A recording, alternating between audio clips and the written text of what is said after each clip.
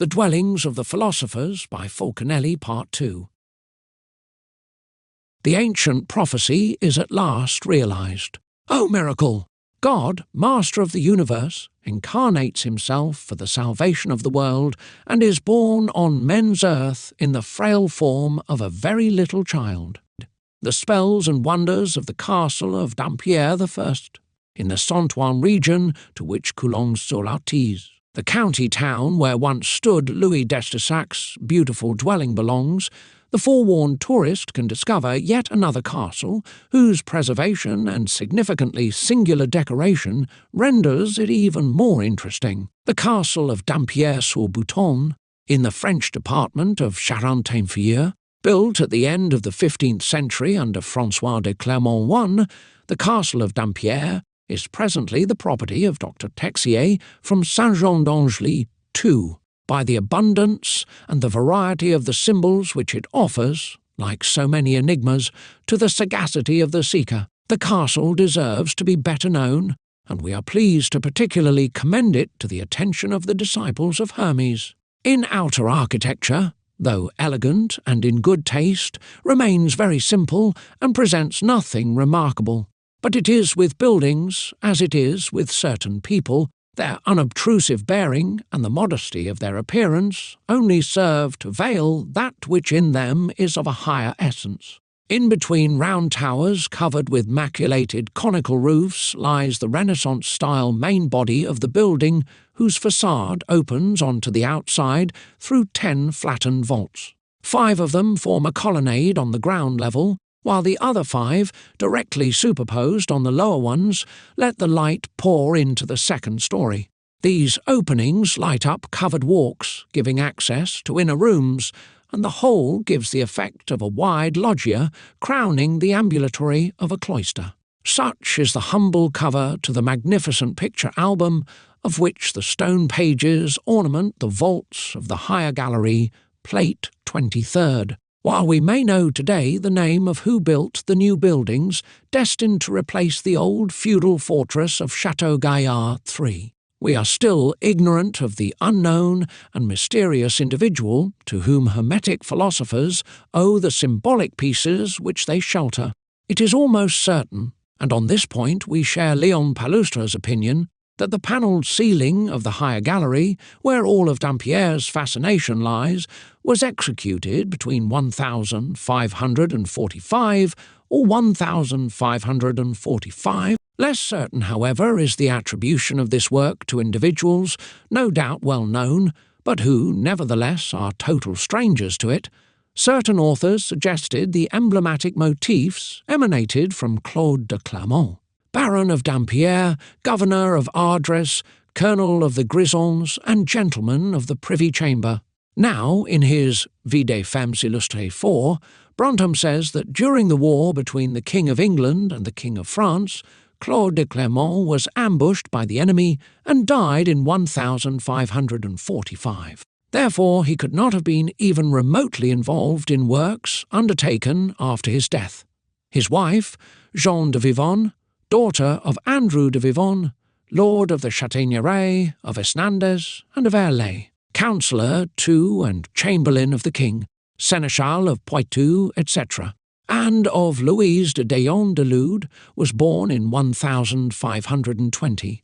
She became a widow at 20. Her wit, her distinguished personality, and her high virtue gained her a reputation such that, just like Brantôme de Daillon de Lude, was born in 1520. She became a widow at 20. Her wit, her distinguished personality, and her high virtue gained her a reputation such that, just like de Brantôme, who praised the scope of her learning, Léon Palustre V honours her with being the instigator of the bas-relief of Dampierre. There, he says, Jeanne de Vivonne took pleasure in having an entire series of more or less understandable compositions executed by sculptors of rather ordinary talents. Finally, a third attribution is not even worth retaining. Abbot Nogues VI, by producing the name of Claude Catherine de Clermont, daughter of Claude, and Dampierre sur Boutonne Charente-Inférieure, the 16th century castle. Jean de Vivonne expresses a totally unacceptable opinion, as Pallustre says. This future chatelaine of Dampierre, born in 1543, was but a child at the time the work was being completed.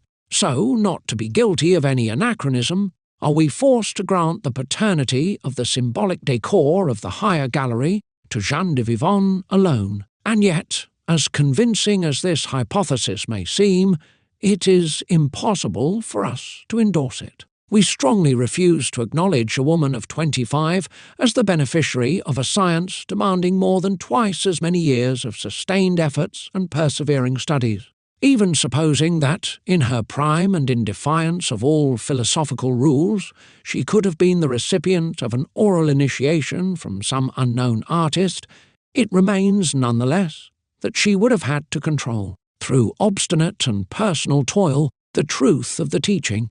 Now nothing is more trying and more disheartening than to pursue for many long years a series of experiments, trials and attempts demanding a constant zeal, and the renouncing of all public matters, relationships, and external preoccupation. Voluntary seclusion and renouncing the world are indispensable conditions should one wish to acquire, along with practical knowledge, notions of a yet more secret symbolic science. That covers and occults them from the common people. Was Jeanne de Vivonne perhaps subjected to the requirements of an admirable mistress, lavishing infinite treasures, but uncompromising on all her worshippers' implicit obedience and staunch loyalty?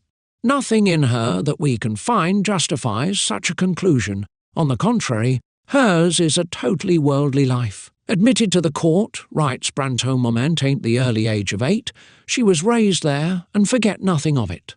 And it was good to hear her speak, as I have seen our kings and queens take pleasure in hearing her do so, for she knew nothing of it. And it was good to hear her speak, as I have seen our kings and queens take pleasure in hearing her do so, for she knew everything of her time and of the past, so much so that she was accepted as an oracle. So our most recent king, Henry II of France, made her lady-in-waiting to the Queen, his wife.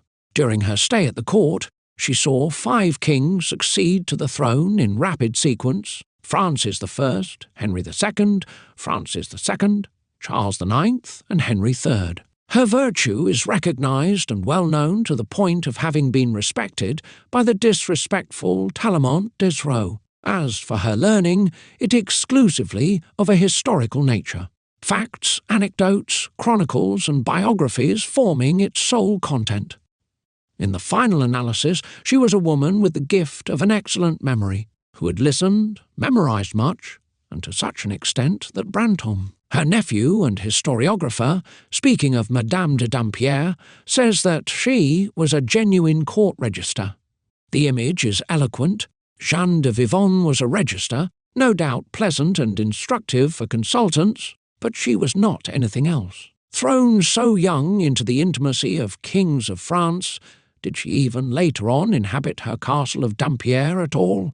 That was what we were wondering about while going through Jules Robuchanon's 7 Beautiful book, when an account by Monsieur Georges Musset, alumnus of the École des Chartes in Paris 8, and member of the Société des Antiquaires de l'Ouest, appeared just in time to solve the problem and serve as a backup to our conviction, but, writes G. Musset, some heretofore unpublished documents have surfaced that seem to complicate the issue and produce inconsistencies. A recognition of Dampierre is written to the king because of his castle of Niort, on the 9th of August 1547, at the crowning of Henry II.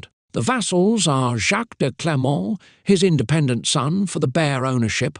The duty consisted of a bow made from the wood of a yew and a sheaf of arrows without groove. It seems to result from this deed, 1. That Jeanne de Vivonne does not enjoy Dampierre, nor her daughter Catherine, who owns it.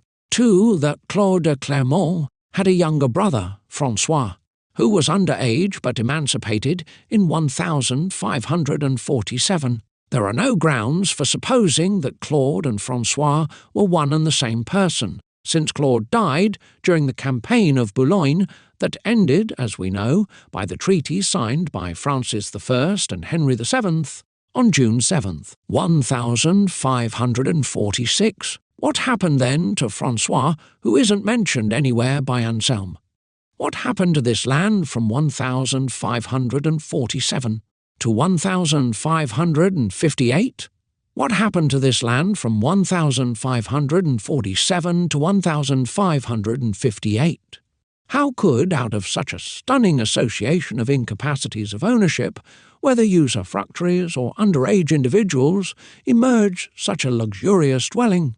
These are mysteries that we cannot solve. We believe it is a great deal even to be able to glimpse some of the issues at play. And so the opinion is confirmed, according to which the philosopher to whom we owe all the embellishments of the castle, paintings and sculptures, is unknown to us, and will perhaps remain so forever.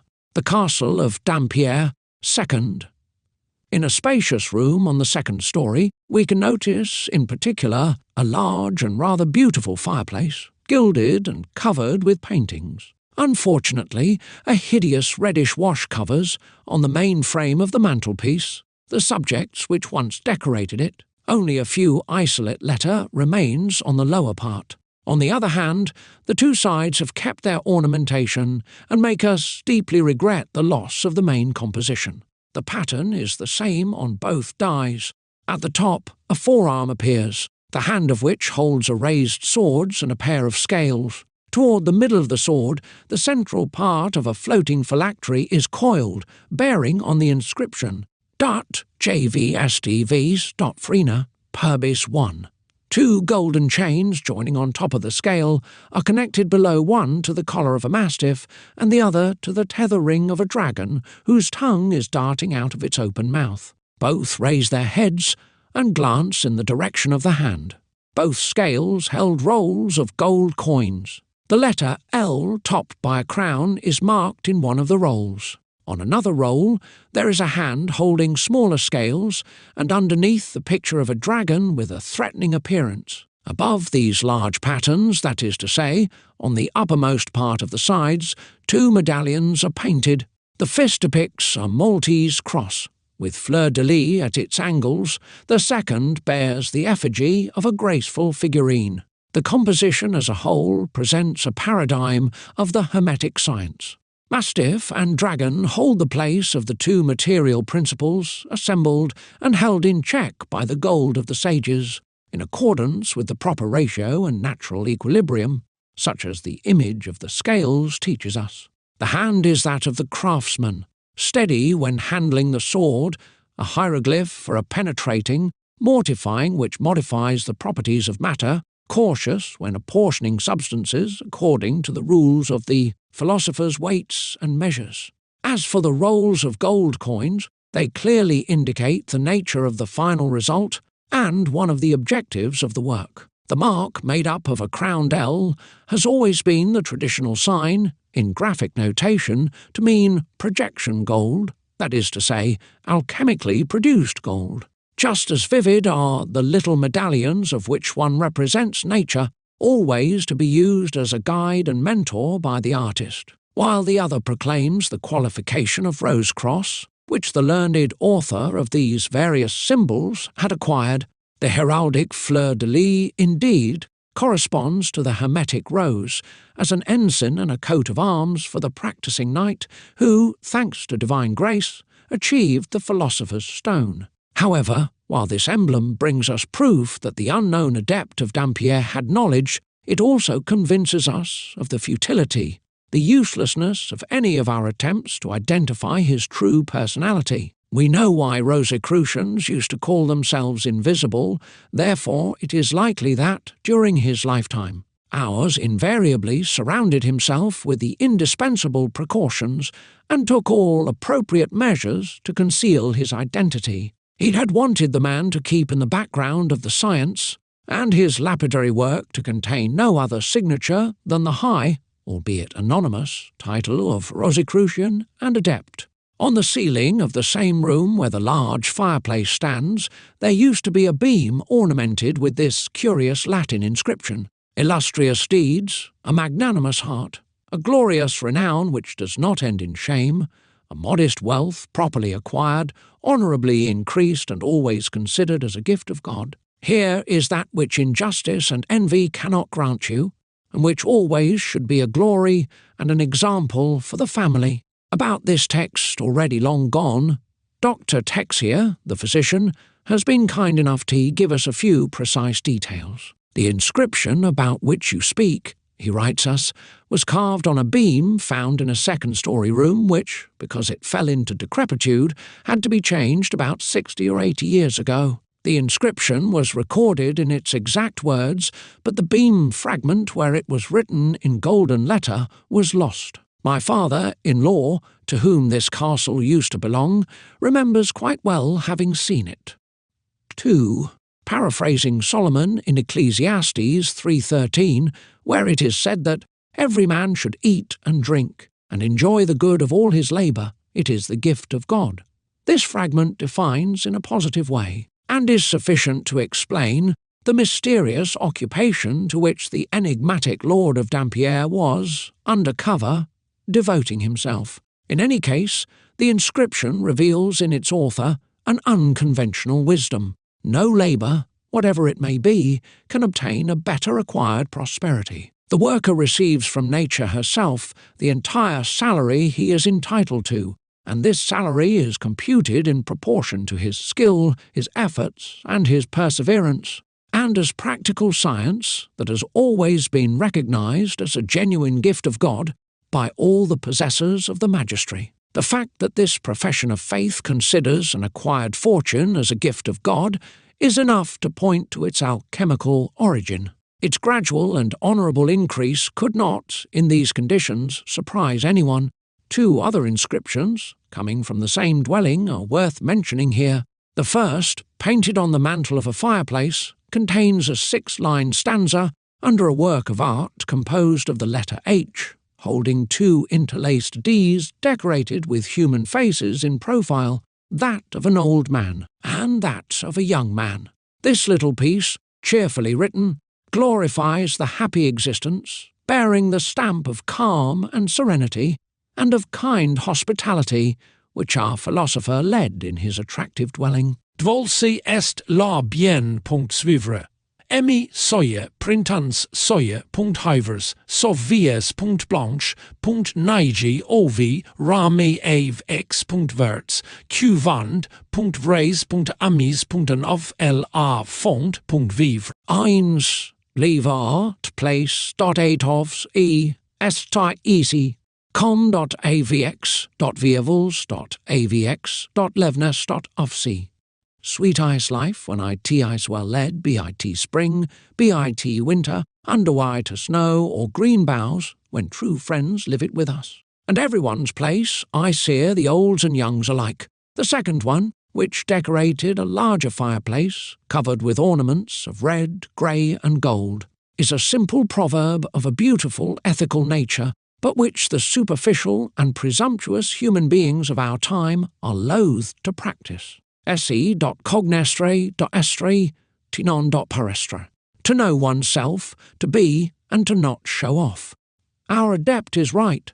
Knowing oneself is what enables us to acquire the knowledge, the purpose, and the meaning of life, the basis of all genuine values, and this power, which raises the hard-working man who can acquire it, incites him to live in a modest and noble simplicity, the outstanding virtue of higher minds. It was an axiom that masters used to repeat to their disciples, and through which they signified to them the only means of attaining the highest knowledge. If you want to know wisdom, they used to say, know thyself well, and you will know it. The castle of Dampierre.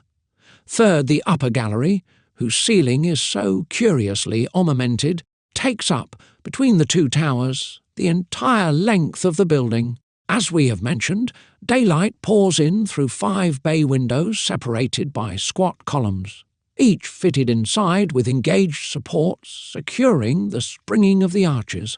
2 windows with straight transoms and rectilinear lintels open at both ends of the gallery.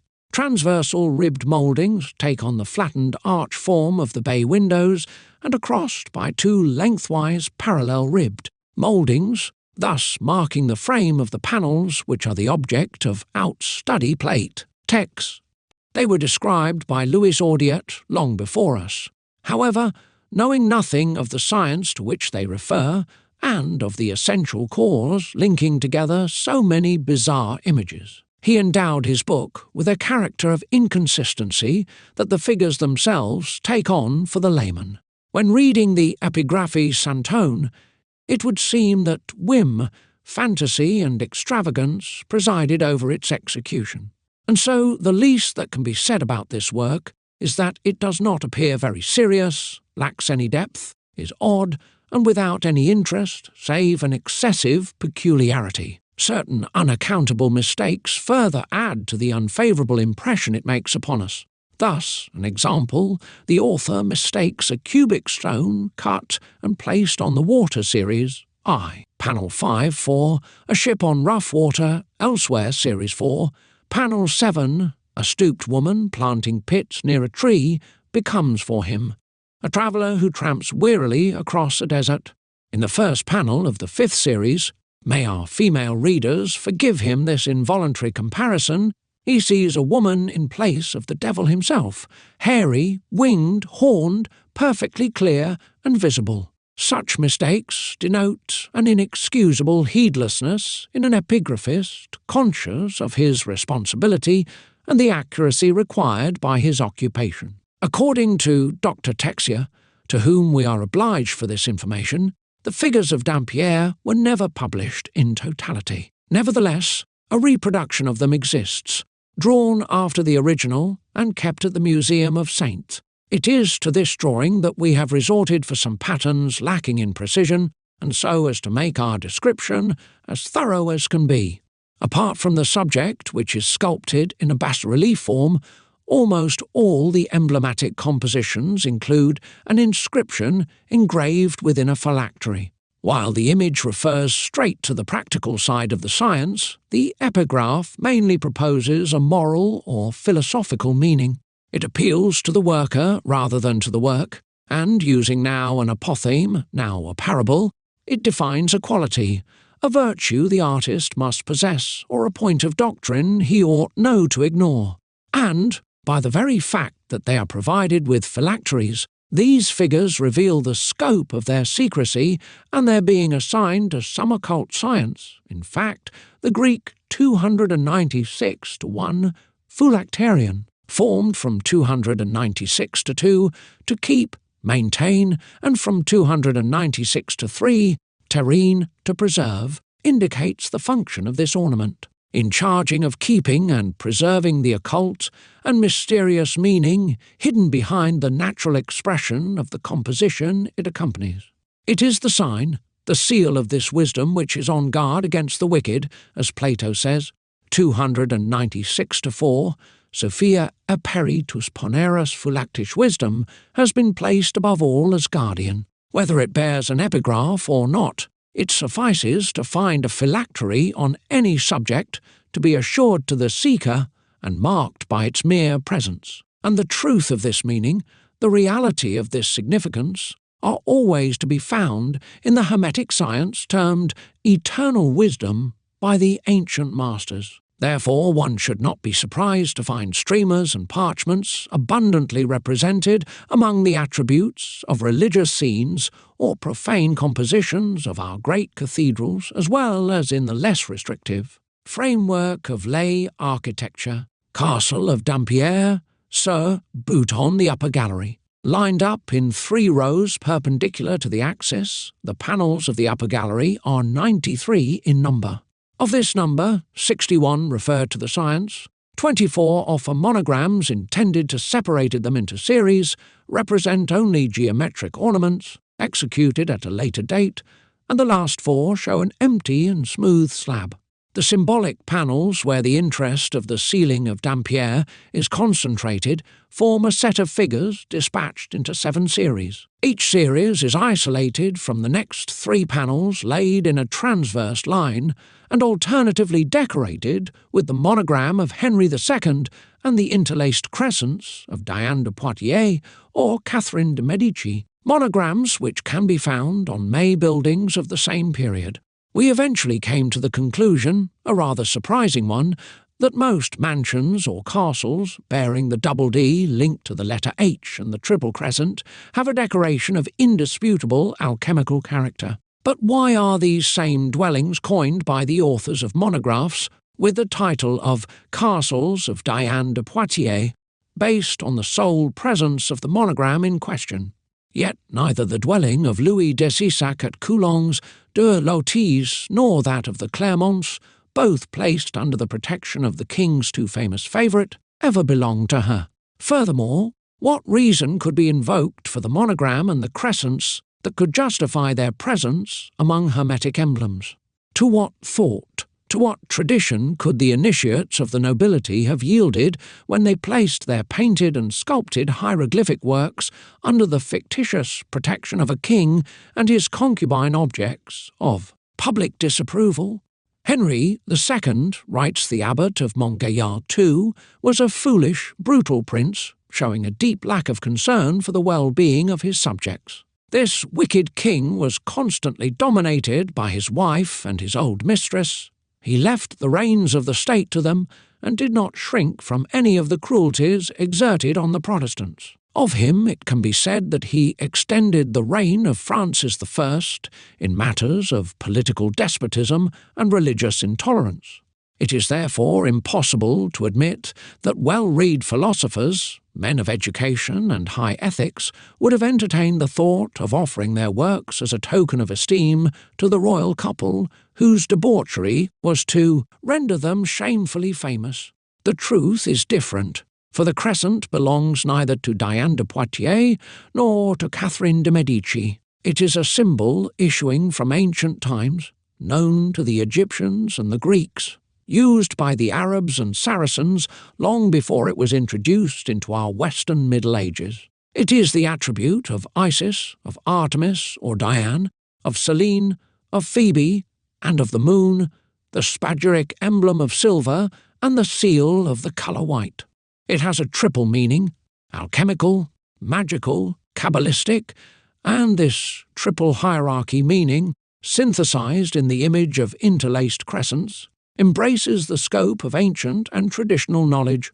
Consequently, we should be less surprised to see the symbolic triad represented close to obscure signs, since it provides them with its support and permits to indicate to the investigator the science to which they belong. As for the monogram, it can easily be explained, and it shows once again how the philosophers have used emblems of known meaning and endowed them with a special, usually unknown, sense. It was the surest means they had at their disposal to hide from the layman a science figuratively exposed in full view, a revived Egyptian method whose teaching, translated in hieroglyphics on the outer walls of temples, remained worthless to those who did not possess the key. The historical monogram is formed of 2 Ds, intertwined and connected by the letter H, the initial of Henry II. Such, at least, is the lay formulation of a cipher, which veils under its image an altogether different meaning. It is known that alchemy is based on the physical metamorphoses brought about by the spirit, a designation given to the universal vitality which emanates from the divinity, which maintains life and motion, provokes its arrest or death, evolves the substance, and asserts itself as the only life-giver of all that which is. Now, in alchemical notation, the psi of the spirit is none other than the letter H of the Latins and of the letter H of the Greeks. We will provide later, when examining one of the panels where this character is depicted with a crown, Series 7th, 2, some of its symbolic applications. For the time being, it suffices to say that the spirit, the universal agent, constitutes, in the accomplishment of the work, the main unknown, the determination of which ensures full success. However this unknown, which is beyond all bounds of human understanding, can only be acquired through divine revelation. The masters used to say again and again, "Or God gives wisdom to whom he pleases and transmits it through the Holy Ghost, the light of the world." That is why the science is said to be a gift of God, formerly solely for his ministers, hence the name sacerdotal art which it originally bore. Let us add that during the Middle Ages, the gift of God applied to the secretum secretorum, secret of secrets, which precisely signifies the secret par excellence, that of the universal spirit. And so, the Donum Dei gift of God revealed knowledge of the science of the great work, key to the materializing of the Spirit and the light 298 to 1.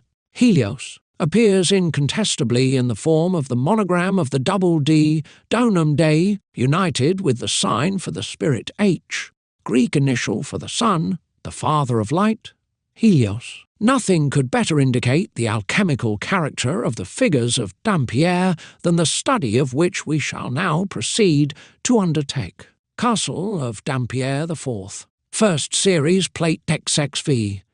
Panel 1, 2 trees of same size and similar thickness appear next to each other on the same ground. One is green and vigorous one, the other inert and dried up. The streamer, which seems to bind them together, bears these words, sor.non, ombibus.eqv. Fate is not equal for all. This truth, which applies within the limits of human existence, seems to us all the more relative, because destiny, whether dismal or successful, easy or unsettling, leads us all, without distinction or privilege, towards death. But if we transpose this truth within the Hermetic domain, it takes on a definite positive sense, one which ought to have secured its being chosen by our adept. According to the alchemical doctrine, ordinary metals, torn out of their ore-bearing earth to satisfy the demands of industry, forced to yield to man's whims, seem in fact to be the victims of a glaring evil spell. As an ore, they live deep within the rock and slowly evolve toward the perfection of native gold. They are now condemned to die as soon as they are extracted and perish under the ill-fated action of a reducing fire.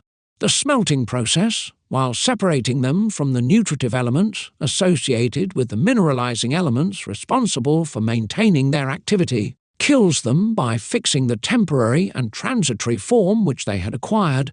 Such is the meaning of the two symbolic trees, one expressing mineral vitality, the other metallic inertia. From this simple image, the intelligent and sufficiently well-read investigator of the art's principles will be able to draw useful and profitable conclusions.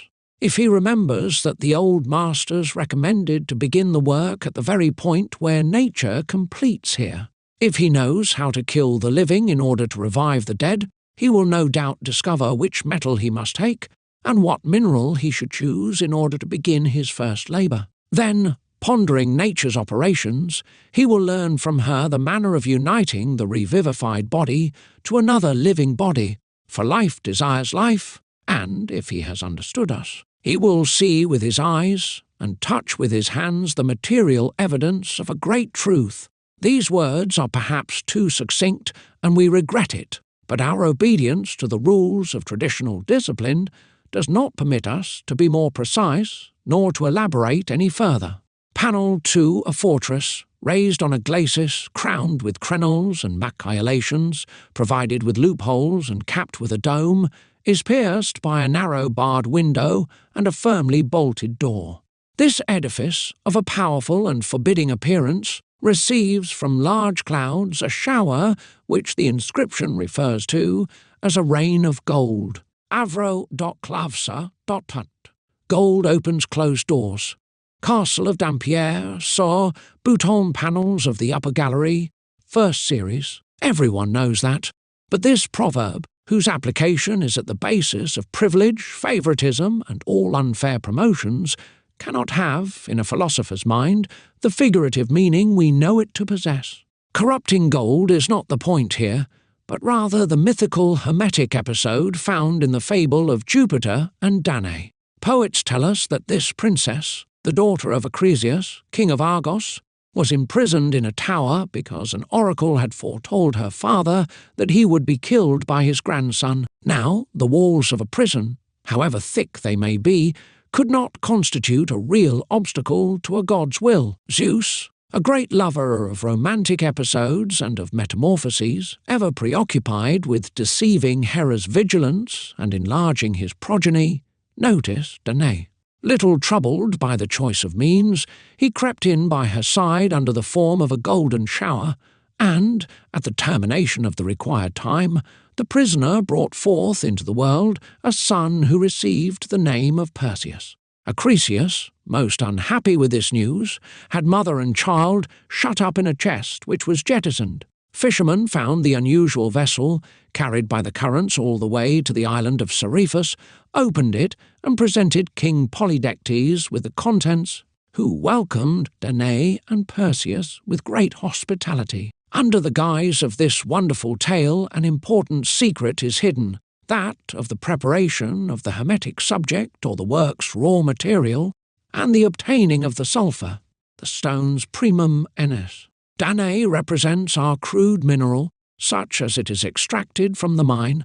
It is the earth of the sages which contains within it the active and hidden spirit, alone capable, says Hermes, of realizing why these things, the miracle of only one thing. As a matter of fact, the word Danae comes from the Dorian Greek 303 to 1, Dan 3 Danae. Philosophers teach that their raw material is a fragment of the original chaos, and it is indeed what is meant by the name Acrisius, king of Argos and Danae's father. 303 to 3. Acrisia is confusion, disorder.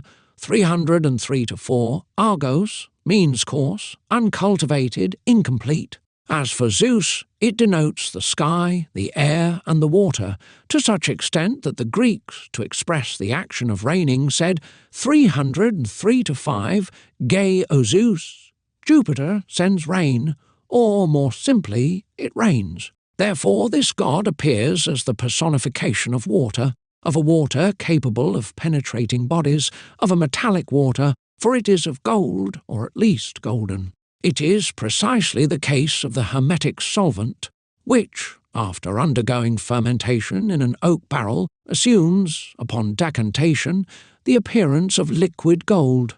The anonymous author of an unpublished 18th-century manuscript, too, writes on the subject, "If you let this water run, you will see with your very eyes the gold shining in its first being with all the colours of the rainbow." The very union of Zeus and Danae indicates the manner in which the solvent must be applied.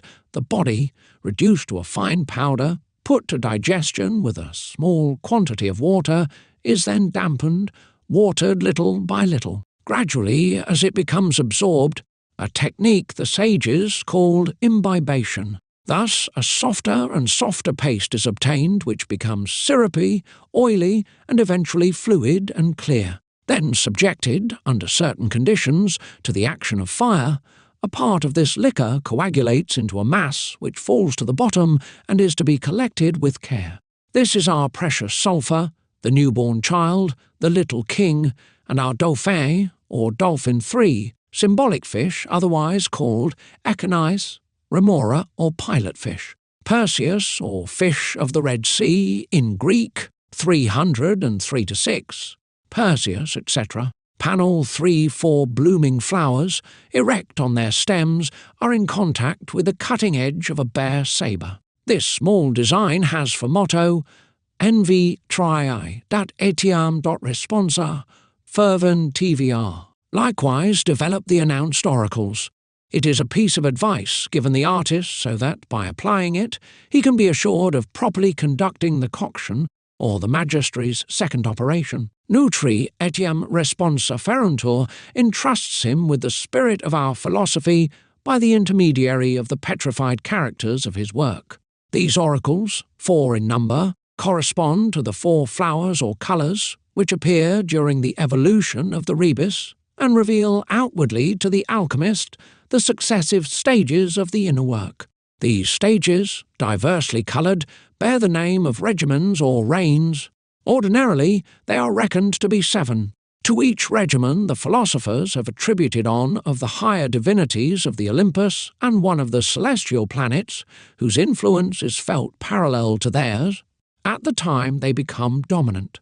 According to the widely held opinion, planets and divinities develop their power simultaneously in a fixed hierarchy. To the reign of Mercury, 304-1, Hermes' basis, groundwork, the first stage of the work, succeeds that of Saturn, 304-2, Kronos, the old man, the fool. Then Jupiter governs 304-3, Zeus, union, matrimony. Then Diana, 304-4, Artemis whole, fulfilled, or the moon, whose shiny robe is now woven of white hair, now made with snow crystals. Venus, vowed to green, 304-5, Aphrodite, beauty, grace, then inherits the throne. But soon Mars chases her away, 304-6, Ares fixed, and this warlike prince, whose clothes are dyed with coagulated blood, is himself overthrown by Apollo,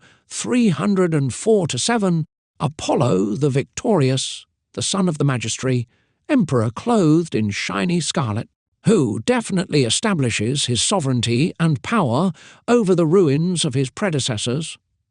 4. Some authors, comparing the coloured stages of the coction of the 7 says of creation, have coined for the complete labour the expression hebdomus, hebdomadum, the week of weeks, or simply the great work, because the alchemist must closely follow, for his microcosmic realization, all the circumstances which accompanied the great work of the Creator. However, the various regimens are more or less clear, and very considerable as far as duration and intensity is concerned. So the masters limited themselves to mentioning only the 4 essential and preponderant colours, because they present more sharpness and permanence than the others, namely black, white, yellow or citrine, and red. These 4 flowers of the Hermetic garden must be cut successively, in sequence and at the end of their flowering, which explains the presence of the weapon in our bas-relief. Consequently, too much haste is to be feared, in the vain hope of shortening the duration, sometimes quite long, by exceeding the degree of heat necessary for the regimen of the time. The ancient authors advise prudence and warn apprentices against a too detrimental impatience. Principiatio, a diabolo, precipitous action goes to the devil, they say. For in seeking to reach the goal too quickly, they only succeed in burning the flowers of the compost and provoking the irremediable loss of the work. It is therefore better, as the adept of Dampierre teaches, to develop the oracles, which are the coloured predictions or forebodings of the regular operation, with patience and perseverance, for as long as nature may demand it. Panel 4, an old demolished tower, whose door has been yanked out, allows free access. This is how the image-maker represented the open prison. Inside, one can still see a pair of shackles in position, as well as 3 stones shown in the upper part. 2 other shackles, extracted from the prison, can be seen besides the ruin. This composition marks the completion of Geber's 3 stones or medicines, obtained sequentially and designated by the philosophers by the names of philosophical sulphur for the first, elixir or potable gold for the second, philosopher's stone, absolute or universal medicine for the last. Each one of these stones has to undergo coction in the Athanor, the prison of the great work, and this is the reason why the last pair of shackles is still sealed inside. The 2 preceding ones, having accomplished their time of mortification and penance, have left their fetters visible on the outside. The small bas-relief has for motto the saying of the Apostle Peter, Acts 12:11, who was miraculously delivered from his prison by an angel. N, V, and C, Shio, dot vir. Now I know of a surety, speech of sheer joy, outburst of intimate satisfaction, cry of cheerfulness which the adept utters before the certainty of the marvel.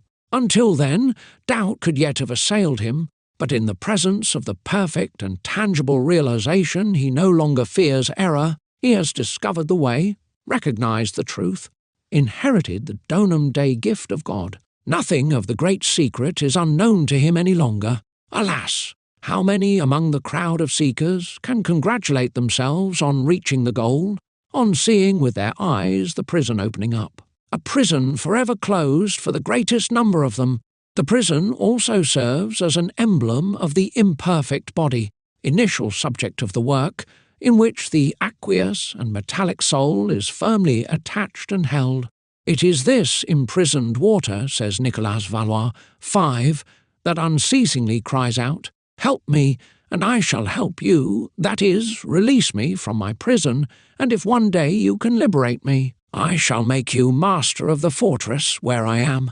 And so the water locked up in this body is of the same water nature as that which we gave it to drink, which is called Mercury Trismegistus, and that Parmenides understands when he says, "Nature contains nature." For this imprisoned water revels in its companion, who comes to deliver it from its iron shackles, blends with it, and finally, converting the same prison into themselves, rejecting that which is contrary to them, and that is, the preparation are both converted into mercurial and permanent water. It is therefore right that our divine water is called the key, light, Diana who shines in the thick of night, for it is the entrance to the entire work and that which illuminates mankind. Panel 5. For having ascertained it experimentally, the philosophers certify that their stone is nothing else but a complete coagulation of mercurial water. The fact is translated by our bas-relief, where we see the cubic stone of ancient Freemasons float on the sea waves. Although such an operation seems impossible, it is nevertheless natural because our mercury carries within itself the sulphurous principle, rendered soluble, to which it owes its subsequent coagulation. It is, however, unfortunate that the extremely slow action of this potential agent does not allow the observer to register the least sign of any reaction whatsoever in the beginning of the work. This is the cause of many artists' failure, who, quickly disappointed, abandon a difficult work which they deem to be in vain, although they have followed the right path and operated on the proper materials, canonically prepared. To them are addressed the words of Jesus, walking on the waters, to Peter, and which St. Matthew recounts Matt. Filiotortori 1, modise.fide.quae, dv O thou of little faith, wherefore didst thou doubt? In truth, we cannot know anything without the help of faith, and whosoever does not possess it cannot undertake anything. We have never seen skepticism and doubt build anything stable, noble, or durable. We must often remember the Latin saying, mens agitat mollem, the mind, puts the mass into motion.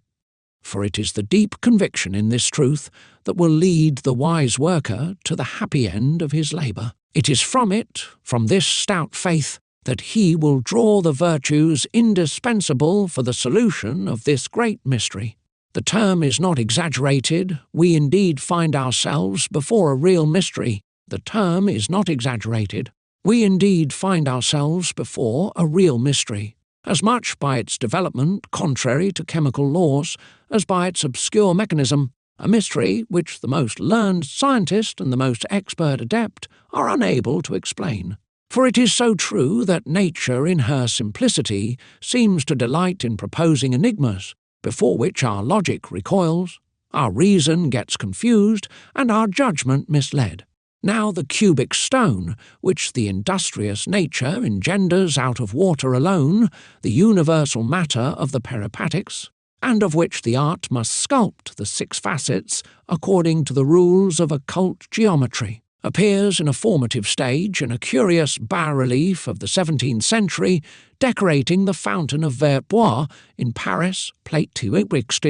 As the two subjects are closely related, we will study here the more detailed Parisian emblem, thus hoping to cast some light on the symbolic expression of the image in Saintonge, which is too concise. Built in 1633 by the Benedictine monks of St. Martin des Champs, this fountain was originally erected inside the priory, leaning against the surrounding wall. In 1712, the monks offered it to the city of Paris for public use, along with the grounds needed to rebuild it, provided that the site would be established in one of their convent's ancient towers and that an outer door would be placed there.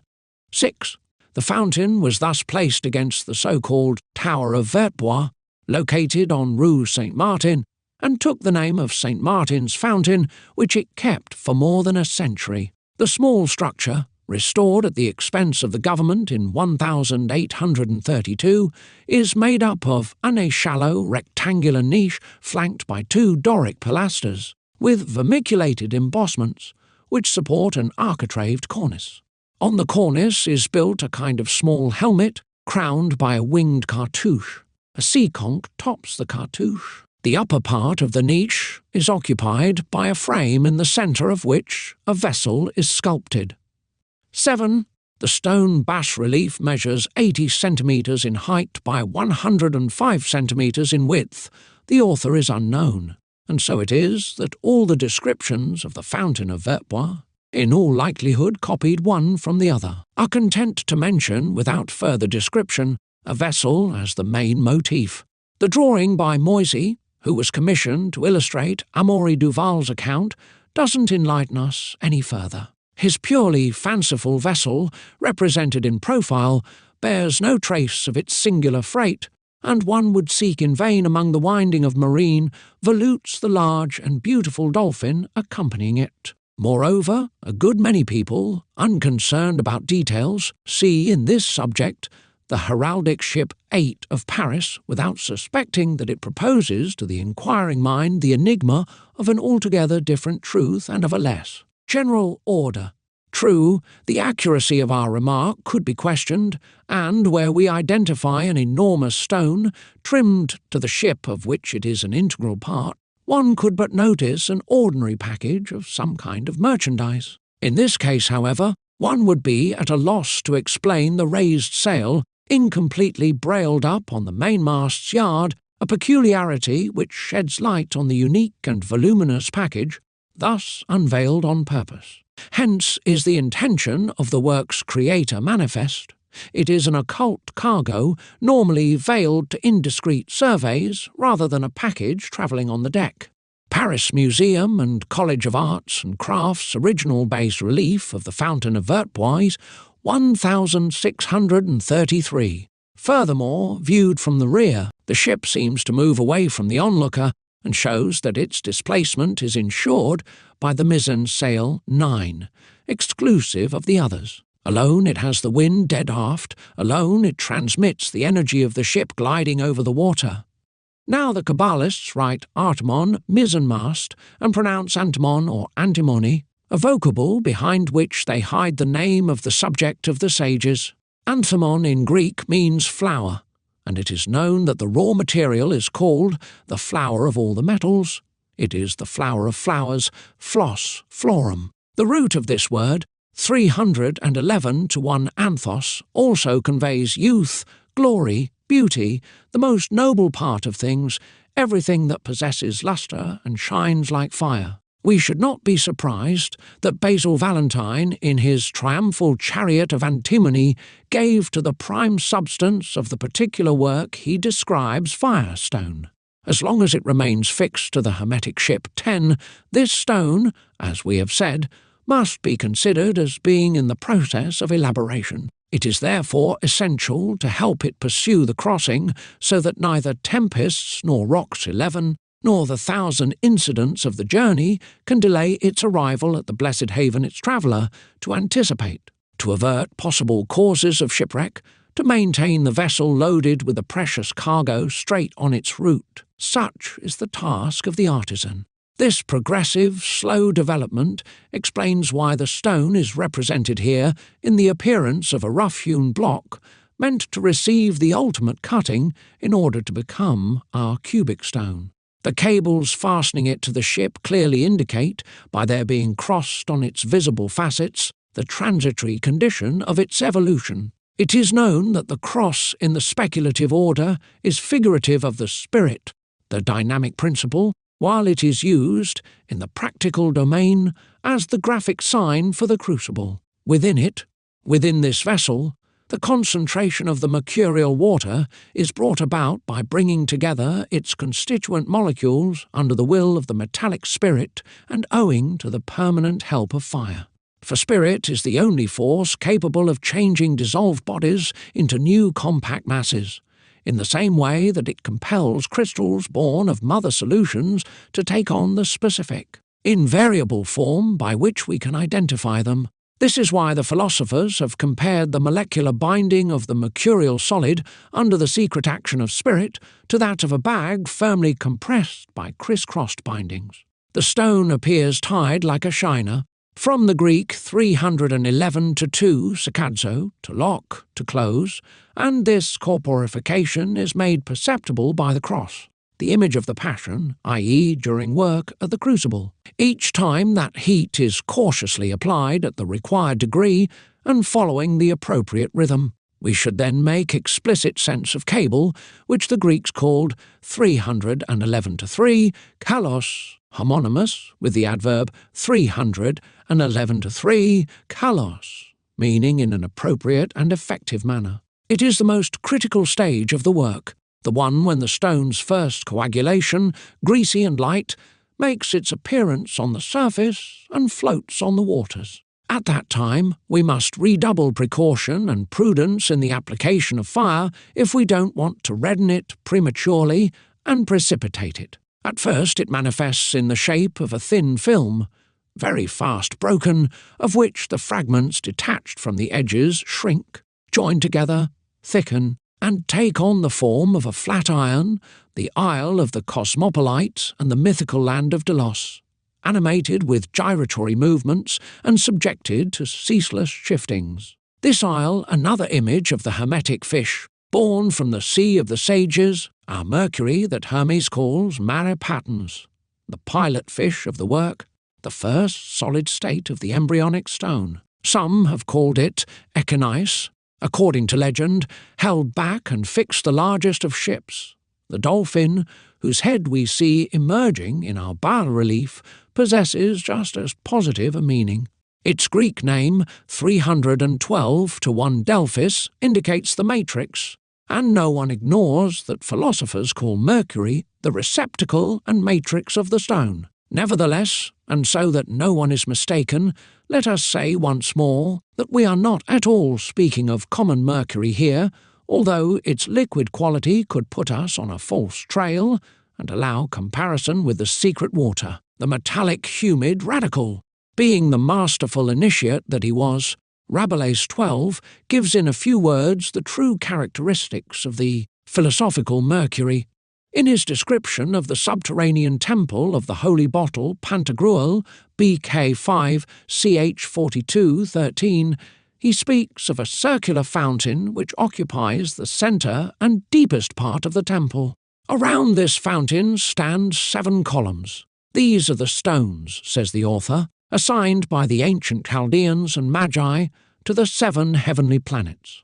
And in order that we should understand this in a less subtle sense, above the first and exactly perpendicular to the centre of the sapphire hung a figure of Saturn holding his scythe with a golden crane at his feet, most cunningly enamelled in the proper colours of Saturnine bird, in their proper order. Above the second, or hyacinthine, was Jupiter in Jovetian tin, facing left, with a golden eagle enamelled in its natural colours on his breast. Above the third was Phoebus in refined gold, with a white cock on his right hand. Above the fourth, in Corinthian 14 bronze, Mars with a lion at his feet. Above the fifth Venus in copper, the same metal as that of which Aristonides made the statue of Athamas. At her feet was a dove.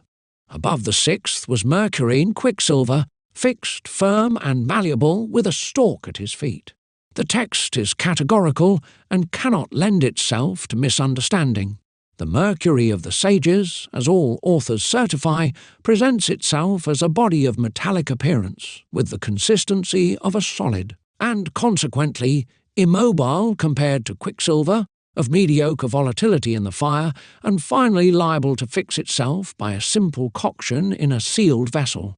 As for the stork, which Rabelais attributes to Mercury, its meaning is drawn from the Greek word 313 to 1 pelagos, stork, formed from 313 to 2 pelos, pallid brown or black, and 313 to 3 argos, white, which are two colours of the bird and of the philosophical Mercury. 313 to 1 pelagos also designates a pot made of white and black clay, the emblem of the Hermetic vase, i.e. of Mercury, whose water, alive and white, loses its light, its brightness, mortifies itself and becomes black, surrendering its soul to the stone's embryo that is born from its decomposition and is nourished by its ashes, so as to bear testimony to the fact that the fountain of Vertpois was originally consecrated to the philosophical water, the mother of all metals and basis of the sacred art. The Benedictine monks of St. Martin des Champs had the diverse attributes relative to this fundamental liquor sculpted on the cornice, which serves as a support to the bas-relief. 2 oars and 1 caduceus intercrossed bear Hermes Pegasus, represented under the modern form of a winged helmet, upon which a little dog watches. Some ropes coming out of the visor spread their coils on the oars and the winged wand of the god of the work. The Greek 313 to 4 plate, by which the oar 15 was designated, simultaneously proposes the meaning of vessel and of winnowing basket. The latter is a kind of wicker shell attributed to Mercury, and which the Kabbalist writes, vent, wind, one. This is why the emerald table, speaking of the stone, allegorically conveys that the wind carried it in its belly. This Van winnowing basket is none other than the matrix, the vessel carrier of the stone, the emblem of Mercury, principal subject of our bas-relief. As for the caduceus, it is well known that it is the property of the messenger of the gods with the winged helmet and talaria. We will only say that the Greek word 314 to 1, kerakion, caduceus, by its etymology recalls the cock. 314 to 2, keros, consecrated to Mercury as the herald of the light.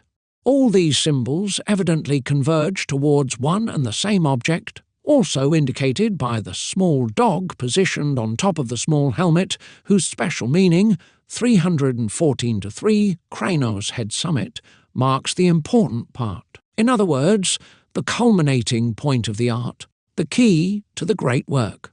Noel, in his Dictionnaire de la Fable, writes that the dog was consecrated to Mercury as the most vigilant and most clever of all the gods, according to Pliny, the flesh of young dogs, and served at the meals prepared for them. The image of the dog, positioned on the helmet, shield of the head, furthermore constitutes a genuine rebus still suitable to Mercury. It is a figurative translation of Cynocephalus 314 to 4, Kunocephalos, that which has a dog's head, a mystical form highly worshipped by the Egyptians, who granted it to a few higher deities, and especially to the god Thoth, who later became the Hermes of the Greeks, the Trismegistus of the philosophers, the Mercury of the Romans. Panel 6. A gambling die is placed on a little garden table. In the foreground grow 3 herbaceous plants. As sole sign, this bas relief bears the Latin adverb VTCVMQVE, that is to say, i.e., in an analogous fashion, which could lead us to believe that the discovery of the stone might be due to chance, and that knowledge of the magistracy would remain dependent on a fortunate cast of the dice.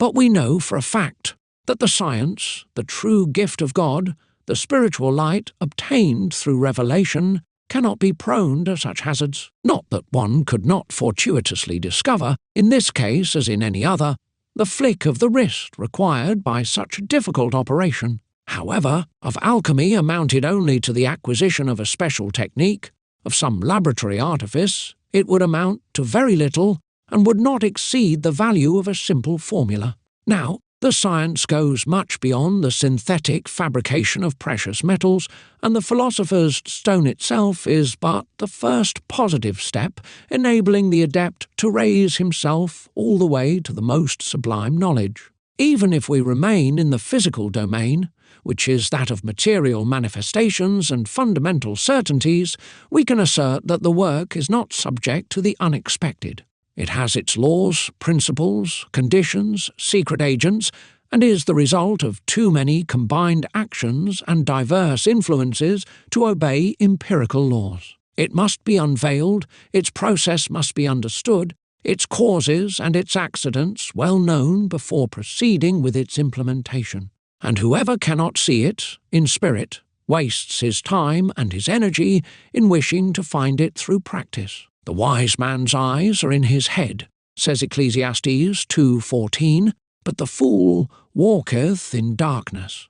The gambling die, therefore, has another esoteric meaning. Its shape, which is that of the cube, 315-1 kubos, gambling dice, cube, designates the cubic or chipped stone, our philosopher's stone and the cornerstone of the church. But to be properly raised, this stone requires 3 successive repetitions of the same series of 7 operations, which brings the total to 21 operations. This number corresponds exactly to the sum of the points marked on the die's 6 faces, since by adding up the first 7 numbers one obtains 21. And the 3 series of 7 are once again arrived at by adding up the same numbers of points by boustrophodon, writing 17. 1 to 6 minus 3, 6 minus 5 minus 4. Positioned at the intersections of the sides of an inscribed hexagon, these numbers will translate the circular motion appropriate to the interpretation of another figure emblematic of the great work, that of the serpent Ouroboros, aut serpens qui caudam devoravit, the Ouroboros serpent, or the serpent which devours its tail. In any case, this arithmetic figure, in perfect agreement with the work, consecrates the attribution of the cube or die to the symbolic expression of our mineral quintessence. It is the Isaac table carried out by the cubic throne of the great goddess. By analogy, it is therefore sufficient to throw the die thrice on the table, which amounts in praxis to redissolving the stone 3 times to obtain, the latter with all its qualities. These are 3 growing stages which the artist has represented here by 3 plants. Finally, the reiterations essential to the perfection of the hermetic labour provide the reason for the composition of the hieroglyphic book. Of Abraham the Jew, Flamel tells us of 3 times 7 leaves. Likewise, a splendid illuminated manuscript, made at the beginning of the 18th century 18, contains 21 painted figures, each conforming to the 21 operations of the work. The Castle of Dampierre, 5th 2nd series, plate texes. Panel 1, thick clouds intercept the light of the sun and cast a shadow over a wild flower accompanied by the motto, Reverter, E.T., Reverter. Return, and I shall return. This quite legendary herbaceous plant was called baras by the ancients. It was appropriately found on the flanks of Mount Lebanon, above the path leading to Damascus, i.e. Kabbalistically, leading to Mercury as the feminine principle, 319-1, Damar, woman, wife. It was seen blooming solely in the month of May, when spring removes from the earth its shroud of snow. As soon as night fell, says Noel, and a plant starts to burst into flames and gives off a light like a small torch, but as soon as the day appears, this light disappears, and the herb becomes invisible. Even the leaves that we have wrapped in handkerchiefs are no longer there, which sanctions the opinion of those who say that this plant is haunted by demons, because, according to them, it possesses an occult property that breaks charms and spells. Others assert that it has the power to transmute metals into gold, which is the reason why the Arabs call it the herb of gold. But they would not dare to pluck it, or even come near it, because it is said that they have experienced, several times, that this plant causes the sudden death of anyone who plucks it from the earth without taking the necessary precautions, and, since they are ignorant of these precautions, they leave it aside and don't touch it. From this little theme, the artifice of the dissolution of the sulphur by the mercury is esoterically drawn. The plant expresses the vegetative virtue of the latter, and the sun, the fiery nature of the former. The operation is all the more important because it leads to the acquisition of the philosophical mercury, a living, animated substance derived from a pure sulphur, radically united to the primitive and celestial water. We have previously stated that the outer mark, allowing the certain identification of this water, is a starred and radiant shape which coagulation caused to appear on its surface. Furthermore, the astral signature of the mercury, as it was common to call the mark in question, asserts itself with even more clarity and vigour as the animation progresses and becomes more complete. The two paths of the work require two different manners of undertaking the animation of the initial mercury. The first belongs to the brief way and requires only one technique by which the fixed is gradually dampened, because any dry matter avidly drinks its own humidity until the repeated effusion of the volatile on the body causes the compound to swell and turn into a pasty or syrupy mass, as the case may be. The second method consists on digesting the totality of the sulphur in 3 or 4 times its weight in water, decanting the resulting solution, then drying up the residue and reiterating the operation with a proportional quantity of fresh mercury. When the dissolution is complete, the feces, if any, are separated, and the collected liquors are subjected to a slow distillation in a bath. Thus the superfluous humidity is released, leaving the mercury at the required consistency without any loss of its qualities and ready to undergo hermetic coction. This second practice is that which our bas-relief symbolically expresses. Castle of Dampierre saw Bouton panels of the upper gallery, 2nd series. It can easily be understood that the star, the outer manifestation of the inner sun, recurs each time a fresh portion of mercury is bathing the undissolved sulphur, and the latter immediately ceases to be visible, only to reappear during decantation, i.e., at the departure of the astral matter. Return, says the fixed, and I shall return. In 7 successive repetitions the clouds conceal from view now the star, now the flower, according to the phases of the operation, so that the artist can never, in the course of the work, glimpse simultaneously the two elements of the compound. And this truth happens to be confirmed until the end of the work, since the coction of the philosophical mercury, otherwise called heavenly body or star of the wise, transforms itself into fixed sulphur, the fruit of our emblematic plant, whose seed is thus multiplied in quality, quantity, and virtue. Panel 2. At the centre of this panel a fruit, which is usually taken to be a pear, but could as likely be an apple or a pomegranate, draws its meaning from the caption beneath which it appears. Digna, mercies, labor, work worthily rewarded. This fruit is none other than the hermetic gem, the philosopher's stone of the great work or the medicine of the ancient sages, also called the absolute. Little coal or precious carbunculus, the shining sun of our microcosm and the star of eternal wisdom. It is a double fruit, for it is picked from the tree of life when specially reserved for therapeutic uses, and from the tree of knowledge if the preferred use is metallic transmutation. These two properties correspond to 2 states of the same product, the first characterizing the red stone, translucent and diaphanous, destined for medicine as potable gold, and the second, the yellow stone, whose metallic orientation and fermentation by means of natural gold have rendered it opaque. For this reason, de Cyrano Bergerac 5, in his description of the emblematic tree at the foot of which he rests, endows the fruit of the magistery with 2 colours. It was, he writes, a plain country, and so open that as far as my sight could reach, I did not discover so much as one bush. And nevertheless, when I awoke, I found myself under a tree, in respect of which the tallest cedars would but appear as grass. The trunk of it was of massive gold, its branches of silver, and its leaves of emeralds, which upon the resplendent verdure of their precious surface represented, as in a looking-glass, the images of the fruit that hand about them.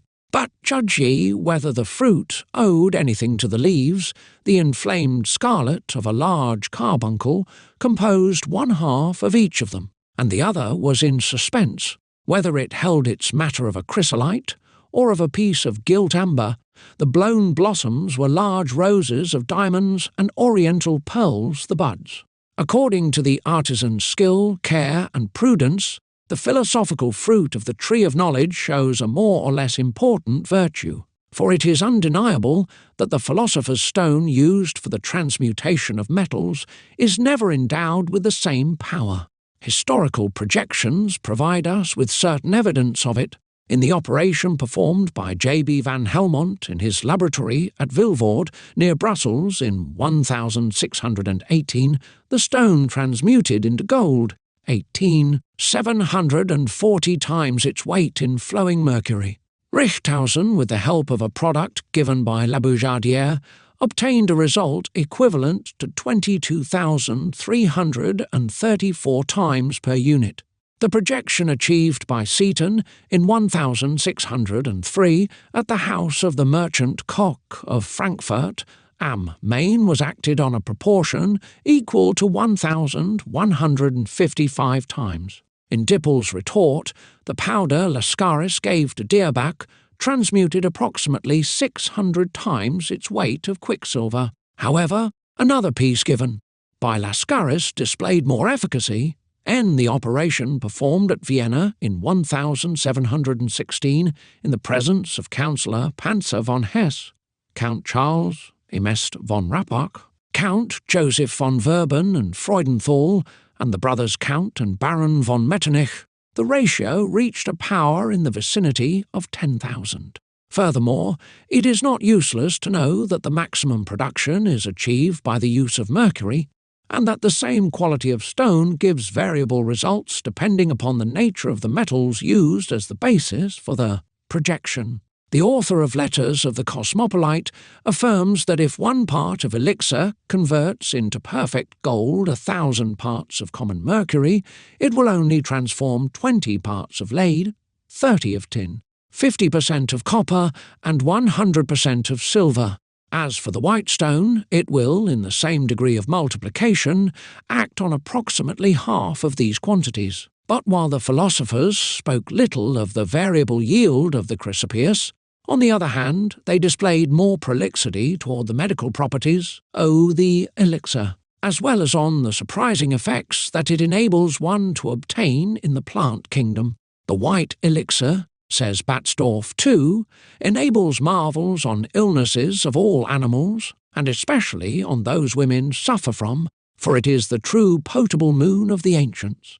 The anonymous author of The Key to the Great Work 3, mentioning Batzdorf's text once more, asserts that this medicine possesses other even more incredible virtues. When it is at the white stage of the elixir, it has so much sympathy with women that it can renew their bodies, and render them as robust and vigorous as they were in their youth. For this effect, a bath is first prepared with several fragrant herbs with which they should scrub themselves clean. Then they go into a second bath without herbs, but in which grains of the white elixir were dissolved in a pint of wine spirit and then poured into the water. They remain in this bath for a quarter of an hour, after which, without drying themselves, a great fire is to be prepared to dry this precious liquor.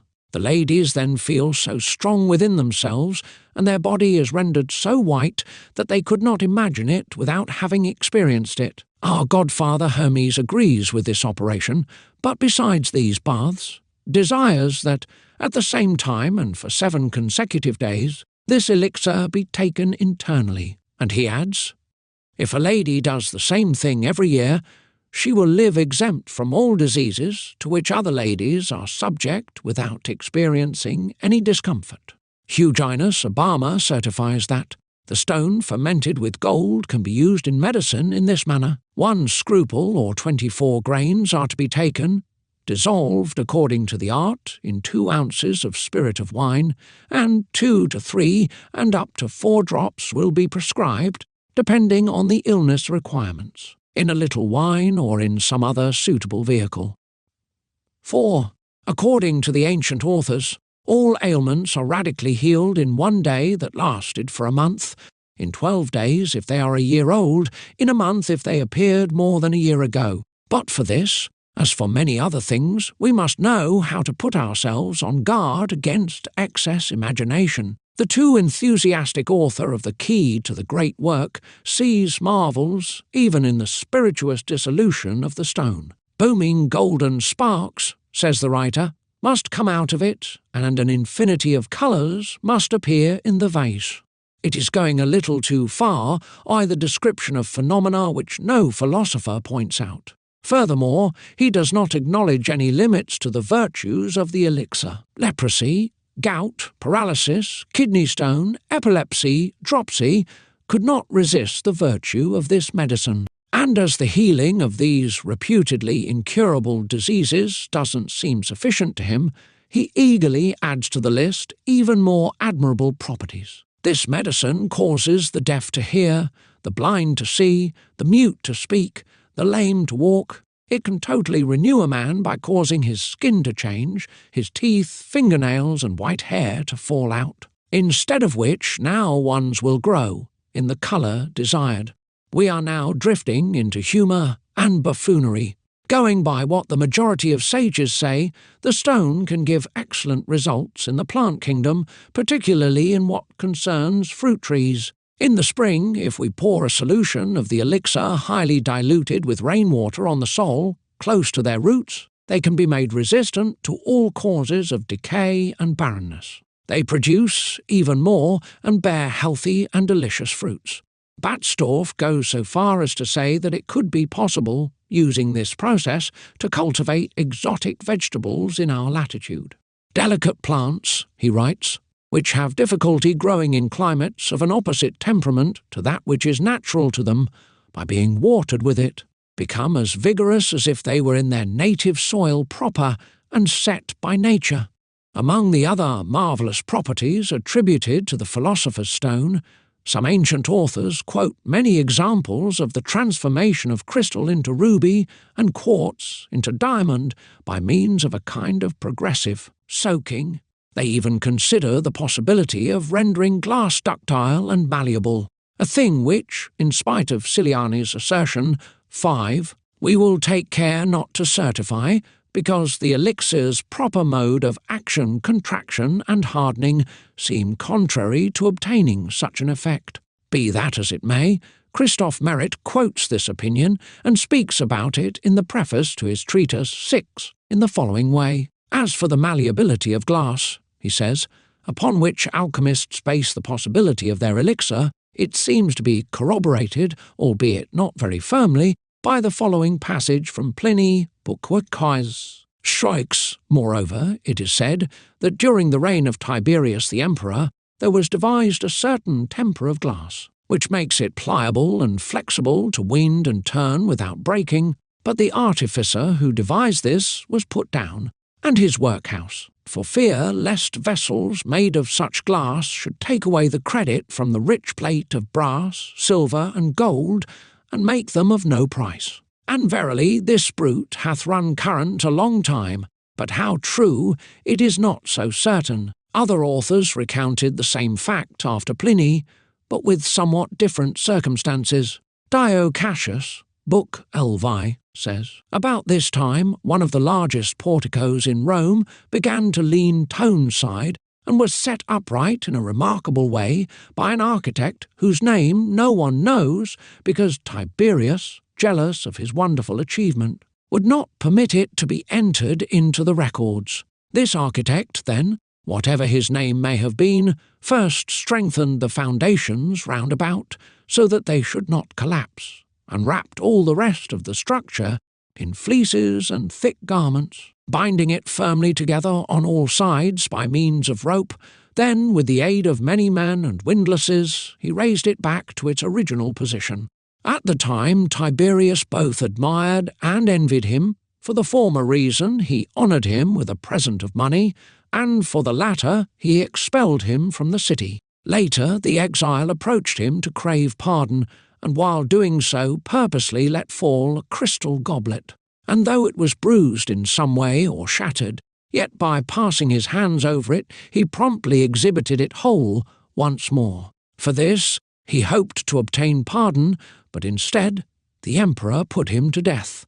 Isidore confirms the same thing. He only adds that the emperor, indignant, threw the glass on the pavement, but the workman, having taken out a hammer and having fixed it, was asked by Tiberius whether anyone else knew the secret, and after the workman assured him under oath that none other than himself knew it, the emperor had his head cut off, for fear that if he divulged it, gold would fall into contempt and metals would lose their value.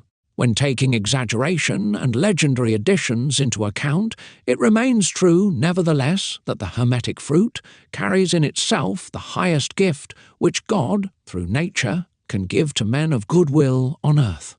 Panel 3. The effigy of the Ouroboros serpent stands on the capital of an elegant column.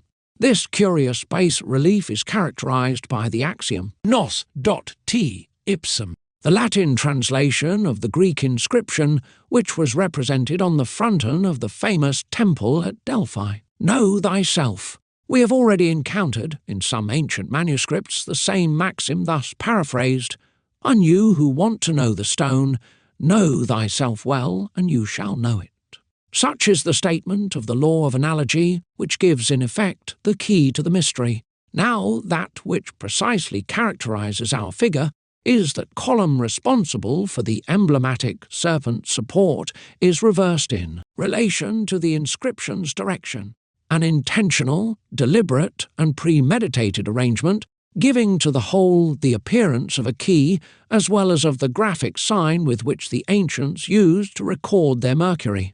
Key and pillar of the work are moreover epithets applied to Mercury, because it is the Mercury that the elements assembled in appropriate proportions and natural quality. From it everything proceeds because it alone has the power to dissolve, mortify, and destroy the bodies, to dissociate them, to separate their pure parts, and to join them with spirits, and this to generate new metallic beings different from their parents. The authors are therefore right to assert that everything that the sages search for can be found in Mercury per se, and this should indicate the alchemist to direct his efforts to the acquisition of this indispensable body. However, in order to succeed, we advise him to act methodically and to study in a simple and rational fashion the manner in which nature operates in living beings in order to transform the absorbed food, rid it of useless substances through the digestion process, into black blood,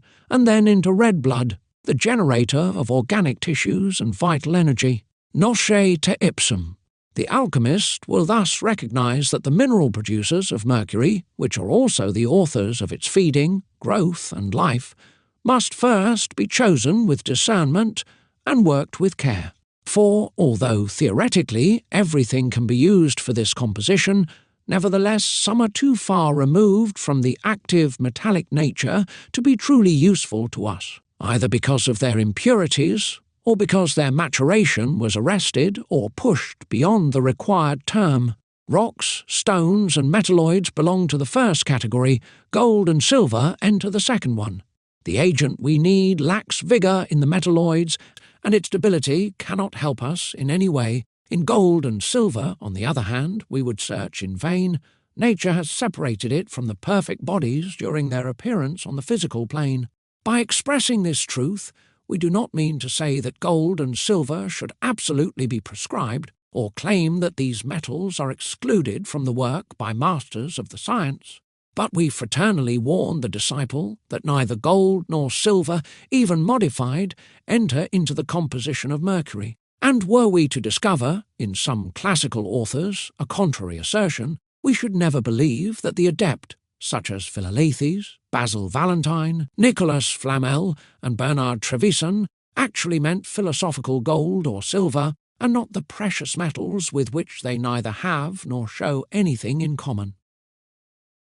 Panel 4, lying on the bottom of an upside-down bushel, a candle burns. The epigraph of the rustic motif reads, Sec tot tot LVC. Lux Festra. May your light so shine. For us, the flame points to the metallic spirit, which is the purest, and clearest part of the body, its soul and light proper, although its essential part is the least in terms of quantity. We have often said that the quality of the spirit, being airy and volatile, always forces it to rise, and that its nature is to shine as soon as it is separated from the coarse and corporal opacity which coats it. It is written that one does not light a candle to put it under a bushel, but to place it in a candlestick so that it can light everything which surrounds it. In the same way we see in the work the need to render manifest this inner fire, this light or this soul invisible under the hard crust of heavy matter, the operation used by the ancient philosophers to reach this goal. They called sublimation, although it has but a very remote connection with the ordinary sublimation of spagyrists. For the spirit, ready to disengage itself as soon as it has been given the means, cannot, however, totally abandon the body, but it creates for itself a garb closer to its nature, more adaptable to its will, from the clear and purified particles it can gather around itself so as to use it as its new vehicle. It then reaches the outer surface of the blended substance and continues to move upon the face of the waters, as it is said in Genesis 1:2, until there was light. From then on, through coagulation, it takes on a white shiny colour, and its separation from the mass has become exceedingly easy, since the light of itself has moved on the bushel, leaving it to the artist to collect it. Let us learn also, in order for the student to ignore nothing of the practice, that this separation or sublimation of the body and manifestation of the spirit must occur gradually, and must be reiterated as many times as deemed expedient. Each of these reiterations takes the name of eagle, and Philolethes asserts that the fifth eagle resolves the moon, but 7 to 9 eagles need to be performed in order to attain the characteristic splendour of the sun.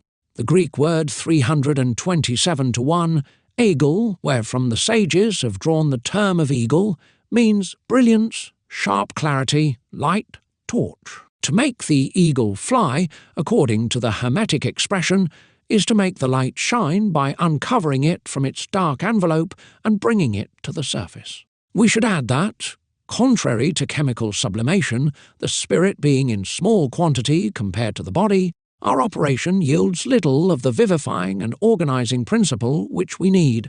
So, according to the philosopher of Dampierre's advice, the prudent artist will strive to make the hidden manifest, and to make that which is below to be above, if he wishes to see the inner metallic light radiate outwardly. Panel 5, a moving streamer, reinforce here the symbolic meaning of a drawing which today has disappeared. If we believe the epigraphy from the Saintonge region, it represented a hand holding a pike. All that is left today is the phylactery and its inscription reduced by the last 2 letters, non onoson rails.nvs.amor. S, these are not our loves. But this lone Spanish phrase of vague meaning does not authorize any serious commentary. Rather than spread an erroneous interpretation, we would prefer to remain silent about this incomplete motif. Panel 6. The causes for impossibility invoked for the preceding bas relief are equally valid for this one. A little quadruped, which the scaly state of the limestone does not allow us to identify, seems to be enclosed in a bird cage. This motif has suffered much. From its motto, barely 2 words can be read, libertaver, belonging to the sentence preserved by some authors, ampansa.liberta.vera, capi.intvs. This is where the abuse of freedom gets you. The topic is, in all likelihood, the spirit, at first free, and then imprisoned inside the body as in a very strong cage. However, it also seems obvious that the animal, in the usual attitude of a bird, brought through its name or its species a special, precise meaning easy to identify in the work process. As these elements, essential for an exact interpretation, are lacking, we are forced to move to the next panel. Panel 7, lying on the ground, an unhooked lantern whose little half-open door reveals its extinguished candle. The phylactery marking the subject contains a warning reserved for the use of the impatient and fickle artist, sect tot perit dot inconstans. So perishes the inconstant one. Like the lantern without a light, his faith ceases to shine, easily defeated, unable to react. He falls, and in vain seeks in the surrounding darkness this light which can only be found within. But while the inscription presents no ambiguity, the image, on the other hand, is much less clear. This stems from the fact that the interpretation can be given in two ways in consideration of the method employed, and also of the path followed. We first discover an allusion to the fire of the wheel, which, for fear of its ceasing resulting in the loss of the matters, should not for even one moment cease its activity. Already in the long way, a slowing down of its energy, a lowering of the temperature constitute accidents detrimental to the regular progress of the operation. For even if nothing is lost, the length of time, already substantial, is increased even more. An excess of fire spoils everything, however. If the philosophical amalgam is merely reddened and not calcined, it is possible to regenerate it by redissolving it, according to the cosmopolite's advice, and by resuming the coction with more caution. Completely extinguishing the fire, on the other hand, causes the irremediable ruin of the content, although if analysed the latter does not seem to have undergone any change. Therefore, during the entire course of the work, the hermetic axiom told by Lintort must be remembered, which teaches that old, once dissolved into spirit, if it feels the cold, is lost with the entire work. Consequently, do not activate the flame inside your lantern too much, and watch that you do not let it go out. You would be between Scylla and Charybdis 9. Applied to the short way, the symbol of the lantern provides another explanation to one of the essential points of the great work. It is no longer the elemental fire, but the potential fire, the secret flame of the matter itself, which the authors veiled from the layman in the form of this familiar image. What then is this mysterious, natural, and unknown fire which the artist must be capable of introducing into his subject? Here is a question that no philosopher has wished to resolve, even by resorting to the help of an allegory. Artephius and Pontanus speak of it in such an abstruse fashion that this important thing remains incomprehensible or goes unnoticed. Limoges de Saint-Didier asserts that this fire is of the nature of limestone. Basil Valentine, ordinarily more verbose, is content to write, and then light the lamp of wisdom and seek with it the gross thing that was lost. Trismosine is barely clearer. Build, he says, a fire in your glass or in the earth which holds it enclosed. Most of the other authors designate this inner light, hidden within the darkness of substance by the epithet of fire of the lamp. Batzdorf describes the philosophical lamp as one always needing to be abundantly supplied with oil and its flame as always needing to be fed by way of an asbestos wick.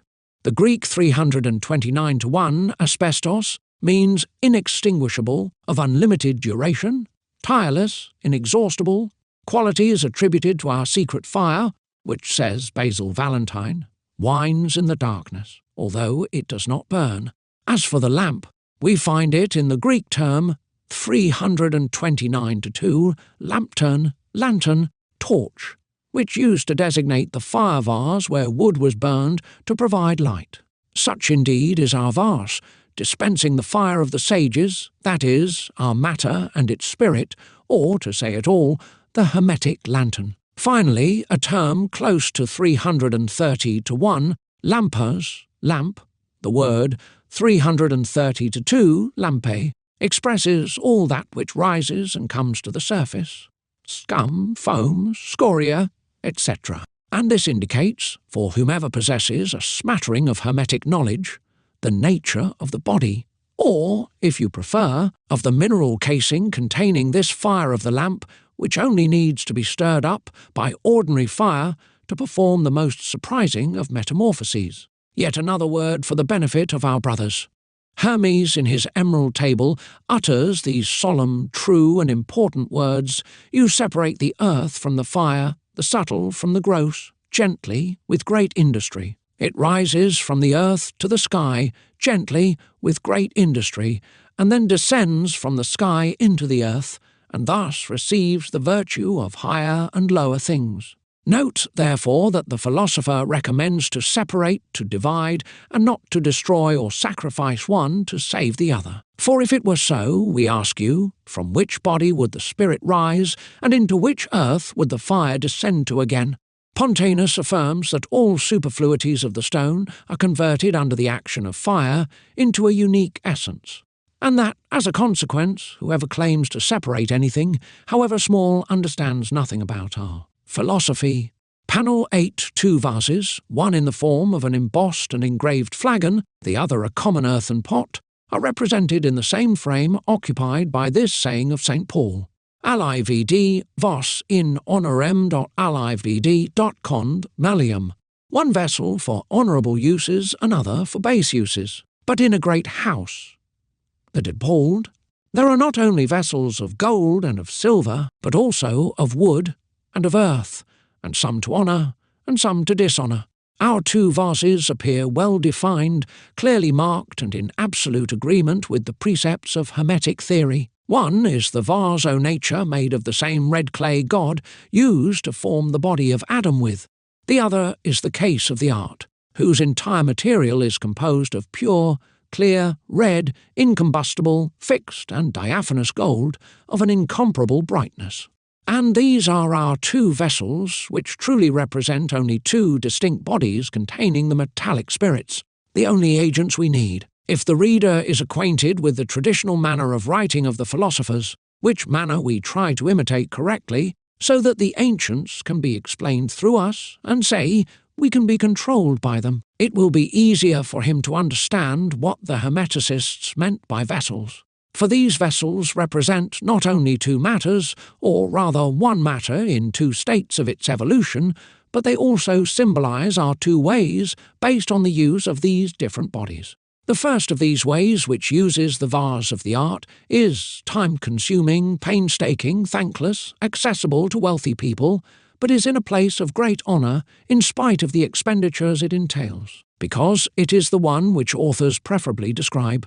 It's used as a support for their reasoning, as well as for the theoretical development of the work, requires an uninterrupted labour of 12 to 18 months, and starts with natural gold prepared and dissolved in the philosophical mercury, which is then cooked in a glass matrix. This is the honourable vase reserved for noble use of these precious substances, which are the exalted gold and mercury of the sages. The second way demands, from beginning to end, only the help of a coarse clay abundantly available, of such a low cost that in our time 10 francs are sufficient to acquire a quantity more than enough for our needs. It is the clay and the way of the poor, of the simple and the modest, of those whom nature fills with wonder even by her most humble manifestations. Extremely easy, it only requires the presence of the artist, for the mysterious labour perfects itself by itself and is achieved in 7 to 9 days at the most. This way, unknown to the majority of practising alchemists, is elaborated from start to finish in one crucible made of fireproof clay. It is the way that the great masters called woman's work and child's play. It is to it that they apply the old Hermetic axiom, una res, una via, una dispositione. One matter, one vessel, one furnace. Such is our earthen vase, a despised plain vase of common use, which everyone has before his eyes, which costs nothing, which can be found at everyone's house, yet which nonce can recognize without a revelation. Panel 9, cut through its middle, a snake, in spite of the fatal nature of its wound, yet believes itself able to survive for a long time in this state. Divi em spiro sperabo, he is made to say, as long as I breath, I hope. The serpent-like image of Mercury, by its 2 sections, represents the 2 parts of the dissolved metal which will become fixed later, one by the other, and whose joining will give it its new nature, its physical individuality, its efficiency. For the sulphur and mercury of metals, when extracted and isolated under the disintegrating energy of our first agent, or secret solvent, on their own by simple contact, are reduced to the form of a viscous oil, a fatty and coagulable smoothness, which the ancients called metallic humid radical and mercury of the sages. It is evident from this that it can logically be considered as representing a liquefied and reincrudated metal, i.e., artificially put back into a state close to its original form. But as these elements are merely associated and not radically united, it seems reasonable that our symbolist thought of representing Mercury in the shape of a sectioned reptile whose two parts each keep their activity and their reciprocal virtues.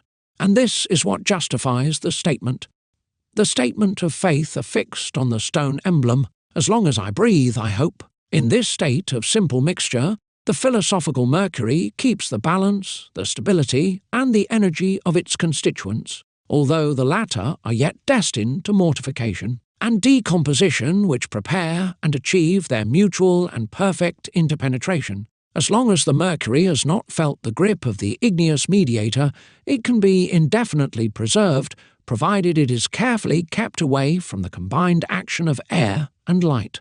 This is what certain authors give us to understand when they assert that philosophical Mercury always keeps its excellent qualities if it is kept in a tightly sealed bottle, and it is. Known that in alchemical language, every container is said to be closed, stoppered, or luted when it is kept in complete darkness. The Castle of Dampierre, the 6th, 3rd series, plate 16th. Panel 1, raised on its stand and half plunging into the bucket, a grindstone awaits only the knife grinder to be put into motion. However, the subject's epigraph, which should emphasize its meaning, conversely seems not to bear any connection with it. We can't help being surprised to read this curious inscription. Discip vel vs. Potior magistro. Is the student superior to the master? We will readily agree that there is no need of an exhaustive apprenticeship to have a grindstone turn, and we have never heard that the most skilled of low wagers with his rudimentary machine had earned the right to fame, as useful and honourable as it is. The occupation of knife grinder does not lay claim to the contribution of an innate talent, special knowledge, a rare technique, or any master's certificate. It is therefore certain that the inscription and the image have another sense, clearly esoteric, whose interpretation we intend to provide. 1. Envisioned in its different uses, the grinding stone is one of the philosophical emblems meant to express the hermetic solvent, or the first Mercury, without which it is completely useless to undertake anything nor hope for anything profitable. It is our only matter capable of setting into motion, animating, and revivifying common metals, because the latter easily dissolve in it, divide themselves there, and adapt themselves under the influence of a mysterious affinity. Although this primitive subject possesses neither the quality nor the power of philosophical Mercury, it nevertheless possesses everything it needs to become so, and indeed becomes so provided the metallic seed, which it lacks, is added to it. Thus art comes to help nature by allowing this skilful and marvellous worker to perfect that which, for lack of means, materials, or favourable conditions, she had to leave unfinished. This initial Mercury, the subject of the art and our true solvent, is precisely the substance which the philosophers named the unique matrix, the mother of the work. Without her, it would be impossible for us to achieve the preliminary decomposition of metals, nor, consequently, to obtain the humid radical or mercury of the sages, which truly is the stone of the philosophers, in such a way that whoever claims to make the mercury or the stone with all the metals, as well as whoever asserts the unity of the first matter and mentions it as the only thing necessary, is indeed speaking truthfully. It is not by chance that the Hermeticists chose the grinding stone too as the hieroglyphic sign of the subject, and our adept certainly obeyed the same traditions by providing a place for it in the panels of Dampierre. We know that grinding stones have a circular form, and that the circle is the conventional signature of our solvent, and so of all the bodies susceptible to evolve by fiery rotation. We again find Mercury represented in this fashion on 3 pates of the Art of the Potter 3, that is to say, in the shape of a millstone, sometimes moved by a mule Kabbalistic image of the Greek word 336-1 mule, grinding stone, sometimes by a slave or a person of rank dressed like a prince. These engravings translate the twofold power of the natural solvent, which acts on metals like the grinding stone on grains or the sharpening stone on steel. It divides them, crushes them, sharpens them, so much so that, after having Castle of Dampierre-sur-Bouton panels of the upper gallery 3rd series, dissociated and partially digested them, the natural solvent becomes acidified, takes on a caustic quality, and becomes more penetrating than it was before. Medieval alchemists used the verb acquer to sharpen to express the operation that gives the solvent its cutting properties. Now acquer comes from the Latin aquo, to sharpen, to white, to make cutting and penetrating, which corresponds not only to the new nature of the subject, but equally agrees with the role of the sharpening stone. Of this work, who is the master? Obviously the one who sharpens and moves the grinding stone around, this knife grinder missing from the bias relief, that is to say, the active sulphur of the dissolved metal. As for the disciple, he represents the first Mercury, with a cold and passive quality, which some call faithful and loyal servant, and others die to its volatility, servus fugitivus, the fugitive slave. We could therefore answer the philosopher's question by saying that, given the very difference in their conditions, the student will never rise above the master. But, on the other hand, it can also be asserted that with time, the disciple in turn becomes master, will become his tutor's alter ego. For while the master lowers himself down to the level of his inferior in the dissolution, he will raise it along with him in the coagulation, and the fixation will make them similar tone another, equal in virtue, in valour, and power. Panel 2, the head of Medusa, placed on a pedestal, shows its stern rictus and its hair intertwined with serpents. It is ornamented with the Latin inscription, Sivi estos dot rerum dot par videntia. Prudence is the guardian of things. But the word prudential has a more extended meaning than prudence or foresight. It further denotes science, wisdom, experience, knowledge. In this bas-relief, epigram and figure are in accord to represent the secret science concealed under the multiple and varied hieroglyphs of the panels of Dampierre. Indeed, the root of the Greek name, 337-1 Medusa, is 337-2 Medos, and expresses the thought which concerns us, our favourite study. Medos further formed 337-3 Meduson, whose meaning evokes prudence and wisdom. On the other hand, mythologists teach us that Medusa is known to the Greeks under the name of 337-4 Gorgon, which also served to qualify Minerva or Pallas, the goddess of wisdom.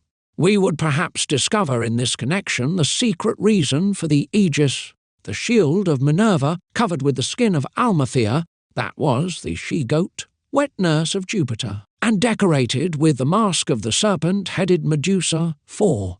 Apart from the connection which can be established between the goat and the ram, the latter bearer of the golden fleece, and the former provided with the cornucopia, we know that Athena's attribute had the power to petrify. It is said that Medusa changed into stone those whose eyes met hers. Finally, the very names of Medusa's sisters, Euryale and Stheno, also contribute their part to the revelation. Euryale, in Greek 338-1 Euralos, means that of which the area is large, vast, spacious. Stheno comes from 338-2, Sthenos 4, and so the three Gorgons symbolically express the idea of power and scope proper to the natural philosophy. These converging connection which we are forbidden to exhibit more clearly allow us to conclude, apart from the fact, esoterically precise, but which we have barely touched upon, that our motif has the purpose of pointing to wisdom as the source and guardian of all our knowledge, the infallible guide of the labourer to whom she will reveal the secrets hidden in nature. Panel 3. Lying on the altar of sacrifice, a forearm is consumed by fire.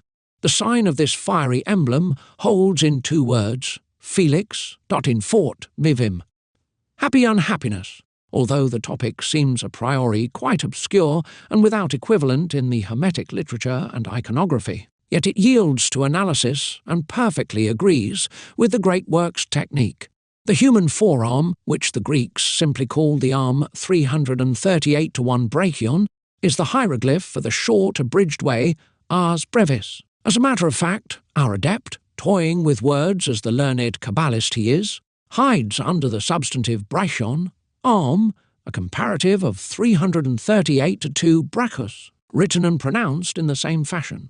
The latter means short, brief, of short duration, and forms several compounds, including brachotz, brevity. Thus the comparative brachion, meaning brief, the homonym of brachion, arm, takes on the specific meaning of brief technique, ars brevis.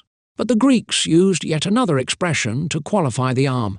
When they evoked the hand, 338 to 4, chair, they applied by extension the idea to the entire upper limb and gave it the figurative value of a skilled artistic production of a special process, of a personal style of work, in short, a tour de main, a flick of the wrist, whether acquired or revealed. All these acceptations of the word exactly characterize the fine points of the great work in its swift, simple, and direct realization, for it only requires the application of a very energetic fire to which the flick of the wrist boils down.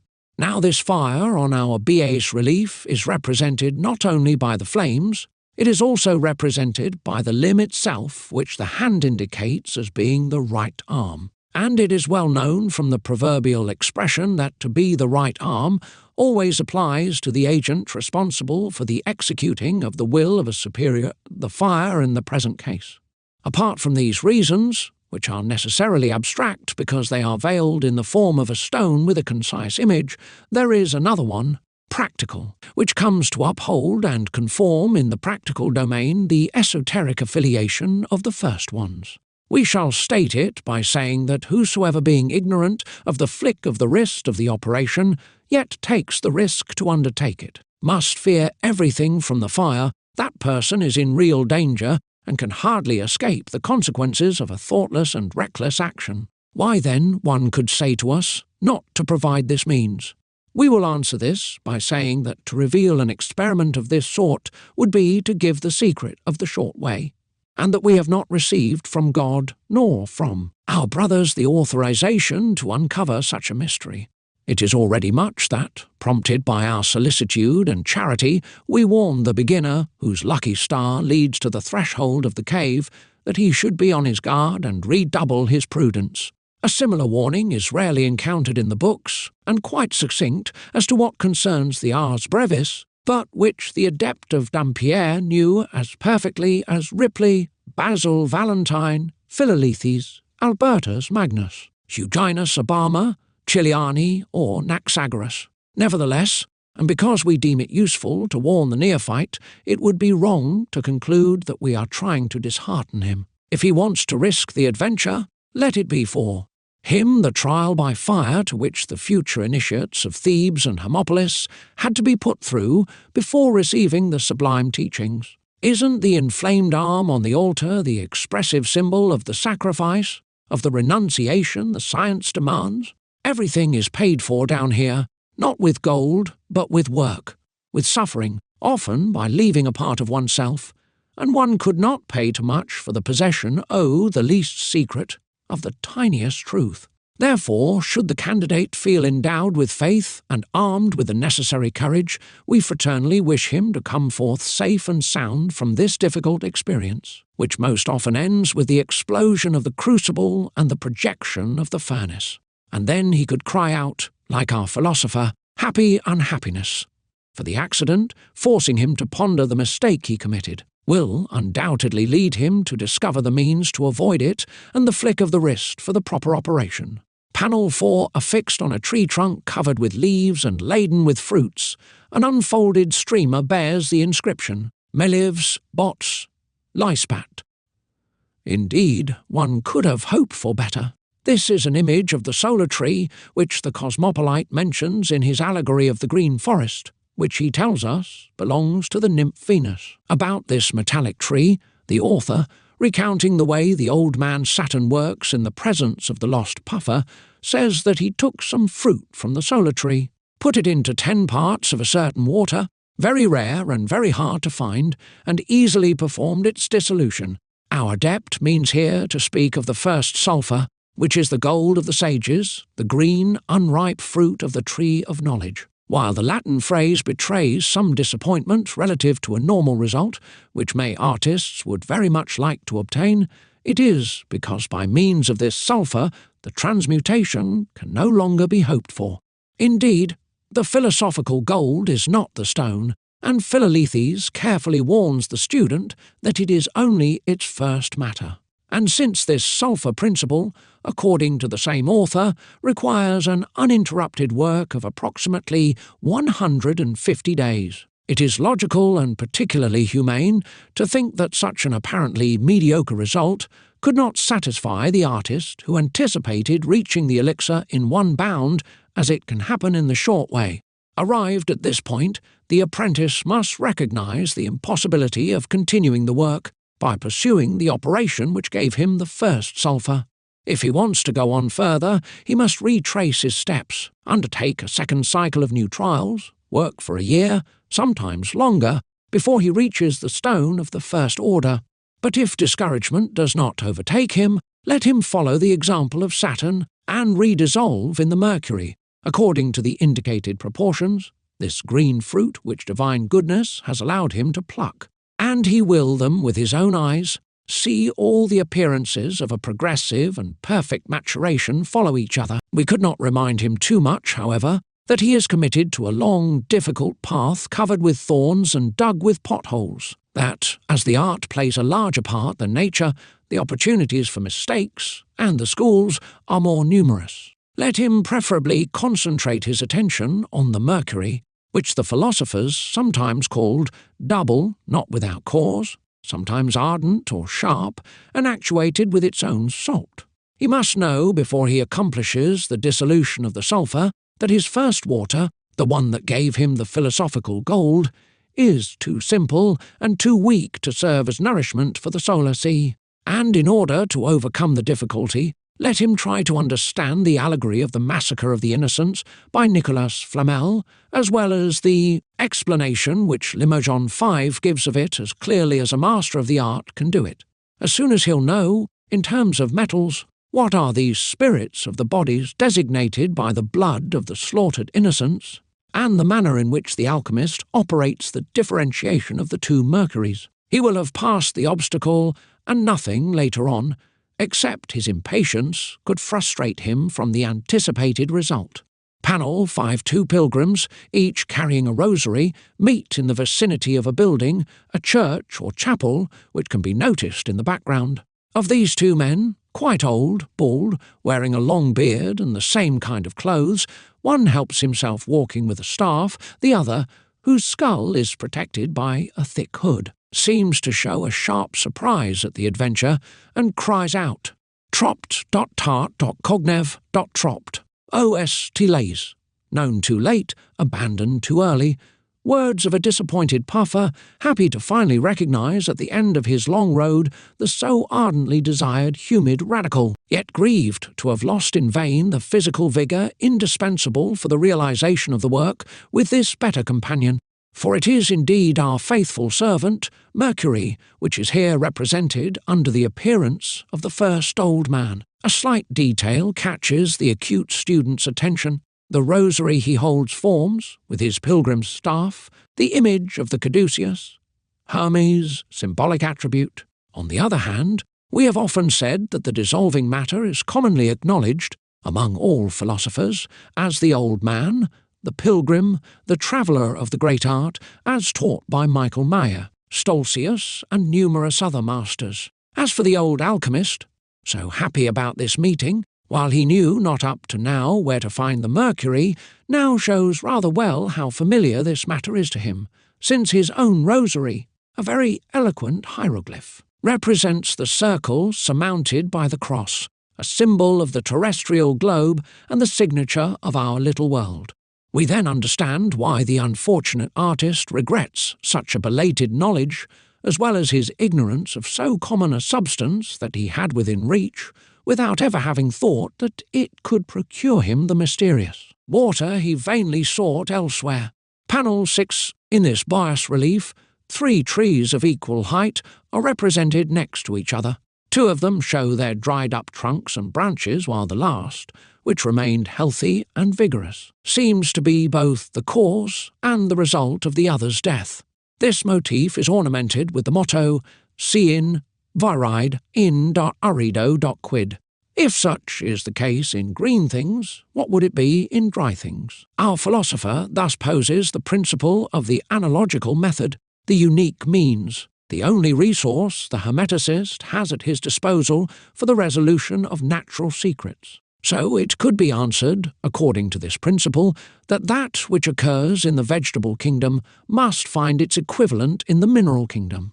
As a consequence, if the dry and dead leaves yield their part of nourishment and vitality to the survivor planted next to them, it is logical to consider the latter as being their heir, the one to whom, in dying, they gave the complete enjoyment of the means from which they drew their sustenance. Seen from this angle and point of view, it appears to us as their son or descendant. The three trees also constitute a clear symbol of the way in which the stone of the philosophers, the first being or subject of the philosopher's stone, is born. The author of Le Triomphe Hermétique 6, rectifying the erroneous assertion of his predecessor, Pierre-Jean Fabre, asserts without ambiguity that our stone is born from the destruction of two bodies. We will specify that, of these bodies, one is metallic, the other mineral, and that they both grew in the same earth. The tyrannical opposition of their opposite temperaments prevents them from ever coming to terms with each other, except when the artist's will forces them to, by submitting these absolute antagonists to the violent action of fire. After a long and arduous battle, they die exhausted. From their decomposition, a third body is engendered, the heir of the vital energies and compounded qualities of its deceased parents. Such is the origin of our stone, equipped ever since its birth with a dual metallic predisposition, which is dry and igneous, and with the dual mineral virtue, whose essence is to be cold and humid. Thus can the stone realize in its state of perfect equilibrium the union of the four natural elements encountered at the basis of all experimental philosophy. The heat of the fire is tempered by the coldness of the air, and the dryness of the earth is neutralized by the humidity of the water. Panel 7, the geometric figure which we encounter here, frequently ornamented the frontispieces of medieval alchemical manuscripts. It was commonly called Solomon's Labyrinth, and we mentioned elsewhere that it was reproduced on the stone floors of our great Gothic cathedrals. This figure bears as a motto, Fata dot viam tenvenient. The fates will well find their way. Our bas-relief, specifically characterizing the long way, reveals the formal intention, expressed by the plurality of Dampierre's motifs. To primarily teach the other drawings of the same subject usually show three, which entrances, by the way, correspond to the three porches of the Gothic cathedrals placed under the invocation of the Virgin Mother. One entrance, absolutely straight, leads directly to the median chamber, where Theseus slayed the Minotaur. Without encountering the least obstacle, it conveys the short, simple, easy way of the work of the poor. The second, which likewise leads to the centre, only opens onto it after a series of detours, twists and turns, and convolutions. It is the hieroglyph for the long way, and we have said that it refers to the preferred esotericism of our adept. Finally, a third gallery, of which the opening is parallel to that of the preceding ones, ends abruptly as a dead end a short distance from the threshold and leads nowhere. It causes the despair and ruin of those who have gone astray, of the presumptuous ones, and of those who, without serious study and solid principles, nevertheless set out on the way and chanced the adventure. Whatever their shape, whatever the complexity of their layout, the labyrinths are eloquent symbols of the great work, considered with regard to its material realization. Therefore, we understand them as being in charge of expressing the two great difficulties which the work contains, one, having access to the inner chamber, two, having the possibility of getting out of it. Of these 2 points, the first concerns the knowledge of matter, which ensures entry, and that of its preparation, which the artist accomplishes in the centre of the maze. The second concerns the mutation of the prepared matter with the aid of the fire. The alchemist thus retraces, in the opposite direction, though with prudence, slowness, and perseverance, the course he quickly followed at the beginning of his labour. So as not to get lost, the philosophers advise him to mark his path from his starting point for the operations, which we could call analytical, with the help of this thread of Ariadne, without which he would be at great risk, as he would not be able to make it back, that is to say, he would become lost in the work of synthetic unification. It is to the second stage or period of the work which the Maze's Latin inscription applies, as a matter of fact, from the moment when the compost, formed of the vitalized bodies, begins its evolution. The most impenetrable mystery covers with its veil the order, the measure, the rhythm, the harmony, and the progress of this admirable metamorphosis, that man has the ability neither to comprehend nor to explain. Resigned to its own fate, submitted to the torture of the fire in the darkness of its narrow prison, the regenerated mater follows the secret path mapped out by destiny. Panel 8 erased drawing, sculpture of which the relief is vanishing. Only the inscription remains, and the clarity of its engraving contrasts with the bare uniformity of the surrounding limestone. There one can read, Mici, dot selvum, the sky is mine, exclamation of passionate enthusiasm, exuberant joy, proud cry, one would say, of an adept in possession of the magistery. Perhaps, but is it really what the author's thought wanted to convey? Allow us to doubt it, for, founding our opinion on so many serious and positive motifs of epigraphs with level-headed meanings, we prefer to see here the expression of a radiant hope directed towards the knowledge of celestial things, rather than the presumptuous and odd idea of an illusory conquest of the empyrean. It is obvious that the philosopher, having reached the tangible result of the hermetic labour, no longer ignored the power, the preponderance of the spirit, or the truly prodigious influence it exercises over inert substance.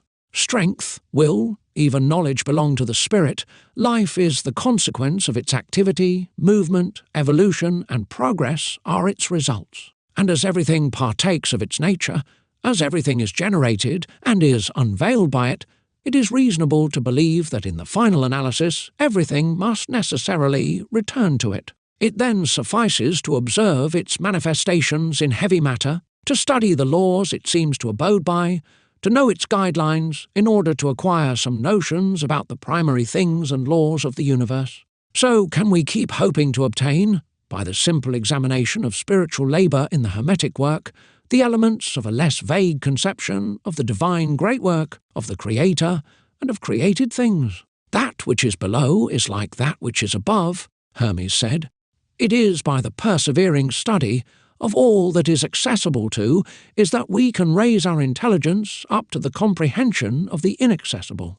There is the newly born idea, in the philosopher's ideal, of the fusion of human and divine spirit, of he return of the creature to the Creator, of the unique, pure and ardent fire, from which the industrious, immortal, martyred spark must, by order of God, have escaped in order to be joined to vile matter until the completed accomplishment of its earthly periplus.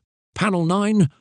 Our predecessors only recognized in this little subject the symbol attributed to the King of France, Henry II. It is made of a simple lunar crescent, accompanied by this motto, Dononc.tot.vm.impleat.orbem, until it fills the entire earth. We do not believe that the interpretation of this emblem, to which Diane de Poitiers remains a total stranger, can lend itself to the last ambiguity. The newest of the sons of science does not ignore that the moon, the spagyric hieroglyph for silver, marks the final goal, the white stage of the work, and the transition period of the red stage of the work. It is during the reign of the moon that the characteristic colour of silver, that is to say white, appears. Artephius, Nicholas Flamel, Philalethes, and numerous other masters teach that, at this early stage of the coction, the rebis offers the appearance of a thin and silky threads, of hair spreading on the surface and progressing from the periphery towards the centre, hence the name capillary whiteness, which is used to designate this coloration. The moon, say the texts, is then in its first quarter. Under the influence of fire, the whiteness gains in depth, overtakes the entire mass, and turns lemon yellow on its surface. It is the full moon. The crescent has enlarged to form the perfect lunar disk.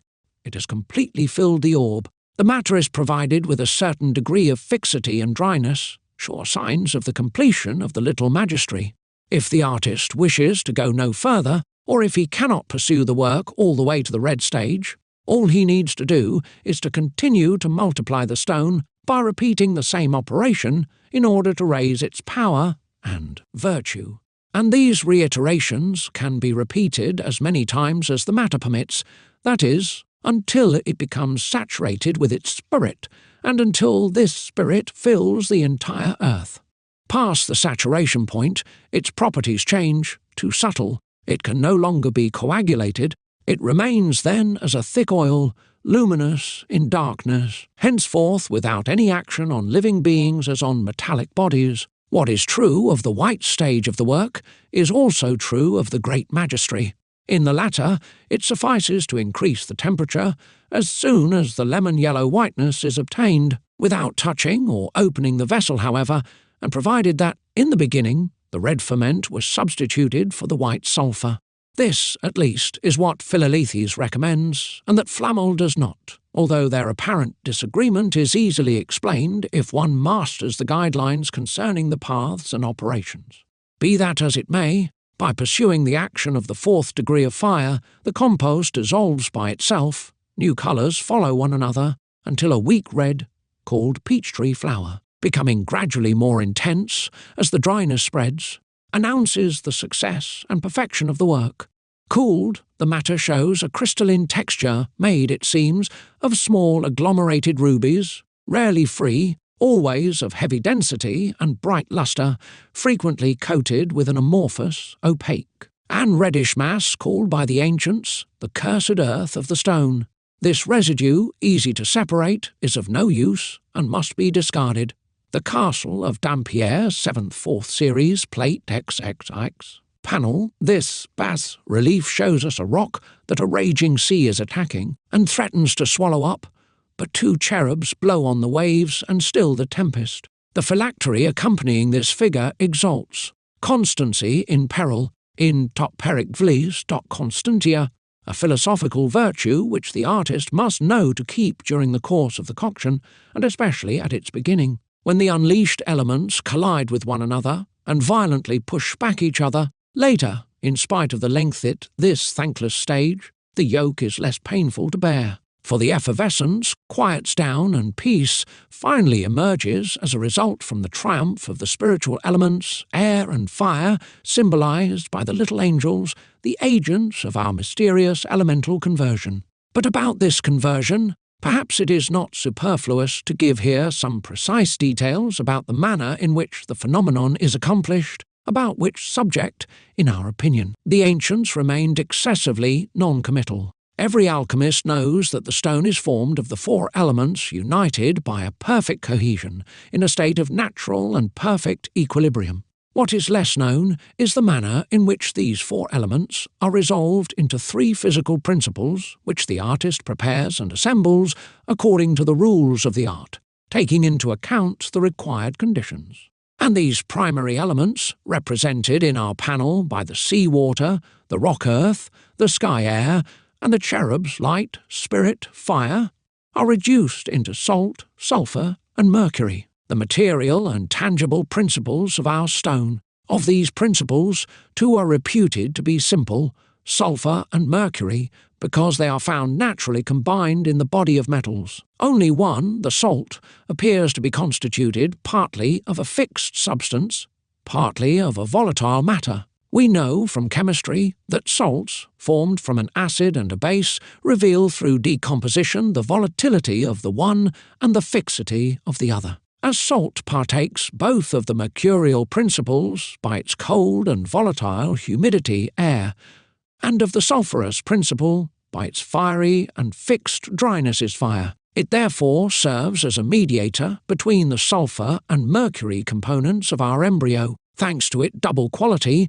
the salt enables the realization of the conjunction, which would otherwise be impossible without it, between one and the other antagonists, the actual parents of the hermetic little king. Thus the 4 primary elements are assembled 2 by 2 in the stone during its formation, because the salt possesses in itself the fire and air needed for the combination of the sulphur earth and the mercury water. Yet, even though saline compounds are close to sulphurous and mercurial natures, because fire always seeks terrestrial food and air mixes readily with water, they do not have such an affinity for the material and ponderable principles of the work, the sulphur and the mercury, that their presence alone, their catalysis, would be capable of preventing any discord in this philosophical marriage.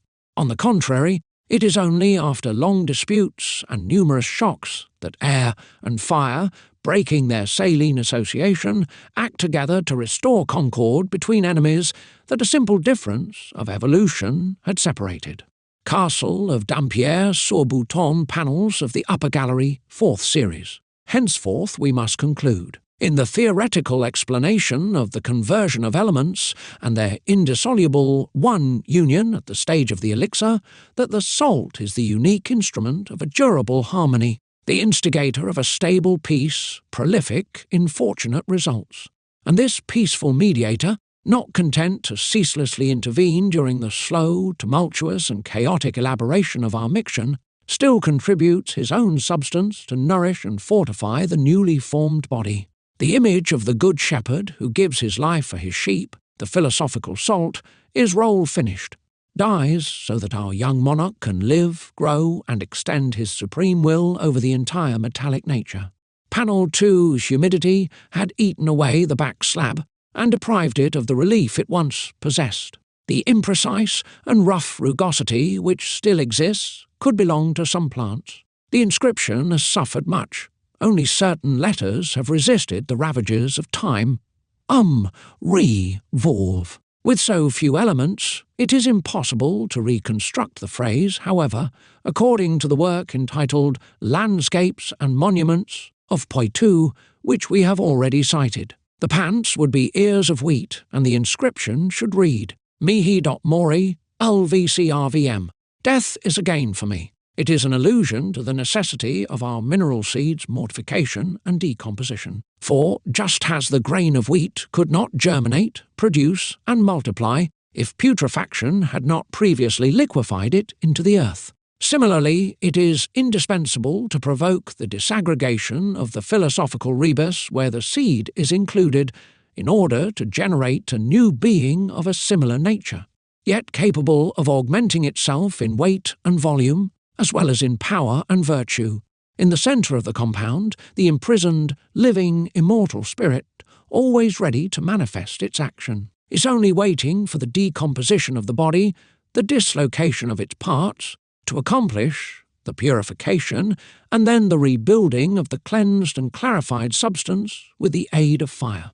Thus it is the still coarse matter of the philosophical mercury which speaks in the epigraph Mihi Mori Lucrum. Not only does death grant it the physical benefit of a bodily envelope, much more noble than the first, but it moreover gives it a vital energy which it did not possess, and a generative faculty of which a bad constitution had previously deprived it.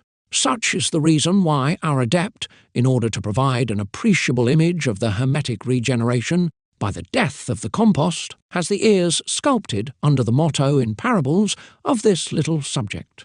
Panel issuing from thick clouds, a hand whose forearm is ulcerated, holds an olive branch. This coat of arms, of a morbid character, bears the sign, Pov denti .litva.dolor. The sage knows how to assuage his pain. The olive branch, a symbol of peace and concord, marks the perfect union of the generating elements of the philosopher's stone. Now this stone, by the certain knowledge it brings, by the truths it reveals to the philosopher, enables him to overcome the moral sufferings which affect other men and to vanquish physical pains by suppressing the cause and the effects of many illnesses.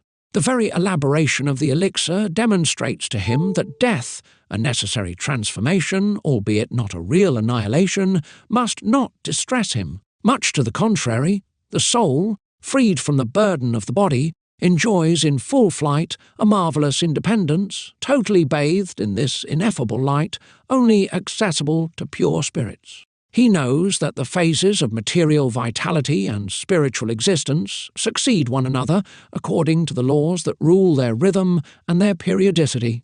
The soul leaves its earthly body only to animate a new one. Yesterday's old man is tomorrow's child. The vanished are met again, the lost ones are found, the dead are reborn. And the mysterious attraction which binds together beings and things of a similar evolution reunites, without their knowledge, those who still live and those who no longer are.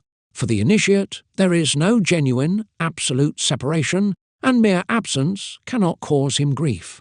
He will easily recognize his affections, even though they are donned in a different envelope, because the spirit of immortal essence and gifted with eternal memory knows how to cause him to discern them.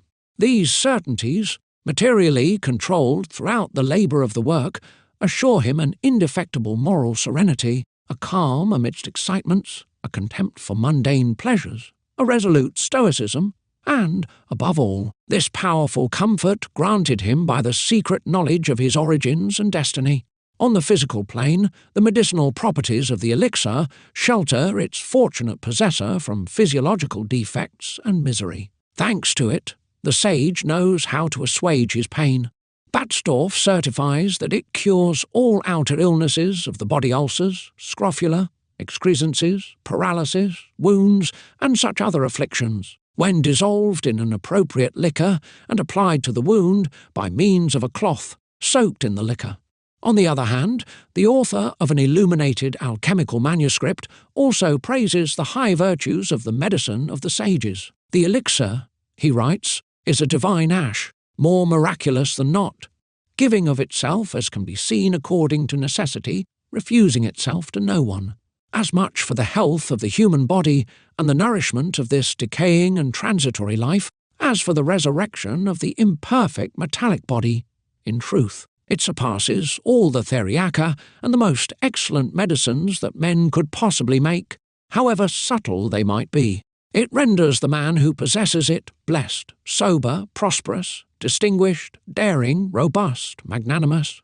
Finally, Jacques Tesson IV advises the new converts wisely on the use of the universal balm. We have spoken, says the author, by addressing the subject of the art, about the fruit of blessing which have come out of you. Now we will say how you must apply to yourselves. It is to help the poor, and not for worldly display.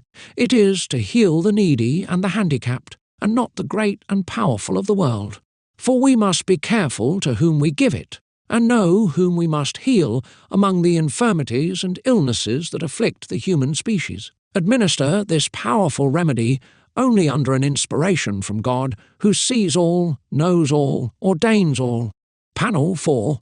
Here is now one of the major symbols of the great work, the figure of the Gnostic circle formed by the body of the snake, which devours its tail, having for motto the Latin word amicitia, friendship.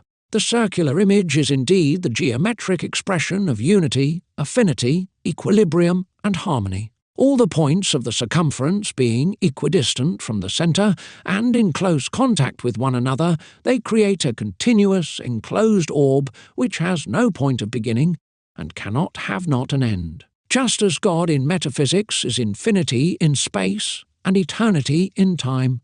The Greeks called this serpent the Ouroboros, from the words 353 to 1, ara, tail, and 353 to 2, boros, devouring. In the Middle Ages, it was likened to the dragon by imposing on it an esoteric attitude and value similar to those of the Hellenic serpent. Such is the reason for the association with reptiles, whether natural or legendary, which were almost always found among the old authors. Draco aut serpens, qui caudam devoravit serpens, aut lacerta viridis quae proprium caudam devoravi, sinc, etc. They frequently wrote. On monuments, on the other hand, the dragon, allowing more movement and vividness in the decorative composition, seemed to be more favoured by artists. It is the one preferably represented. This can be observed on the north portal of the church Saint-Armel at Ploermel, in the department of Morbihan, Brittany, France. where several dragons, hooked in the sloping of the gables, form a wheel by biting their own tails. The famous stalls of Amiens also offer the curious figure of a dragon with the head of a horse and a winged body, ended by a decorative tail, the extremity of which the monster is devouring. Given the significance of this emblem, it is, with the seal of Solomon, the distinctive sign of the great work. Its meaning remains susceptible to various and sundry interpretations. The hieroglyph for the absolute union, for the indissolubility of the four elements, and the two principles restored to unity in the Philosopher's Stone. This universality allows the use and attribution to the various stages of the work, since all of them aim at the same goal and are oriented towards the assemblage, the homogeneity of the first natures, towards the mutation of their native antipathy into a solid and stable friendship.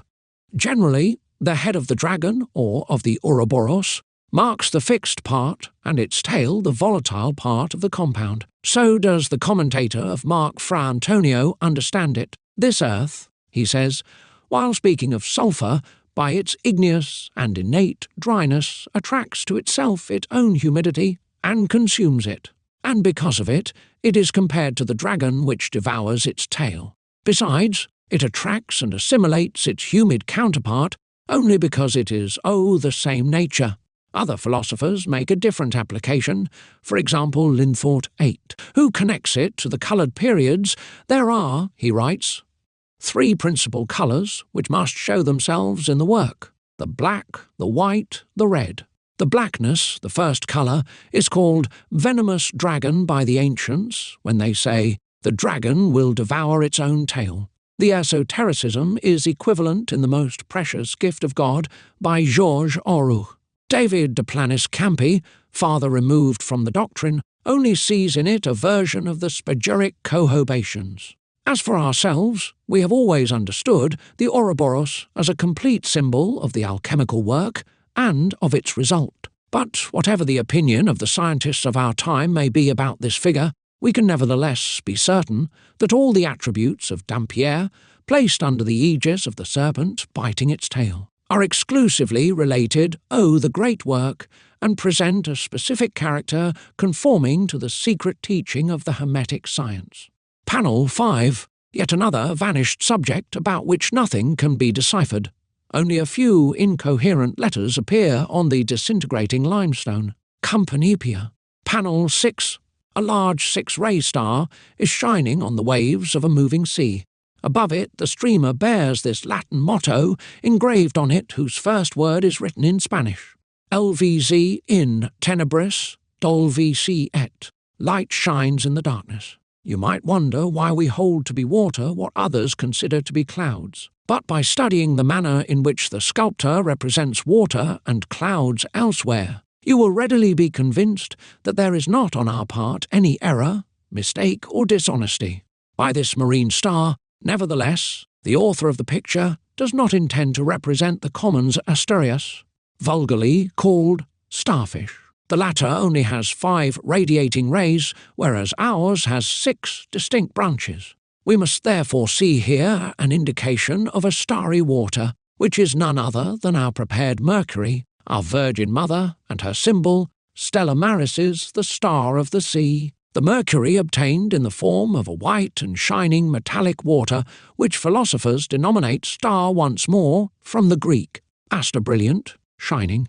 Thus the work of the art renders manifest and external that which before was diffuse in the coarse, vile, and dark mass of the primitive subject. From the obscure chaos, it makes the light flash forth after having assembled it, and, from that point on, this light shines in the darkness like a star in the night sky. All chemists have known and know this subject, although very few know how to obtain it from the radiant quintessence so deeply buried in the earthiness and the opacity of the body. This is why Philalethes 9 recommends to the student not to despise the astral signature, revealer of the prepared Mercury. Direct your course by the aspect of the North Star, which our magnet will cause to appear to thee. The wise man will rejoice, but the fool will disesteem these things, nor will he learn wisdom, even though he behold the central pole turned outwards, marked with a notable sign of the omnipotent. Strongly intrigued by the star, the significance and meaning of which he could not fathom, Hofer turned to the Hebrew Kabbalah. Lesod 356-1, he writes, signifies at once the basis and the Mercury, because Mercury is the basis, the foundation of the art of transmutation. The nature of Mercury is indicated by the name 356-2, living God, whose letters produce, by addition of their numerical values, the number 49, which is also given by the sum of the letters 356-3, Kokaf, star. But what interpretation can we give of the word Kokaf? Let us listen to the Kabbalah. The characteristic of the true Mercury consists in covering itself, through the action of heat, with a film more or less approximating the colour of gold, and this can be done in the space of a single night. Here is the mystery indicated by the word Kokaf, star. This exegesis does not satisfy us. A film, whatever colour it might be, does not in any way resemble a starred radiation, and our own works answer for an effective signature which presents all the geometric and regular characteristics of a perfectly drawn star. And so do we prefer the less chemical but truer language of the ancient masters to this Kabbalistic description of the red oxide of hydrargyrum. It is in light's nature, said the author of a famous book, to not be able to appear to our eyes without being clothed with a body of some kind, and this body must also be appropriate to receiving light. Therefore, where light is there, must necessarily also be the vehicle of this light. Here is the easiest means to not err. Look, then, with the light of your spirit, for the light clothed with darkness, and learn from it that the most vile of all subjects in the ignoramus's opinion. In an allegorical tale concerning the preparation of Mercury, Trismosin too is yet more categorical. He asserts, as we do, the visual reality of the Hermetic seal. At daybreak, says our author, above the person of the king, a very bright star was seen to come out, and the light of the say illuminated the darkness.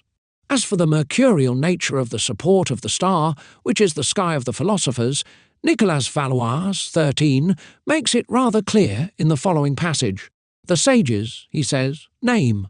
There see the entire work, and as soon as the body is reduced to water, the same one from which it was originally made, the latter being called sea-water, because it is truly a sea in which several helmsmen were shipwrecked, not having this celestial body as their guide, which will never fail those who have known it once. It is this star which led the wise men to the birth of the Son of God, and the same one which makes us see the birth of this young king. Finally, in his catechism or instruction for the rank Alphadept, an appendix to his work called The Flaming Star, Baron Chaudy informs us that the Freemasons called the heavenly body of the philosophers in that particular manner. Nature, he says, is not visible, although it acts visibly, for it is but a volatile spirit that operates in bodies, and that is animated by the universal spirit we know in common masonry under the respectable emblem of the flaming star. Panel 7, at the bottom of a tree loaded with fruit, a woman is planting several pits into the earth. On the phylactery, one extremity of which is connected to the trunk, and the other is unfolding above the person, we can read this Latin phrase, tv.seed.malis. Do not succumb to errors. It is an encouragement to persevere in the path followed and in the method used, which our philosopher is giving to the good artist. Which artist takes pleasure in naively imitating the simplicity of nature, rather than vainly chasing moonbeams. 14. The ancients often called alchemy the celestial agriculture, because it offers in its laws, circumstances, and conditions the most intimate of connection with terrestrial agriculture. There is scarcely a classical author who does not draw his examples from, and does not establish his demonstrations on agricultural labour. The Hermetic analogy thus appears founded on the art of the farmer. Just as one needs a seed to obtain an ear of corn nisi granum frumenti, if not with the seed of wheat, in the same way, it is essential first to possess the metallic seed in order to multiply the metal. Now each fruit bears its seed within itself, and each body, whatever it may be, possesses its own. This difficult point, which Philalethes calls the pivot of the art, consists in knowing how to extract, from metals or from minerals, this first seed. It is the reason why the artist, at the beginning of his work, must completely decompose that which has been assembled by nature, because whosoever ignores the means of destroying metals also ignores the means of perfecting them. Having obtained the ashes of the body, these undergo calcinations, which will burn their heterogeneous, combustible parts, and will only leave the central salt, an incombustible and pure seed the flame cannot vanquish. The sages have given it the names of sulphur, first agent, or philosophical agent. But any seed capable of germinating, growing, and fructifying requires proper soil. The alchemist also has need of a proper soil appropriate to the species and the nature of the seed. Once more, he has to ask the mineral kingdom for it. Yes, the second work will cost him more fatigue and time than the first, and this is also in agreement with the art of the farmer. Do we not see all the farmer's care directed toward the perfect and exact preparation of the soil? While the sowing is done quickly and effortlessly, the earth, on the other hand, demands to be tilled and ploughed several times, requires a fair spreading of the fertilizer, etc. A hard, long, and exacting work, and its analogy can be found in the philosophical great work. Let then the true disciples of Hermes study all the simple and efficient means likely to separate the metallic mercury. The mother and wet nurse of this seed from which our embryo is to be born, let them apply themselves to purifying this mercury and to exalting its powers, after the fashion of the farmer who increases the fecundity of the humus by frequently airing it out and by incorporating into it the necessary organic products. Above all, let them beware of the sophistic processes, capricious formulas used by ignorant or greedy ones. Let them ask nature. Let them observe in what way it operates. Let them know how to discern what its fashions are, and let them exercise their wits to imitate it closely. If they do not allow themselves to be rebuffed, and if they do not succumb to errors profusely distributed, even in the best of books, they will doubtlessly eventually see success crown their efforts. The totality of the art can be summed up in discovering the seed, sulphur, or metallic nucleus, in casting out into a specific earth or mercury, and then in submitting these elements to fire according to a regimen of 4, increasing temperatures which constituted the 4 seasons of the work. However, the greatest secret, ios, the one of the mercury, and it is in vain that one will search for its operation in the books of the most famous authors. Therefore, it is preferable to go from the known to the unknown by the analogical method, should one desire to approach the truth about a subject which caused the despair and ruin of so many investigators more enthusiastic than profound. Panel 8. This bas-relief only bears the image of a circular shield and the historical injunction of the Spartan mother. avt.hvnc.av. Nature is addressing here the son of science preparing himself to undertake the first operation. We have already said that this quite tricky, practical operation invokes a real danger, since the artist must provoke the old dragon, the guardian of the orchard of the Hesperides, force it to fight, and then slay it without mercy if he does not want to be slain. To vanquish or die, such is the veiled meaning of the inscription. Our champion, in spite of his valour, could not use too much prudence for the future of the work, and his own destiny depends upon this first success. The figure of the shield, in Greek 359-1, aspis, shelter, protection, defence, indicates to the student the need for a defensive weapon. As for the attacking weapon, it is the spear, 359-2, loksh, fate, destiny, or tuck 359-3, dialepsis, separation, which he must use. Unless he would rather resort to the means used by Bellerophon riding Pegasus to kill the chimera. Poets claim that he buried, deep in the monster's throat, a wood stake, hardened with fire and covered with lead. The chimera, irritated, would vomit flames, the lead melted, flowed into the beast's entrails, and this simple stratagem got him the upper hand. We shall, above all, call the beginner's attention to the spear and shield, which are the best weapons a knight, expert and sure of himself, can use. The weapons that will signify, should he emerge victorious from the fight, his symbolic coat of arms by securing him the possession of our crown. Thus does one from a farmer become a herald. 304. Keras, the rot of another bears the caduceus. Others, of the same courage and convinced of their own strength, abandoned the sword, the spear, and the glaive for the cross. Those were even more victorious, for the material and demonic dragon never resisted the spiritual and almighty effigy of the Saviour, the ineffable sign of the Spirit and of light incarnate, in hoc signo vinces 15. It is said that for the wise ones, a few words suffice, and we deem that we already have said enough for those who will take the trouble to try and understand us. Panel 9.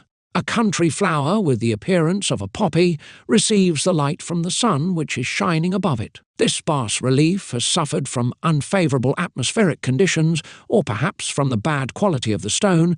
The inscription which ornamented a streamer, traces of which we can still see, has been completely erased.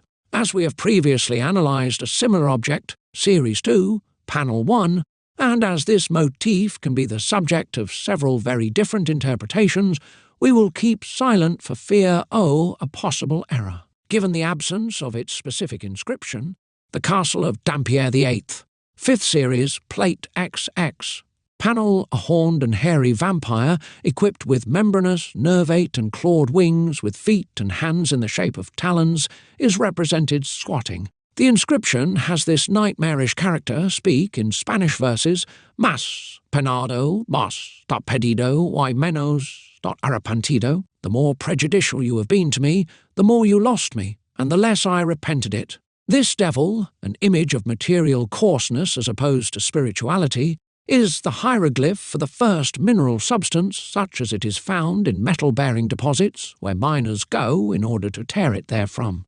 It was formerly represented as the figure of Satan in Notre Dame de Paris, and the faithful, as a token of their scorn and aversion, came to put out their candles by plunging them in its mouth that it held open.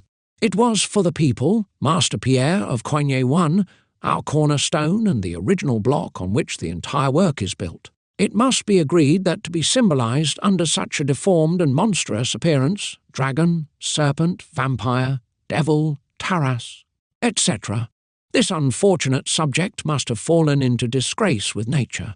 In truth, its appearance has nothing seductive about it. Black, scaly, often covered with red spots, or a yellow, crumbly and dull coating, having a strong and nauseous odour which the philosophers define as toxicum et venenum. It stains fingers when it is touched, and seems to assemble within itself all that which can displease. Yet it is, this primitive subject of the sages, vile and despised by the ignorant ones, which is the only one, the sole dispense of the celestial water, our first Mercury, and the great Alcahest too. It is it, the loyal servant and the salt of the earth, what Madame Hillel Erlanger calls gilly, and which causes his master to triumph over the influence of Vera. Thus it has been called the universal solvent, not because it is capable of dissolving all bodies in nature, as many wrongly believe, but because it can do everything in the small universe which the great work constitutes. In the 17th century, a time of impassioned discussions between chemists and alchemists on the principles of the old sciences, the universal solvent was the subject of ardent controversies. J. H. Pott IV, who applied himself to noting the many formulas of menstrual, and who strove to provide their rationale, brings us, more than anything, the proof that none of the formula's inventors understood what the adepts meant by their solvent. Although they certified that our mercury is metallic and homogeneous to metals, most of the seekers persisted in extracting it from matters more or less removed from the mineral kingdom. Some thought they were preparing it when they saturated the ruinous volatile spirit ammonia with any acid, and then circulated this mixture. Others exposed thickened urine to air with the purpose of introducing the airy spirit into it, etc. Becher, Physica Subterranea, Frankfurt, 1669, and Bone de Alkali et acidi insufficienta, letter on the insufficiency of acid and alkali, think that alkahest is the purest mercurial principle which can be removed, either from mercury or from sea salt by specific processes. Zobel, Margarita Medicinalis, and the author of Lullius Redivivus prepare their solvent by saturating the spirit of sal ammoniac hydrochloric acid with the spirit of tartar potassium tartrate and some crude tartar impure potassium carbonate.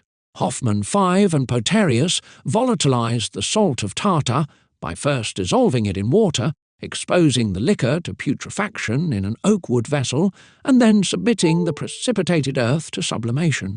A solvent which leaves all the castle of Dampierre-sur-Bouton. Other ones far behind, assures Pott, is the precipitate resulting from the mixture of the corrosive sublimate and the sal ammoniac. Whosoever knows how to us it properly will be able to consider it a true alkahest. Lefebvre, Agricola, Robert Flood, Denuisement, Le Breton et Muller, and others still prefer the spirit of dew as well as analogous extracts that have been prepared with stormy rains or with the fatty film which floats on mineral waters. Finally, according to Lenglet du Fresnoy, 6 Olaus Boricius de origine chemiae, et in conspectus chemicorum celebriorum num, notes that Captain Thomas Parry, an Englishman, saw this same science alchemy practised in 1662 at Fez in Barbary, and that the great alkahest, the first matter of all the philosophers, has been known for a long time in Africa by the most skilled Mohammedan artists. To sum it up, all alkahest recipes proposed by authors who above all aim at the liquid form attributed to the universal solvent are useless, if not false, and only good for spagyrics. Our first matter is solid. The mercury which it provides always presents itself as saline in appearance and with a hard consistency. And this metallic salt, as Bernard Trevisan quite rightly said, is extracted from the magnesia by the reiterated destruction of the latter, by dissolving and by sublimating. With each operation the body fragments itself, disaggregates little by little, without apparent reaction, by abandoning many impurities. The extract, purified by sublimations, also loses heterogeneous parts so that its virtue becomes condensed in the end into a small mass of a volume and weight much inferior to that of the original mineral subject. This is what the Spanish axiom quite exactly justified, for the more reiterations, the more the broken and dissociated body is wronged, and the less the quintessence which comes from it has reason to repent of it. On the contrary, it augments in strength, in purity, and in activity. By this very act, our vampire acquires the strength of penetrating metallic bodies, of attracting their sulphur or their true blood, and allows the philosopher to liken it to the nocturnal vampire of Oriental legends. Panel 2, a crown made of leaves and fruit, apples, pears, quince, etc., is also tied by ribbons, the knots of which are also tightening 4 little laurel twigs. The epigraph which frames it teaches us that no one will obtain it if he doesn't abide by the laws of combat. Nemo dot accipit tot cuvae non not legitime not certiverit. Monsieur Louis Audiat sees in this subject a laurel crown. This should not surprise us. His observations are often imperfect, and he is not preoccupied by the study of details. In fact, it is not the ivy wreath with which poets of antiquity were crowned, nor the sweet laurel on the foreheads of victors, nor the palm leaves dear to the Christian martyrs, nor the myrtle, vine leaves, olive branches of the gods that are represented here, but quite simply the fruit-bearing crown of the sage. His fruit marks the abundance of his earthly goods, acquired by the skilful practice of celestial agriculture, so much for profit and utility. A few laurel twigs, of such a discreet relief that they are barely noticed, so much for the honour of the hard-working artist. And yet, this rustic garland which wisdom offers to the learned and virtuous investigators is not easily won. Our philosopher says it straight out. Hard is the battle the artist must wage against the elements if he wants to overcome the great trial. Like the knight-errant, he must direct his steps toward the mysterious garden of the Hesperides and provoke the horrible monster defending the entrance. Such is, In keeping with the tradition, the allegorical language through which the sages intend to reveal the first and the most important of the work's operations. In truth, it is not the person of the alchemist who defies and fights the hermetic dragon, but another beast, equally robust, in charge of representing him, and that the artist, as a prudent spectator, always ready to intervene, must encourage, help, and protect. He is the fencing master of this strange and merciless duel. Few authors have mentioned this first encounter and the danger it represents. To our knowledge, Ciliani is without doubt the adept who went the farthest in the metaphoric description he presents of it. However, we have found nowhere else as detailed a tale, i.e., as exact in its images, as near to the truth and to reality as the great hermetic philosopher of the modern times, de Bergerac. This brilliant man is not known enough, whose work, purposely mutilated, probably encompassed the entire scope of the science. As for us, we scarcely need M. de Circe's testimony 7, asserting that Cyrano received from the author of light and from the master of sciences Apollo lights, which nothing can darken and knowledge at which no one can arrive, to recognize in him a true and powerful initiate. De Cyrano Bergerac stages two fantastic beings representing the principles of sulphur and mercury, issuing from the four primary elements. The sulphurous salamander, which thrives in the midst of flames, symbolizes the air and fire of which the sulphur possesses the dryness and the igneous ardour, and the remora, the mercurial champion, heir to the earth and water and its cold and humid qualities. These names, chose on purpose, owe nothing to whim or fantasy. 367-1. Salamandra, in Greek, seems formed of 367-2, the anagram for 367-3, Al's salt, and of 367-4, stable, it is the salt of the stable, the salt of urine of the artificial saltpetre bed, the saltpetre of the old spaterists. Salpetri, salt of stone, which they still designate under the name of dragon. The remora, in Greek 367-5, Echinus, is this famous fish which was supposed to stop, according to some, or to direct, according to others, ships sailing in northern seas, subject to the influence of the North Star. It is the Echinus of which the Cosmopolite speaks, the royal dolphin which the characters of the Mutus Liber exert themselves to capture, the same one which accompanied and pilots, on the bas-relief ornamenting the fountain of Vertbois, the ship loaded with an enormous hewn stone. The Echinus, if the pilot of the running waters, our Mercury, the faithful friend of the alchemist, the one which has to absorb the secret fire, the igneous energy of the salamander, and finally, remains stable, permanent, always victorious, under the safekeeping and protection of his master. These two principles, of opposite natures and tendencies, of contrary disposition, exhibit a relentless antipathy against each other and an irreducible aversion for one another.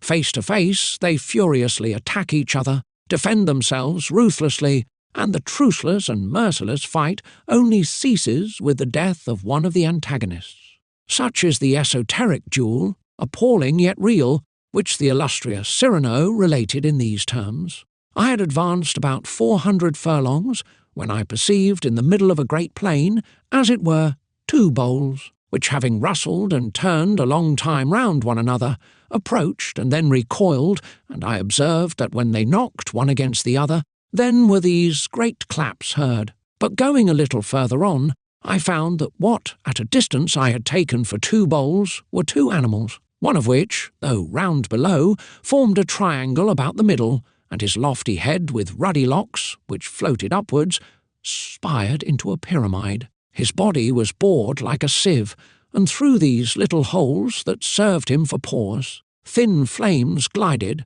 which seemed to cover him with a plume of fires. Walking about there, I met with a very venerable old man who observed that famous conflict with no less curiosity than myself. He made me a sign to draw nigh. I obeyed, and we sat down by one another. He thereupon spake to me in this manner. In this globe where we are, we should see the woods very thin sown. by reason of the great number of the fiery beasts that destroy them, were it not for the animals' frozen noses, which are at the desire of the forests their friends, come daily to cure these sick trees. I say cure, for no sooner have they, from their icy mouth, blown upon the coals of that plague, but they put it out. In the world of the earth, from whence both you and I come, the fiery beast is called the salamander, and the animal frozen nose is known by the name of remora. Now you must know that the remoras live toward the extremity of the pole, at the bottom of the mare glaciale, and it is the cold of these fishes, evaporated through their scales, which makes the sea water in these quarters to freeze, though it be salt. That Stygian water wherewith the great Alexander was poisoned, and whose coldness petrified his bowels, was the piss of one of these animals. And so much for the animals' frozen nose. But as to the fiery beasts, they lodge on land under mountains of burning bitumen, such as Etna, Vesuvius, and other. The pimples which you see upon the breast of this beast, that proceed from the inflammation of his liver, are— Here we put a stop to our talk, that we might be more attentive to that famous duel. The salamander attacked with much ardour, but the remora defended impenetrable. Every dash they gave one another begot a clap of thunder, as it happens in the worlds thereabouts, where the clashing of a hot cloud with a cold causes the same report. At every glance of rage which the salamander darted against its enemy, out of its eyes flashed a reddish light that seemed to rekindle the air in flying, its sweat-boiling light, that seemed to kindle the air in flying, its sweat-boiling oil, and pissed aqua fortis. The remora, on the other hand, that gross, square, and heavy animal, presented a body scaled all over with ysicles. Its large eyes looked like two crystal plates, whose glances conveyed so chilling a light that on what member of my body it fixed them, I felt a shivering winter cold. If I, though, to put my hand before me, my fingers were numbed, nay, the very air about infected with its quality, condensed into snow, the earth hardened under his steps, and I could reckon the footings of the beast by the number of chill blancs that welcomed me when I trode upon them. In the beginning of the fight, the salamander, by the vigorous activity of its first heat, had put the remora into a sweat, but at length that sweat, cooling again, glazed all the plain with so slippery an enamel that the salamander could not get up to the remora without falling. The philosopher and I knew very well that the trouble of falling and rising so many times had made it weary, for these thunderclaps, so dreadful before, that proceeded from the shock he gave its enemy, were no more than the dull sound of those little afterclaps which denote the end of a storm, and that dull sound, deadened by degrees, degenerated into a whizzing, like that of a hot iron plunged into cold water. When the remora perceived that the fire was near an end by the weakness of the shock which was hardly felt by it, it raised itself upon an angle of its cube, and with all its weight fell upon the breast of the salamander with so good success that the heart of the salamander, wherein all the rest of its heat was contracted, bursting, made so fearful a crack, that I know nothing in nature to compare it to. Thus died the fiery beast, under the lazy resistance of the animal frozen nose. Sometimes after the remora was gone, we approached the place of battle, and the old man, having daubed his hands over with the earth, laid hold on the dead body of the salamander. "Give me but the body of this animal," said he, "and I've no need for fire in my kitchen, for provided it be hung upon the pot-hood, it will boil and roast all that's laid upon the hearth. As for the eyes, I'll carefully keep them. If they were cleaned from the shades of death, you'll take them for 2 little sons. The ancients of our world knew well what use to make of them. They called them burning lamps 9, and never hung them up, but in the pompous monuments of the illustrious persons. The moderns have found some of them, by digging, into these famous tombs, but their ignorant curiosity made them put them out, thinking to find behind the broken membranes the fire which they saw shine there. Panel 3, a 16th-century piece of artillery, is represented at the moment of firing.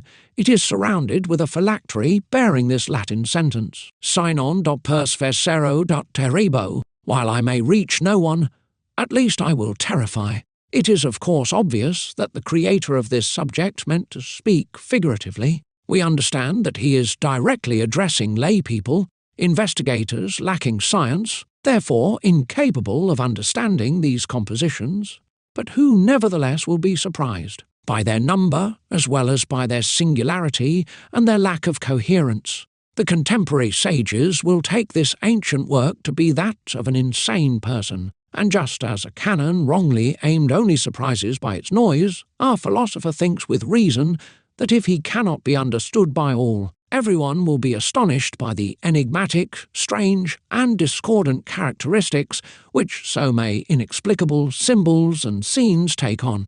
Thus do we believe that the curious and picturesque aspect of these figures holds the attention of the spectator without enlightening him. This is what seduced M. Louis Audiat, as well as the other authors who turned their attention to Dampier. In the final analysis, their descriptions are nothing but the noise of confused, vain, and insignificant words.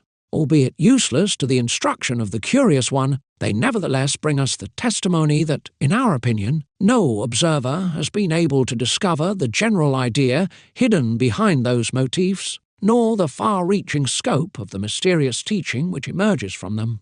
Panel 4.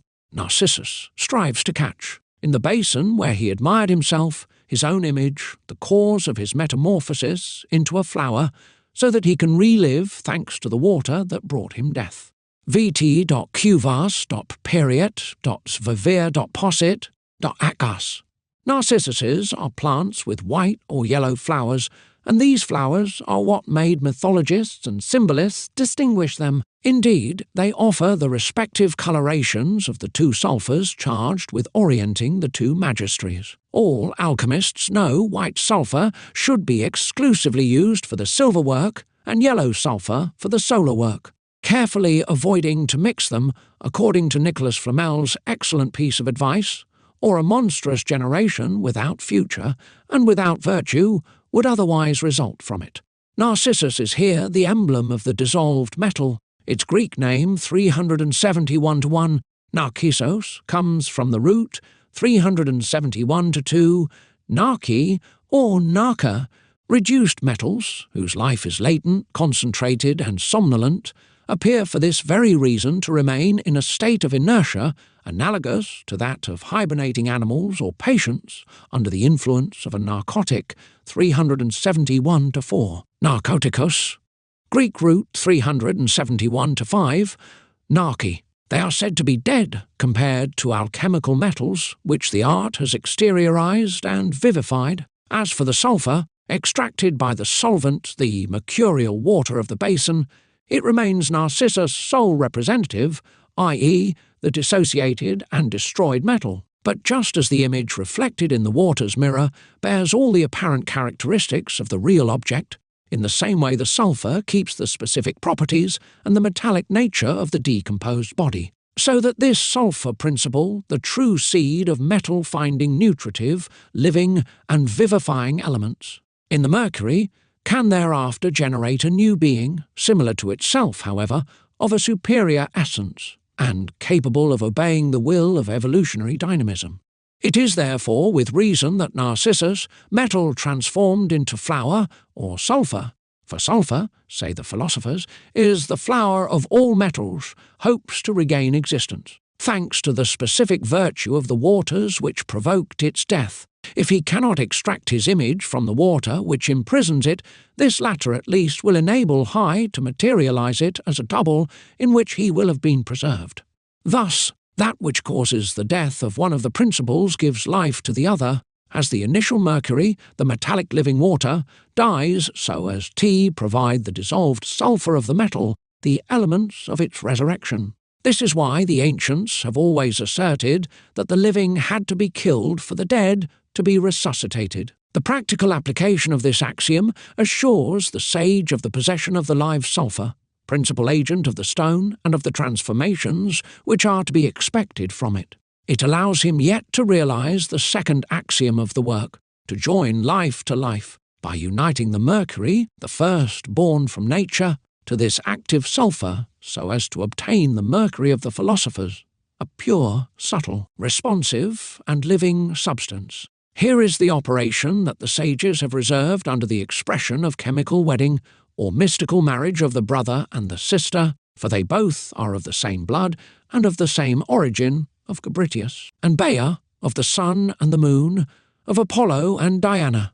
This last word provided Kabbalists with the famous sigh of Apollonius of Tyana, under which one thought to recognize a so-called philosopher, although the miracles of this fictional character, of incontestably hermetic characteristics, were for the initiates marked with the symbolic seal and devoted to alchemical esotericism. Panel: Noah's Ark floating on the waters of the flood, while near it a small boat threatens to sink. In the sky of the subject, the following words can be read: Veritas dot vincit, truth is victorious. We believe we already mentioned that the ark represents the totality of the materials, prepared and united under the names of compound, rebus, amalgam, etc., and which properly constitute the molten core of the earth, archeus, the igneous matter, basis of the philosopher's stone. The Greek word 372-1 ark means beginning, principle, source, origin. Under the agency of an external fire, exciting the inner fire of the archeus, the entire compost becomes liquid, and this liquid substance that fermentation agitates and puffs up takes among the authors the characteristics of a powerful flood. First yellowish and muddy, it is given the name of brass, which is none other than the name of the mother of Diana and Apollo, Latona 10. The Greeks called her 372-2 Litos, with the Ionic sense of common good, common possession, common house, common to the 2 to 3, common to the double M. Let us note in passing that the Kabbalists, with one of the puns for which they were famous, have taught that fermentation had to occur by means of a wooden vessel, or, better yet, in a cask cut in half, to which they applied the qualifier of hollow oak tree. Latona, the princess, becomes, in the language of the adepts, la tonne, French for the tonne, le tonneau, French for the cask, which explains why beginners have such a difficult time identifying the secret vessel where our matters are fermenting.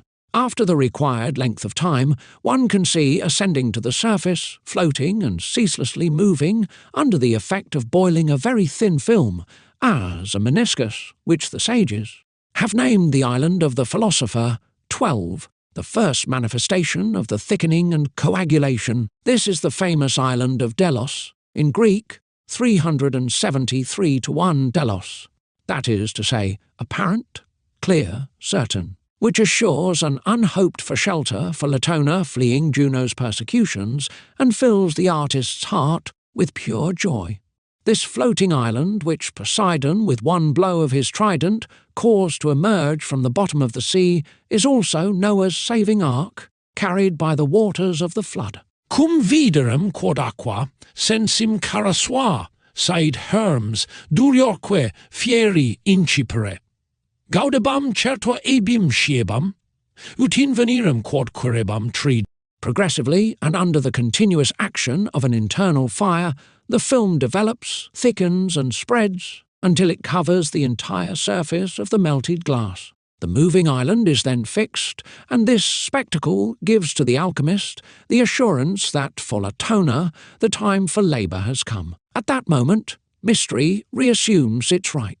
A heavy, dark, blackish, blue cloud rises and passes off into the air from the hot and stabilized island, covers with darkness this parturient earth, envelopes and hides all things with its opacity, fills the philosophical sky with Cimmerian darkness, 373-2, Kimbericon morning close, and in the great eclipse of the sun and the moon, it conceals from the eyes the supernatural birth of the Hermetic twins, the future parents of the stone.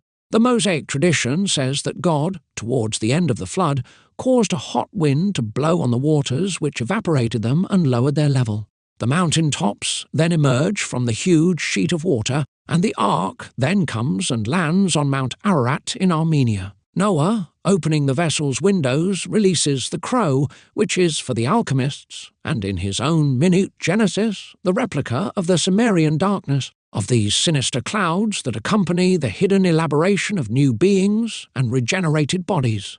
By this agreement of evidences, and the physical evidence of the work itself, Truth is victorious in spite of those who deny, of the men of little faith, always ready to dismiss into the domain of illusion and fantasy, the positive reality of which they could not understand because it is not known, and taught even less.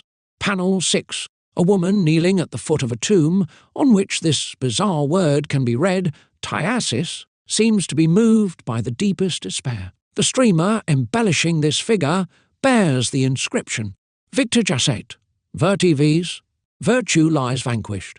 André Chénier's fore motto, says Louis Audiat as an explanation, without taking into account the time elapsed between the Renaissance and the French Revolution. The topic here is not the poet, but the virtue of the sulphur, or the gold of the sages which rests under the stone, waiting for the total decomposition of its perishable body. For the sulphurous earth, dissolved in the mercurial water, prepares, through the death of the compound, the release of this virtue, which is actually the sulphur's soul, or fire proper. And this virtue is a temporary prisoner of the bodily envelope, or the Spirit of God, moves upon the face of the waters, until the formation of the new body, just as Moses teaches in Genesis 1:2.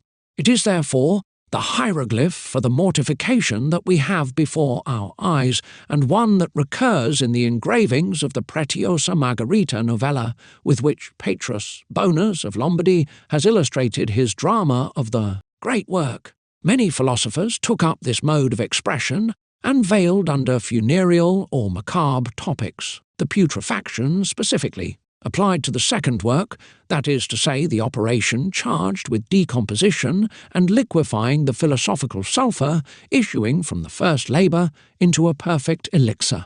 Basil Valentine shows us a skeleton standing in its own coffin in one of his 12 keys, and he depicts a burial scene in another. Flamel not only illustrated the humanized symbols of the great art in the Cemetery of the Innocents, but he also decorated his tombstone that is now exhibited in the chapel of the Museum of Cluny with a corpse eaten by worms, and this inscription, From the earth have I come, and unto the earth I return. Senior Hadith locks up inside a clear sphere a fleshless, dying person. Henri de Lintot draws, on a page of the manuscript Aurora, the inanimate body of a crowned king lying down on a tombstone while his spirit, in the shape of an angel, rises toward the lantern lost in the clouds. As for us, in the fashion of these great masters, we have exploited the same theme in the frontispiece of the mystery of the cathedrals. As for the woman who, on the tomb of our panel, translates her regrets with disorganized gestures, she represents the metallic mother of sulphur. The curious word engraved on the stone covering her child, Tiasis, belongs to her. This Baroque term, issuing perhaps from our adept's whim, is in truth but a Latin sentence with the words grouped together and written backwards so as to be read starting from the end, sic ei at alas. Thus, at least, can he be reborn, supreme hope within supreme grief. Jesus himself had to suffer in his flesh, die, and remain 3 days in his sepulchre in order to redeem mankind, and to finally resuscitate in the glory of his human incarnation and in the accomplishment of his divine mission. Panel 7, represented in full flight, a dove holds in its beak an olive branch. This subject is distinguished by the inscription, Sai te fata dot vocant, Ifate calls you to it. The emblem of the dove with the green branch is given to us by Moses in his description of the universal flood. He says indeed, General 8:11, that Noah, having sent forth a dove, it came in to him in the evening, bringing the green branch of an olive tree. This is par excellence the sign, if the true path and the proper progression of the operations. For as the labour of the great work is a short version and a reduction of creation, all the circumstances of the divine work must be found on a smaller scale in that of the alchemist. As a consequence, when the patriarch sets forth the crow from the ark, we must understand that in our work it has to do with the first durable colour, that is to say, black. Because when the death of the compound becomes effective, the matters putrefy and take on a very dark blue coloration whose metallic reflection allows comparison with the feathers of a crow. Furthermore, the biblical tale speculates that this bird, held back by corpses, does not come back to the ark. Nevertheless, The analogical reason that makes us attribute the term crow to the colour black is not only founded on a resemblance. The philosophers have also given to the compost that has reached the point of decomposition the expressive name of un corps bleu, blue body, that gave the old French medieval curse, and the Kabbalists that of un corbeau, beautiful body, not that it is pleasant to see, but because it brings the first evidence of activity of the philosophical matters. However, in spite of the sign of auspicious presage which the authors agree to recognize in the appearance of the black colour, we recommend only to greet these demonstrations with reserve, by attributing to them no more value, even in the midst of foreign substances, provided these substances are treated according to the rules of the art.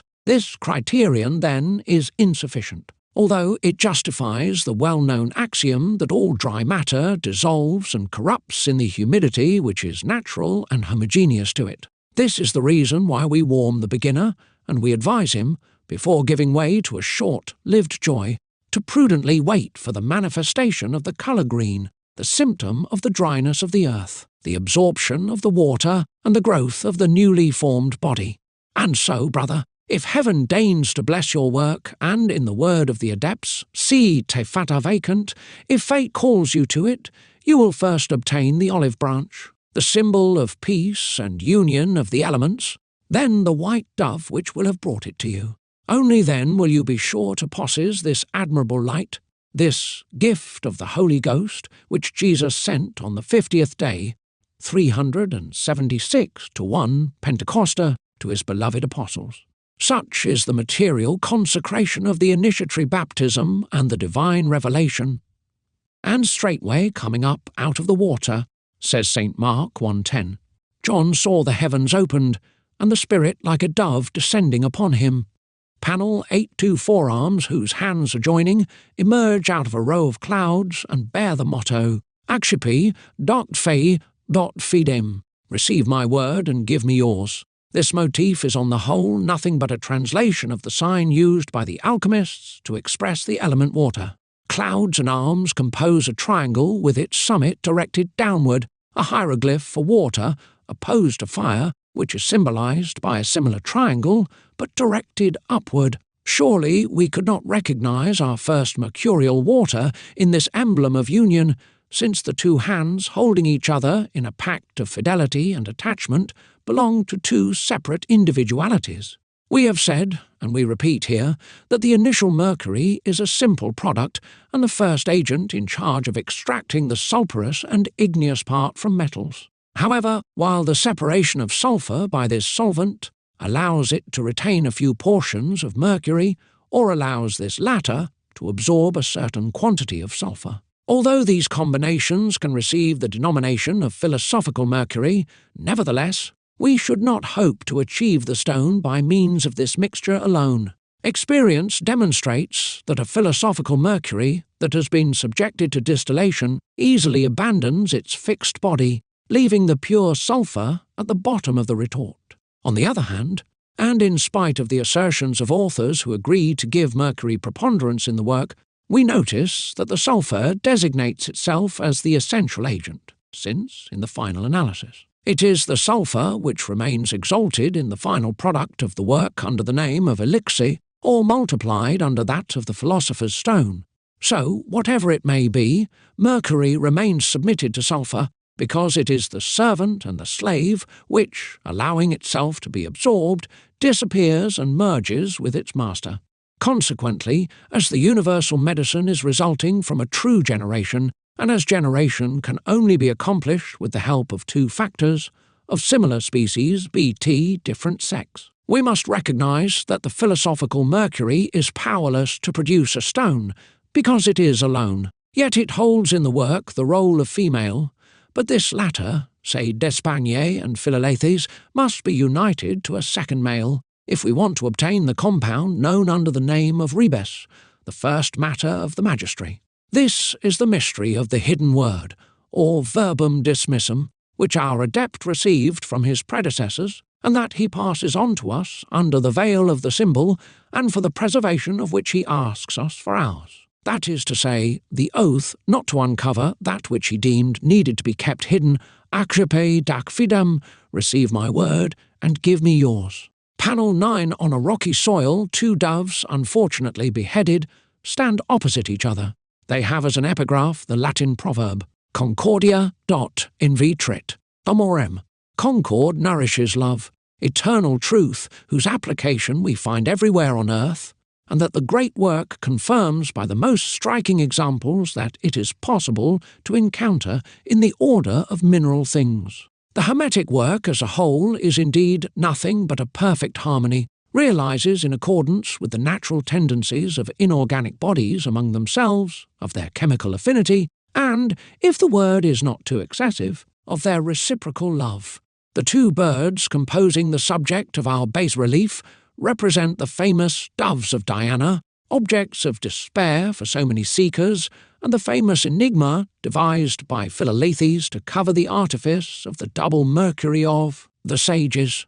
By proposing this obscure allegory to the sagacity of work candidates, the great adept did not give detail as to the origin of these birds. He only teaches in the briefest fashion that the doves of Diana are inseparably enveloped in the eternal embraces of Venus. Diana with the lunar horns, this first Mercury of which we have spoken many times under the name of universal solvent. Its whiteness, its silvery lustre, also brought it the name of Moon of the Philosophers and Mother of the Stone. It is this sense that Hermes means when he says, speaking of the work, the sun is its father and the moon its mother. Limoujon de Saint-Didier, to help the investigator decipher the enigma, writes in the interview between Eudoxus and Pyrophilus, finally consider the means by which Geber teaches us to make the required sublimations of the art. As for myself, I cannot do more than to make the same wish that another philosopher made. Sidera veneris, et corniculatea Dianae tibi propicia sunt 60. Therefore, the doves of Diana can be seen as the two parts of the dissolving Mercury, the 2 points of the lunar crescent, as opposed to 1 point for Venus, who must hold her favourite doves very closely embraced. The correspondence is confirmed by the dual quality, volatile and airy, of the initial Mercury, whose emblem has always been taken among birds, and from the very matter out of which Mercury comes, a chaotic, sterile, rocky earth on which the doves are resting, when, say the Scriptures, the Virgin Mary had accomplished, in conformity to the law of Moses, the 7 days of purification, Ex. 13. Joseph accompanied her to the Temple of Jerusalem so as to introduce the child and to present an offering, in accordance with the law of the Lord Lev. 12, 6, 8, that is to say, 2 little turtle doves or 2 young pigeons. Thus appears in the sacred text the mystery of the ornithogal, this mystery milk of birds 379 to 1 ornithon, of which the Greeks spoke as a most extraordinary and extremely rare thing. To milk the milk of birds 379 to 2 ornithon gala amalgene was among them a proverb which meant to succeed, to know the favours of destiny and success in all undertaking. And we must agree that one must be chosen by Providence to discover the doves of Diana and to possess the ornithogals, the Hermetic synonym of the milk of the Virgin, dear to Philolethes. 379 to 3. Ornis in Greek not only indicates a bird in general, but more specifically the rooster and the hen, from which perhaps the word 379 to 4, ornithos gala, hen's milk 17, has been derived, obtained by shaking an egg yolk in hot milk. We will not dwell on these relationships, because they would unveil the secret operation hidden behind the expression of doves of Diana. Let us, nevertheless, say that the plants called ornithogals are bulbed liliaceae, with flowers of a beautiful white colour, and it is known that the lily is, par excellence, the emblematic flower of Mary. The Castle of Dampierre 9th 6th series, Plate T, Panel 1, piercing the clouds, a man's hand throws 7 sphere against a rock, and they rebound toward him. This bas-relief is ornamented with the inscription, Con CV SSVs.SVRGO. Hit, I bounce back. Image and reaction, just like the Hermetic axiom, solve et coagula, dissolve and coagulate. A similar subject can be found at Bourges on one of the ceiling panels of the chapel Lalemant, but the spheres are replaced by chestnuts. Yet this fruit, which, because of its spiky pericarp, was given the common name of hedgehog, Greek 383-1, echino urchin, sea urchin, is a rather exact figuration of the philosopher's stone such as it can be obtained through the brief way. Indeed, it appears to be made of a sort of crystalline and translucent, more or less spherical nucleus of a colour similar to that of Balas ruby, enclosed in a more or less thick, russet, opaque, dry capsule covered with asperities, which at the end of the work is often cracked, sometimes even opened like the hull of walnuts and chestnuts. These are indeed the fruits of the hermetic labour that the heavenly hand throws against the rock, the emblem of our mercurial substance. Each time the fixed and perfect stone is taken again by the mercury in order to dissolve itself in it, to nourish itself from it once more, to augment not only in weight and volume, but also in energy. It returns through the coction to its original state, colour and appearance. It can be said that after having such the mercury, it goes back to its starting point. These are stages of falling and rising, of solution and coagulation, characterizing the successive multiplications that give for each rebirth of the stone a theoretical power twice that of the previous one. Nevertheless, and although many authors envision no limit to this exaltation, we think, with some other philosophers, that it would be unwise, at least as far as transmutation and medicine are concerned, to go beyond the seventh reiteration. This is the reason why Jean Lalemant and the adept of Dampierre have only represented 7 spheres or chestnuts on the motifs about which we speak. Unlimited for the speculative philosophers, the multiplication, however, is limited for practical considerations. The more the stone progresses, the more penetrating it becomes, and the quicker its elaboration, at each stage of augmentation, it only requires the 1/8 of the time required for the preceding operation. Generally, and we are talking here about the long way, the 4th reiteration requires seldom more than 2 hours. The 5th thus takes a minute and a half. While 12 seconds would suffice to achieve the 6th, the instantaneousness of such an operation would make it unpractical. On the other hand, the intervention of the continuously increasing weight and volume would force us to keep aside a great part of the resulting product for want of the required corresponding ration of mercury, the preparation of which is time-consuming and fastidious. Finally, the stone multiplied to the 5th and 6th degrees would demand, given its igneous power, an important mass of pure gold to orient it toward the metallic. Otherwise, we would be liable to lose the whole thing.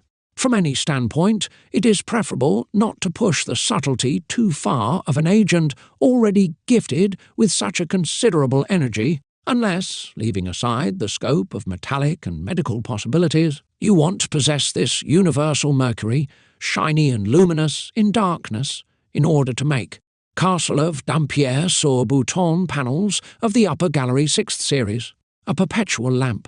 But the passing from the solid to the liquid state which must be accomplished here, as it is eminently dangerous, can only be attempted by a very learned and most skilful master. From that which proceeds, we must conclude that the material impossibilities mentioned about transmutation tend to ruin the thesis of an increasing and indefinite geometric progression based on the number 10, dear to pure theoreticians. Let us guard against thoughtless enthusiasm, and never let our judgments be outwitted by the specious arguments and the brilliant but hollow theories of the lovers of the marvellous. Science and nature keep enough marvels in store to satisfy us, without it having to feel the need to add to it the vain fantasies of imagination. Panel 2. This bas-relief presents a dead tree with cut branches and pulled-out roots. It bears no inscription, save 2 signs of alchemical notation engraved on a cartouche. One, a schematic figure of a level, expresses sulphur, the other, an equilateral triangle pointing up, indicated fire. The dried-up tree is a symbol of the common metals reduced from their ores and molten. The high temperatures of metallurgical ovens have caused all the activity they possessed in their natural mineral bed to be lost. This is why the philosophers qualify them as dead, and recognize them as being improper to the labour of the great work until they have been revivified or reincrudated, to use the expression hallowed by usage, by this inner fire which never completely leaves them. For the metals, fixed in the industrial form we know them to have, yet preserve at the very depth of their substance the soul that common fire has caused to cave in and condense, but was not able to destroy, and this soul the sages have named fire or sulphur because it is truly the agent of all the mutations, of all the accidents observed in metallic matter, and the incombustible seed that nothing can totally ruin, neither the violence of strong acids, not the fire of the furnaces. This great principle of immortality charged by God himself to ensure and maintain the perpetuity of the species and to reform the perishable body, subsists and can be found even in the ashes of calcined metals when the latter undergo the disaggregation of their parts and see the consumption of their bodily envelopes. Therefore the philosophers deemed, not without reason, that the refractory qualities of the sulphur, its resistance to fire, could only belong to fire or to some spirit of an igneous nature. This is what led them to give it the name under which it is designated, and which certain artists believe to come from its appearance, although it bears no relation whatsoever to common sulphur. In Greek sulphur is said 385 to 1 theon, a term whose root is 385 to 2 theos, which means divine, marvellous, supernatural. 385 to 3 to theon not only expresses divinity, but also the magical, extraordinary aspect of a thing. As for the philosophical sulphur, considered the god and animating force of the great work, it reveals by its actions a formative energy comparable to that of the divine spirit. So, and although we should yet attribute precedence to Mercury, in order to remain in the sequence of the successive acquisitions, we must acknowledge that it is to sulphur, the incomprehensible soul of metals, that our practice owes its mysterious and somehow supernatural nature. Therefore, look for sulphur in the dead trunk of common metals, and you will obtain at the same time the natural and metallic fire, which is the main key of the alchemical labour. This is, says Limoges de Saint-Didier, the great mystery of the art, since all the others depend upon the understanding of this one. I would be satisfied, adds the author, if I were allowed to unequivocally reveal this secret to you, but I cannot do that which no philosopher believed to be in his power to do. All that you can reasonably expect from me is to tell you that the natural fire is a potential fire which does not burn the hands, but renders its efficiency apparent whenever it becomes excited by an external fire. Panel 3, an hexagonal pyramid, made of riveted sheet metal, bears, hooked on its side panels, various emblems of chivalry and hermeticism, pieces of a suit of armour and honourable pieces, targes, armet, arm-guard, gauntlets, crown and garlands. Its epigraph is taken from a verse of Virgil, Aeneid, She, 641, Mes sai tvr astra. Thus is one immortalized. This pyramidal construction, the shape of which recalls the hieroglyph adopted to designate fire, is note other than the athanor, a word by which the alchemists signified the philosophical furnace essential to the work's maturation. 2 side doors have been installed, facing each other. They block out glass windows which allow observation of the phases of the work. Another one, placed at the basis, gives access to the fire.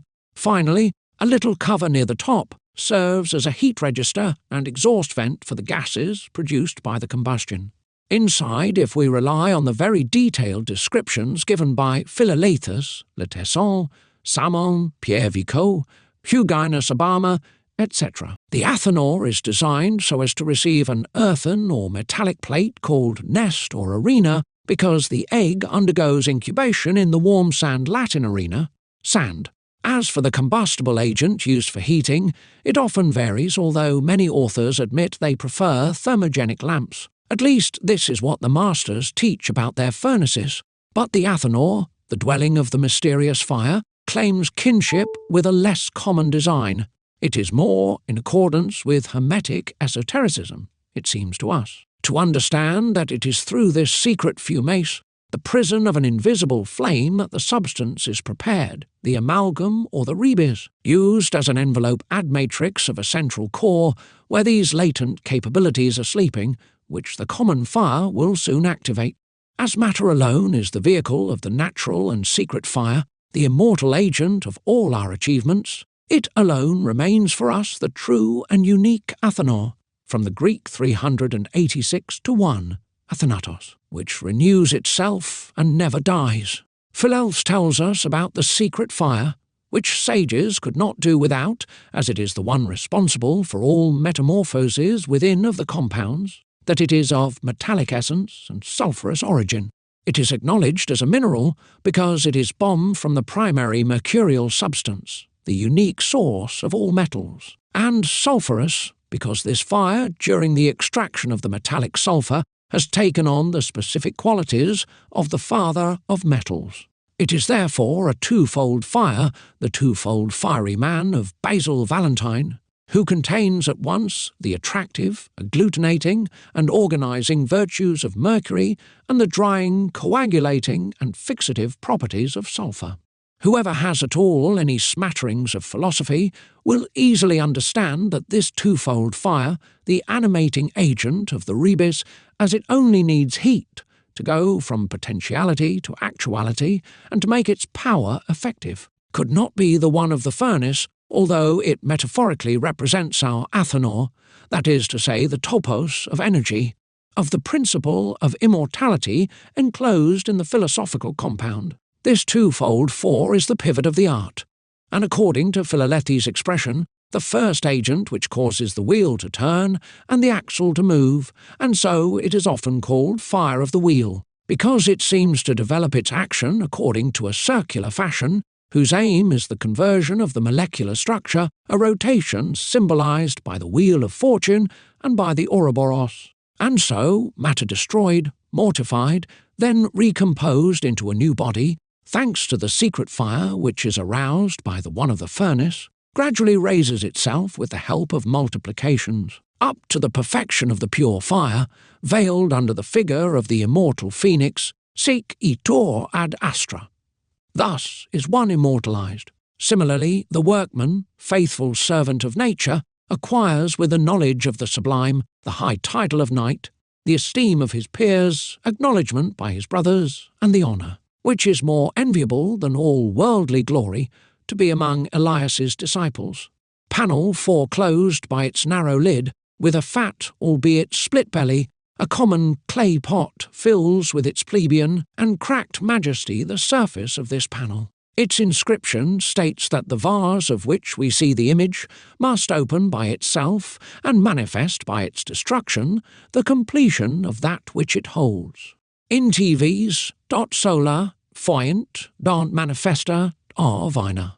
Only the inside makes the ruin manifest, among so many diverse figures, so many emblems with which it fraternizes. Our subject seems to be all the more original because its symbolism relates to the dry path, also called the work of Saturn, as rarely translated into iconography as it is described in texts. Based upon the use of solid and crystallized materials, the brief way ars brevis only requires the help of a crucible and the application of high temperatures. This truth Henkel I had glimpsed, when he remarks that the artist Elias, quoted by Helvetius, claims that the preparation of the philosopher's stone is accomplished, from start to finish, in 4 days' time, and that he has indeed shown the stone still adhering to the sides of the crucible.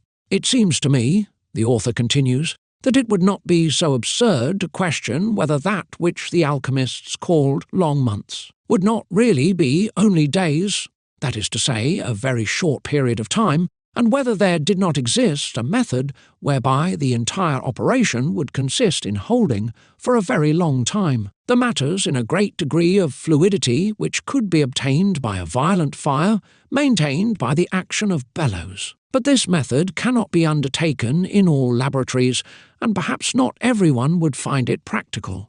Nevertheless, contrary to the humid way, whose glass utensils allow for easy control and accurate observation, the dry way cannot enlighten the operator at any time in the process of the work.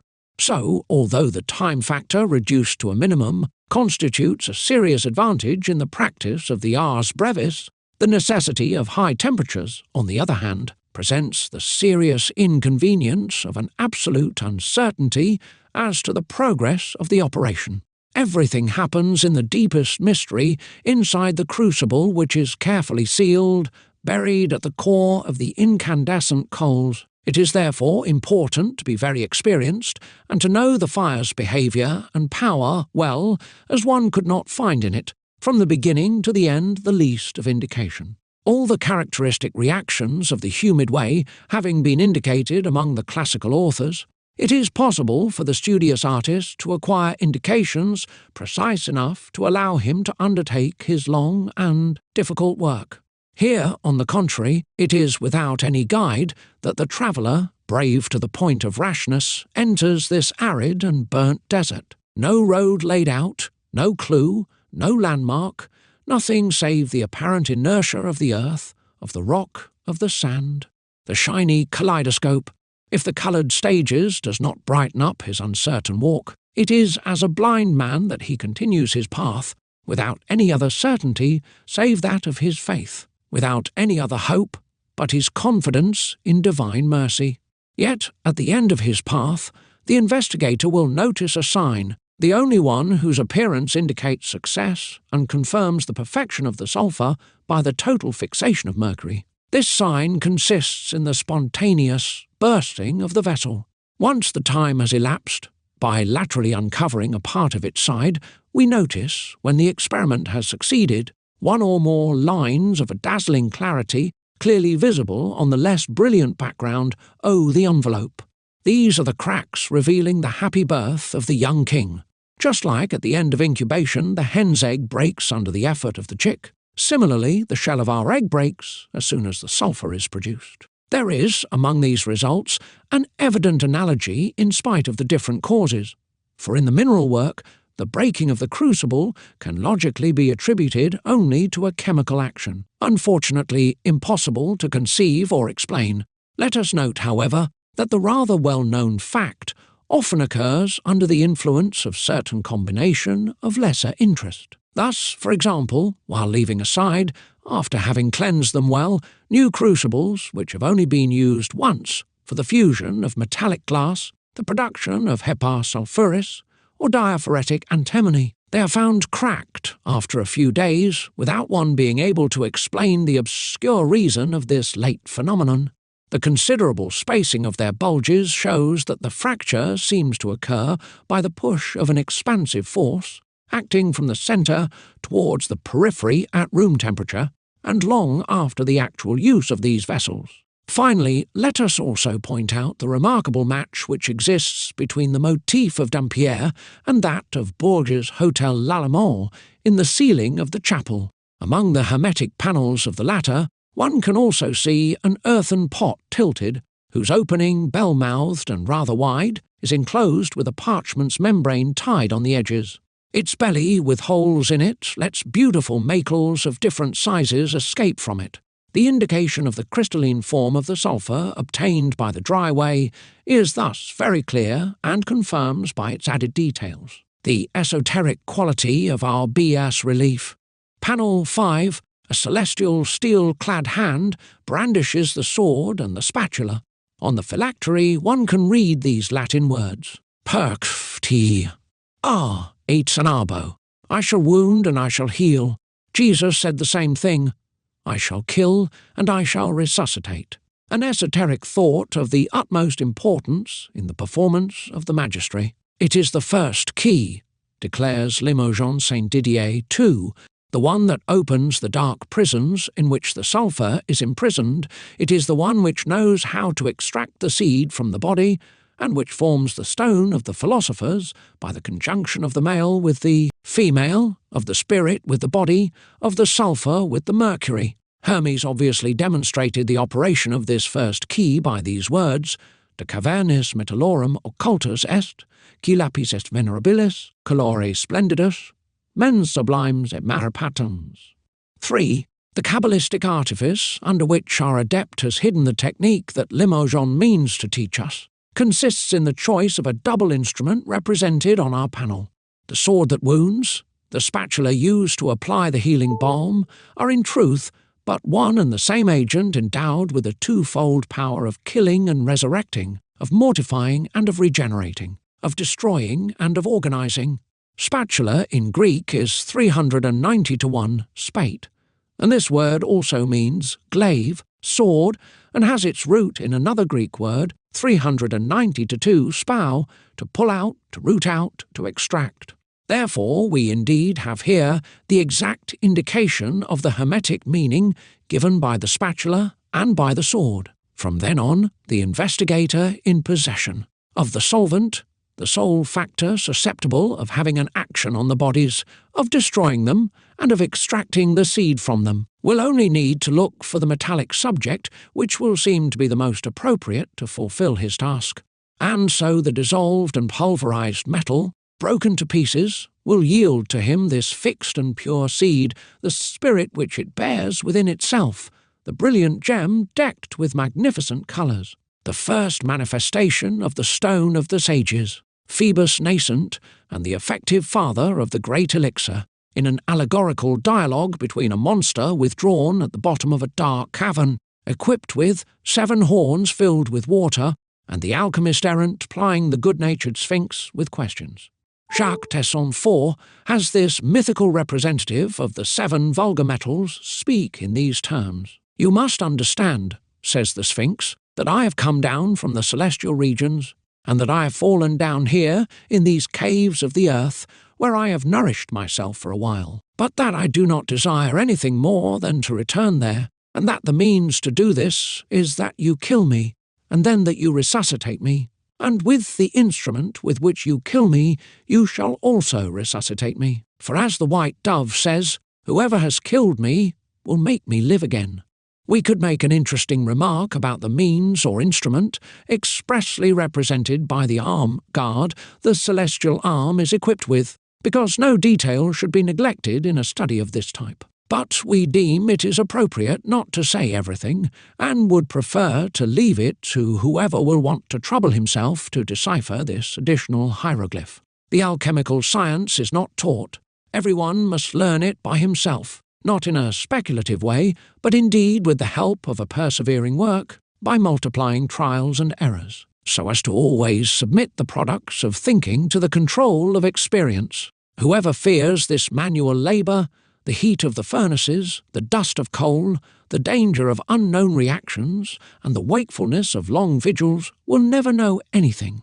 Panel 6, an ivy plant is represented coiled around a trunk of a dead tree whose branches have all been cut by human hands. The inscription which completes this bas relief bears the words, Inimica dot amicitia, the enemy friendship. The anonymous author of the Ancienne Guerre des Chevaliers, Ancient War of the Knights, in a dialogue between the stone. The gold and the mercury has gold say that the stone is a worm filled with venom and accuses it of being the enemy of man and of metals.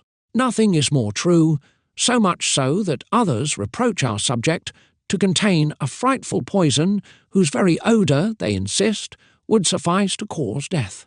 Yet it is from this toxic mineral that the universal medicine is made, which no human illness can resist, no matter how incurable it is thought to be. But that which gives it all its value and makes it infinitely precious in the eyes of the sage is the admirable virtue it possesses, of revivifying metals which have been reduced and molten, and of losing its poisonous properties by granting them its own activity. And so does it appear as the instrument of resurrection and of redemption of the metallic bodies, dead by the violence of a reducing fire, the reason for which it bears in its coat of arms the sign of the Redeemer, the cross. By what we have just said, the reader will have understood that the stone, that is to say, our mineral subject, is represented on the present motif by the ivy, a perennial plant with a strong, nauseating odour, while the metal's representative is the inert and mutilated tree. For here we are not looking at a dry tree simply devoid of foliage and reduced to its skeleton. It would then express for the hermeticist the sulphur in its igneous dryness. On the contrary, it is a trunk, wilfully mutilated, which the saw has amputated of its major branches. The Greek verb 392-1, prio, meaning both to saw off, to cut with a saw, and to grasp, to squeeze, to strongly tie, is the same word. Our tree being at the same time sawed and grasped, we may think that the creator of these images wished to clearly indicate the metal and the dissolving action exercised upon it. The ivy, embracing the trunk as if to strangle it, very well construes the dissolution of the prepared subject as being full of vigour and vitality. But this dissolution, instead of being ardent, effervescent, and quick, seems slow, difficult, always imperfect. It is because the metal, although entirely attacked, is only partly solubilized. Thus it is recommended to frequently reiterate the effusion of water on the body to extract from it the sulphur or seed from which constitutes all the energy of our stone. The metallic sulphur receives life from its very enemy as amends for its enmity and its hate. This operation, which the sages have called reincrudation or return to the primitive state, has above all for object the acquisition of sulphur and its revivification by the initial mercury. This return to the original matter of the treated metal should therefore not be taken literally, since the greater part of the body, made up of coarse, heterogeneous, sterile, or mortified elements, is no longer susceptible to regeneration. Be that as it may, it is enough for the artist to obtain this sulphur principle, separated from the open and revivified metal, owing to the incisive power of our first mercury. With this new body, where friendship and harmony replace aversion, for the respective virtues and properties of the two contrary natures are melted in, and merge within it, he can hope to obtain first the philosophical mercury by the mediation of this essential agent, and then the elixir, the object of his secret desires. Panel 7. When Lois Audiat recognizes the face of God the Father, we simply see that of a centaur, which a streamer, bearing the symbol of the Senate and the people of Rome, has half hidden. The whole thing decorates a flag, the staff of which is solidly planted in the earth. It is therefore a Roman ensign, and we can conclude that the ground on which it floats is itself Roman. Further, the letters SPQR, the abbreviation for Senatus Populus Romanus 5, usually accompany the eagles and form with the cross the coat of arms of the Eternal City. This ensign, placed on purpose to indicate a Roman earth, leads us to believe that Dampierre's philosopher was not ignorant of the symbolism specific to Basil Valentine, Senior Zadith, Minsicht, etc. For these authors called Roman earth and Roman vitriol the earthly substance which provides our solvent, and without which it would be impossible to reduce metals into a mercurial water, or, of you prefer, into a philosophical vitriol according to Valmont de Beaumara 6, Roman vitriol, also called vitriol of the adepts, is not green copper as ferrous sulfate, but a double vitriolic salt of iron and copper. Chambon agrees, and gives as an equivalent the vitriol of Salzburg, which is also a cuproferric sulfate. The Greeks called it 393-1 soru, and the Hellenic mineralogists describe it as being a salt of a strong and unpleasant odour, which, when crushed, became black and took on a spongy and greasy appearance. In his Testamentum, Last Will and Testament, Basil Valentine points out the excellent properties and the rare virtues of vitriol. But the truthfulness of his words can only be recognized if one knows beforehand of which body he means to speak. The vitriol is a noteworthy and important mineral to which none other in nature could be compared, and this because vitriol familiarizes itself with all metals more than any other thing. It very closely relates to them, since from all metals one can make a vitriol or crystal, for vitriol and crystal are note recognized except for one and the same thing. It is why I did not want to idly defer its merit, as reason requires it, since vitriol is preferable to other minerals, and since the first rank. After metals must be given to it, for, although metals and minerals are gifted with great virtues, vitriol is, nevertheless, the only one sufficient to extract and make the blessed stone, which no other in the world could accomplish in its imitation. Later, our adept resumes the same topic by providing details on the double nature of Roman vitriol. I say here about this that you must imprint very clearly this argument in thy spirit, and that you entirely bear your thoughts on the metallic vitriol, and that you remember that I have entrusted this knowledge to you, that one can, from Mars and Venus, make a magnificent vitriol, in which the three principles can be found which often served to the birthing and production of our stone. Let us consider a rather important remark made by Henkel and regarding vitriol. Among all the names given to vitriol, says this author, not one has any connection to iron. It is always called chalcanthum, chalcitis, cuperosa or cuprirosa, etc., and it is not only the Greeks and the Romans that deprived iron of the role it takes in the vitriol, the same has been done in Germany, and still today to all the vitriols in general, and especially to that containing the most iron, the name of Kupferwasser, copper water, is given, or, which amounts to the same thing, that of copperas. Panel 8. The subject of this bas relief is rather singular. A young gladiator is seen here, almost a child, persisting in carving, with great thrusts of the sword, a beehive filled with honeycombs, and whose lid he has taken off. 2 words make up the inscription, Melidves dot Jadivs, the honeyed sword. This bizarre act of an impetuous youth, carried away, giving battle to bees just as Don Quixote did to Mills, is but the symbolic translation of our first work, an original variant of the well-known and so often exploited Hermetic theme of the striking of the rock. We know that after their departure from Egypt, the children of Israel had to encamp at Rephidim X, 17:1, Num 3:14, and there was no water for the people to drink. Following the Lord's advice, X 17:6, Moses smote the rock in Horeb 3 times with his rod, and water came out of the dry stone. Mythology also offers us a few examples of the same prodigy. Callimachus' hymn to Jupiter 31 says of the goddess Rhea that as she struck the Arcadian mountain with her sceptre, it opened in 2, and water came out of it in abundance. Apollonius of Alexandria the Argonautica, 1146, recounts the miracle of Mount Dindymus and asserts that the rock had never before produced the smallest springs.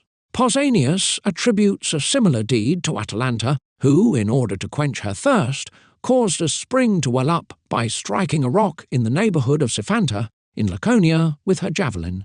In our bas relief, the gladiator takes the place of the alchemist, represented elsewhere with the features of Hercules, hero of the 12 symbolic labours, or yet with the appearance of a knight armed to the teeth, as can be seen on the portal of Notre Dame de Paris.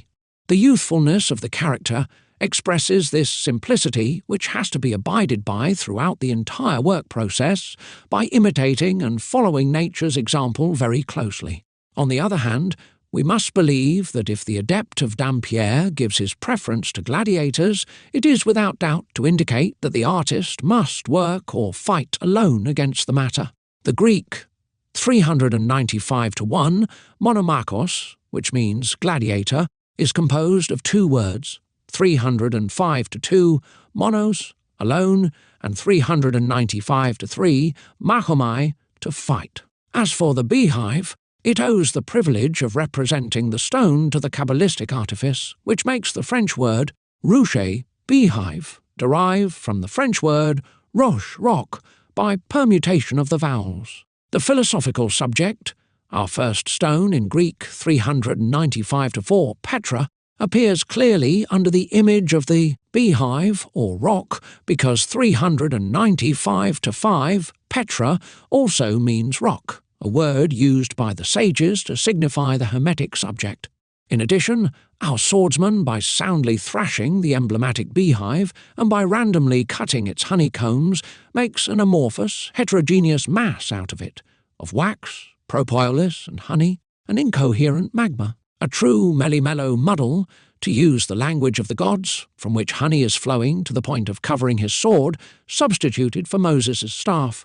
This, then, the second chaos, the result of the primal clash which we Kabbalistically call melly-mellow, because it contains honey 395 to 6, melly, the viscous and glutinous water of metals. That is always ready to flow 395 to 7, mellow. The masters of the art state that the entire work is a labour of Hercules, and that, first, one must strike the stone, rock, or beehive, our first matter, with the magic sword of the secret fire, so as to cause the flowing of this precious water which is enclosed within. For the subject of the sages is but a congealed water, henceforth it received the name of Pegasus from 395 to 8. Pagus, rock, ice, congealed water, or hard and dry earth, and the fable teaches us that Pegasus, among other deeds, caused the fountain of Hippocrene to flow by kicking it. The word 395 to 9, Pegasus has for a root 395 to 10 pj, source, so that the winged steed of the poets is merged with the Hermetic fountain of which it possesses the essential qualities, the mobility of spring waters and the volatility of spirits. As an emblem of the first matter, the beehive can often be seen in decorations that borrow their elements from the science of Hermes. We have seen it on the ceiling of the Hotel Lalemant and among the panels of the alchemical stone of Winterthur.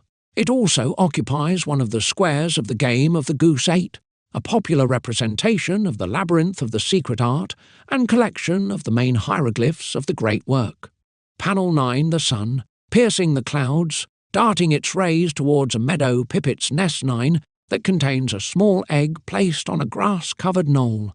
The phylactery, which gives this bas-relief its meaning, bears the inscription Nek tot tot duck tot si not ti, not thee, but nothing without thee. It is an allusion to the sun, the father of the stone, following in this belief Hermes and the many Hermetic philosophers.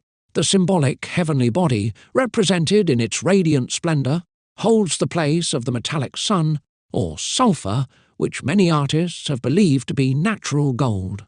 It is a serious mistake, all the less excusable, because all other authors clearly establish the difference existing between the fold of the sages and the precious metal. It is indeed of the sulphur of metals that the masters speak when they describe the manner of extracting and of preparing this first agent, which furthermore offers no physico-chemical resemblance to common gold.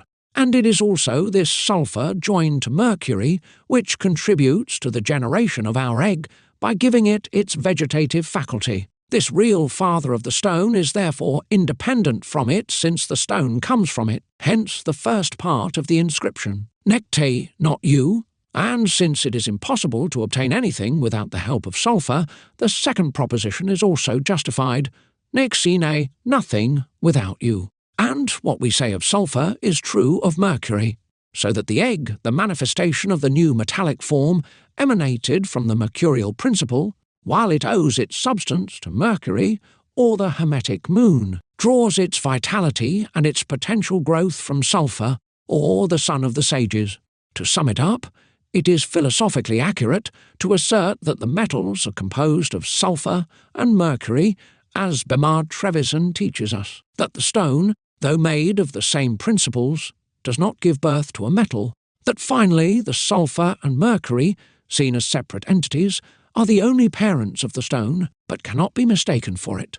We will allow ourselves to draw the reader's attention to the fact that the philosophical coction of the rebus yields a sulphur, and not an irreducible compound of its components, and that this sulphur, by completely assimilating the mercury, takes on special properties, which tend to estrange it from the metallic species. And this constancy of result is the basis for the technique of multiplication and growth, because the new sulphur remains always capable of absorbing a determined and proportional quantity of mercury. The Castle of Dampierre, 10th-7th Series, Plate Dexwenchoind. Panel If. The tables of the Hermetic law, on which a French sentence can be read, but so singularly presented that M. Louis Audiat could not discover its meaning. En soyant dot gis dot toft. Within nothing, everything lies. a primordial motto which the ancient philosophers loved to repeat, and by which they meant the absence of value, the commonness, the extreme abundance of the basic matter from which they drew everything they needed. Then you will find the all-in-all, which is the styptic force of all metals and minerals derived from salt and sulphur, and twice born of mercury brightee, writes Basil Valentine in the Book of the 12 Keys.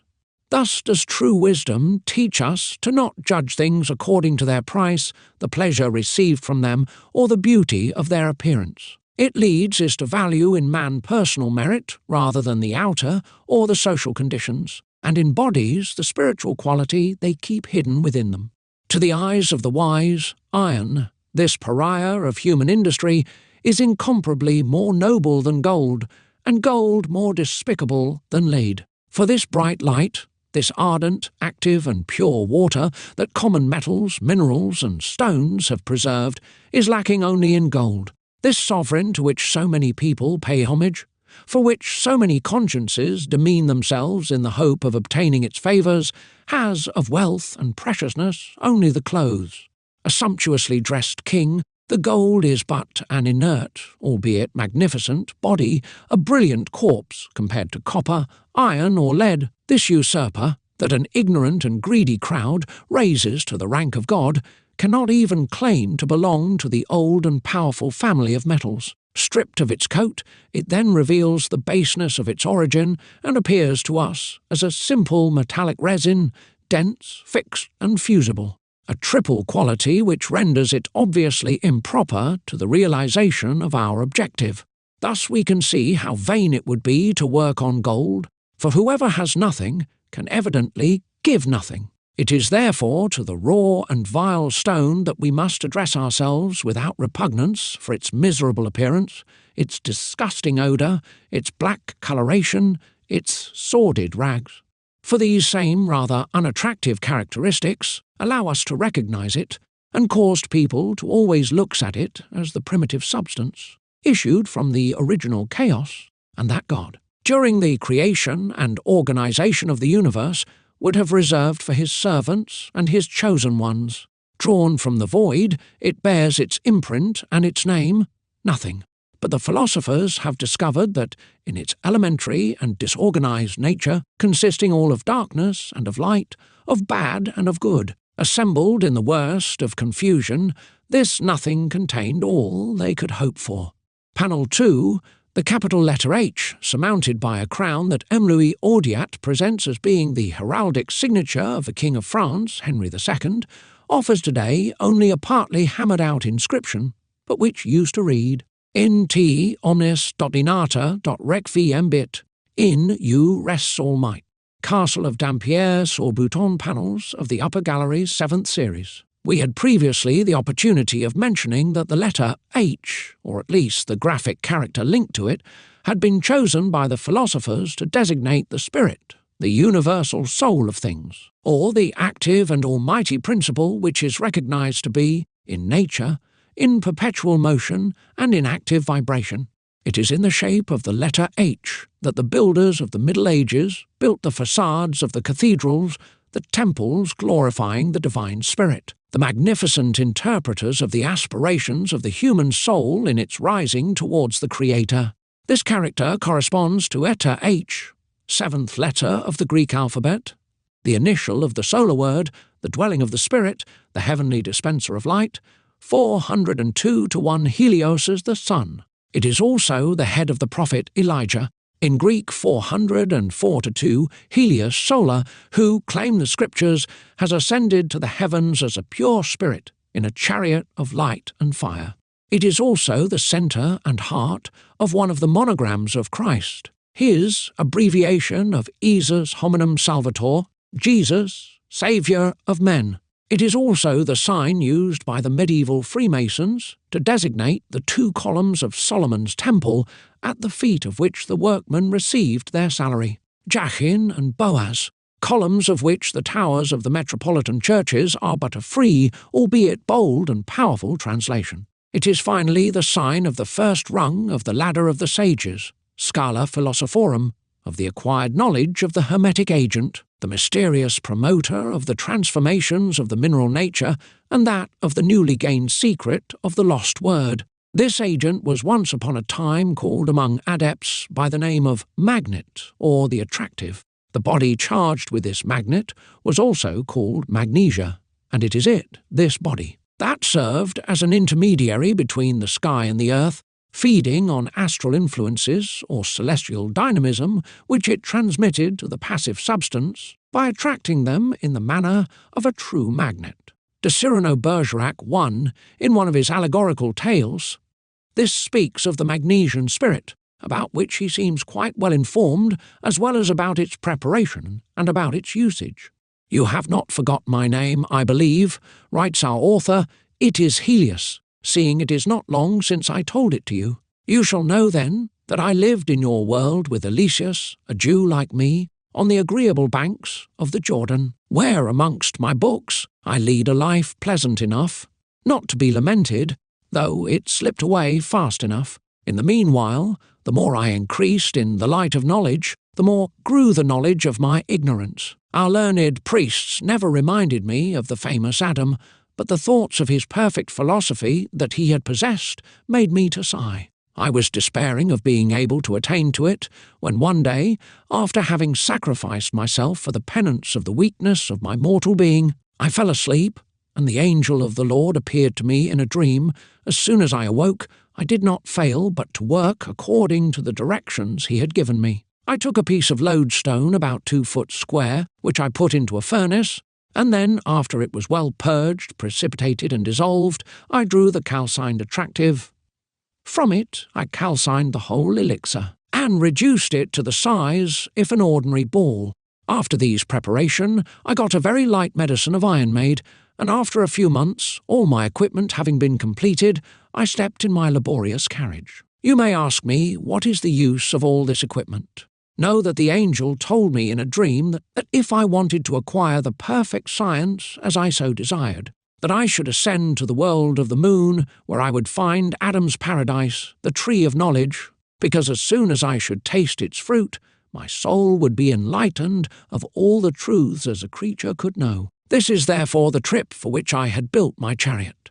Finally I climbed in it, and when I was well and firmly seated in my place, I threw this magnetic ball, as high as I could, up into the air. Now the iron machine, which I had purposely made more massive in the middle than at the ends, was presently elevated, and in a just pose, because the middle received the greatest force of attraction. So then, as I arrived at the place, whither my lodestone had attracted me, and as soon as I had jumped up to there, I threw up my bowl in the air over me again. The truth is, it was a very surprising spectacle to behold, for the steel of that flying house, which I had very carefully polished, reflected on all sides the light of the sun with so great life and lustre, that I thought myself to be carried away on a chariot of fire. When I reflected since upon this miracle, I imagined that I could not have vanquished by occult virtues of a simple natural body the vigilance of a seraphim that God has ordained for the guard of the paradise. But because he is sometimes pleased to use secondary causes, I believe that he had inspired me with this means to enter into it, just as he was kind enough to use the rib of Adam to make a woman out of him, although he could have formed her out of earth just as well as he did with him. As for the crown which completes the important sign we are studying, it is not that of the King of France Henry II, but rather the royal crown of the chosen ones. That crown is seen to adorn the head of the Redeemer on the crucifix of the 11th, 12th and 13th centuries, in particular in Amiens, a Byzantine Christ called Saint-Sauvé, and in Notre-Dame de Trèves on the top of the portal. The horseman of the Apocalypse, Reverend, seated on a white horse, an emblem of purity, receives as the distinctive attributes of his high virtues a bow and a crown, gifts of the Holy Ghost. Our crown, the initiates know what we speak of, is precisely the favourite dwelling place of the spirit. It is a worthless substance, as we mentioned, barely materialised, but which contains an abundance of the latter. And this is what the philosophers from antiquity have fixed in their corona radiata, radiant crown, ornamented with protruding rays only attributed to God or to deified heroes. So shall we explain that this matter, the vehicle of the mineral light, reveals itself, thanks to the radiant signature of the Spirit, as the promised land reserved for the chosen ones of sapience. Panel 3. It is an ancient and often used symbol that we find in this place, a dolphin curled around the arm of a sea anchor. The Latin epigraph which serves as its ensign gives the reason for it. esse.tristis.avra.resedit. Thus does this terrible storm subside. We had several times the opportunity to note the important role filled by the fish on the alchemical scene. Under the name of dolphin, echinus, or remora, it characterizes the humid and cold principle of the work which is our mercury, and which gradually coagulates in contact with and by the effect of the sulphur, an agent of desiccation and of fixity. The latter is represented here by the sea anchor, the stabilizing organ of vessels, for which it provides a point of resistance and support against the efforts of the waves. The long operation which permits completion, the progressive turning into a paste, and the final fixing of the mercury offers a great analogy with sea crossings and the tempests which greet them. This rather rough and swelling sea represents, on a smaller scale, the constant and regular boilings of the hermetic compost. The bubbles burst on the surface and constantly succeed each other. Heavy vapours fill the atmosphere of the vessel and condense into droplets trickling down on the effervescent mass. Everything contributes to give the spectacle of a small-scale storm. Raised up from all sides, thrown around by the winds, the ark nevertheless floats under torrential rains. Asteria prepares to form Delos, the hospitable country that saved Latona's children. The dolphin swims on the surface of the impetuous waters, and this agitation lasts until the remora, the invisible host of the deep sea, finally puts to rest, as would a powerful anchor the ship. Gone adrift, calmness then reappears, the air is purified, the water recedes, vapours are reabsorbed. A film covers the entire surface and, thickening and firming day by day, marks the end of the flood, the time for the ark's landing, the birth of Diana and of Apollo, the triumph of earth over water, of the dry over the wet, and the era of the new phoenix. In the midst of the general upheaval and the clash of the elements is this permanent peace acquired, this harmony resulting from the perfect equilibrium of the principles symbolized by the fish fixed on the anchor. See Tristis ora resedit. This phenomenon of absorption and coagulation of the mercury by a much smaller proportion of sulphur seems to be the first cause for the fable of the remora, the little fish to which popular imagination and hermetic tradition attributed the capability of stopping the largest of ships in their progress. Further, here is, in an allegorical and very instructive discourse, what the philosopher René François, too, says about it. The Emperor Caligula thought one day to go mad with impatience upon returning to Rome with a powerful naval force. All the well-armed, well-spurred, superb ships sailed at leisure, the wind from the rear filled all the sails, the waves and the sky seemed to be on Caligula's side, helping his plan, and, as everything seemed to be for the best, the commanding imperial galley stopped short. The other ships were flying on the waters. The emperor got angry, the pilot blew his whistle louder. 400 strokes of galley and galliots who were on the oars, 5 on each bench, became sweaty by dint of pushing on the oars, the wind became stronger, the sea angry from this affront. Everyone wondered about this miracle, when the emperor came to imagine that some sea monster was stopping him in this place. And so many dove into the water and swam under the surface, going all around this floating castle. They finally found a mean little fish about 1/2 foot long, which had attached itself to the tiller, taking the time to stop the very ship that was taming the universe. It seemed as if it wanted to mock the emperor of the human race, who fidgeted with so much impatience with his hordes of soldiers and his iron thunderbolts, which made him lord of the earth. Here, it is said in its fish language, is a new Hannibal at the gates of Rome, who is detained in a floating prison, Rome and its emperor. Rome the princess will lead on earth the captive king in triumph, and I will lead in marine triumph by the provinces of the ocean the prince of the universe. Caesar will be king of men, and I will be the Caesar of Caesars. All the power of Rome is now my slave, and can spend itself to the last drop. For as long as I want, I will hold it in this royal jail. By playing and joining myself to this galleon, I will do more in one moment than they did in 800 years.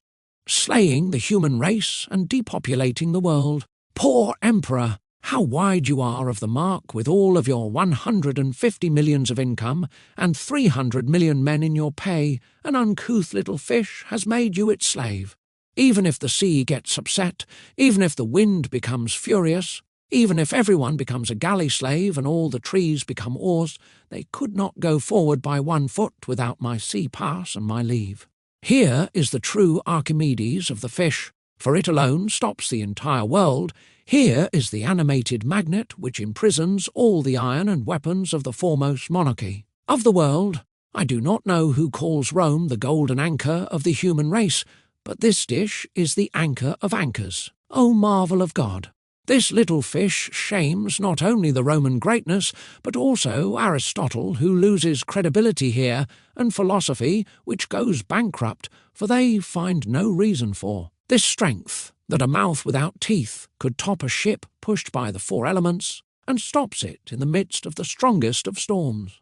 Pliny says that all of nature is hidden, and stands sentry, and dwells garrisoned in the smallest of creatures. I believe it, and I for one think that this little fish is flying the flag of nature, and of all its soldiers. It is nature which nabs and stops these galleys. It is it which bridles, however without any other bridle than the snout of a little fish. That which cannot be bridled, alas! Why do we not bring down the horns of our vain arrogance with such a holy consideration? For if God-making games can, with a little buccaneer of the sea and the pirate of nature, arrest and stop all of our plans which are flying with full sails. From one pile to the other, to what point will he reduce our affairs if he used all his might?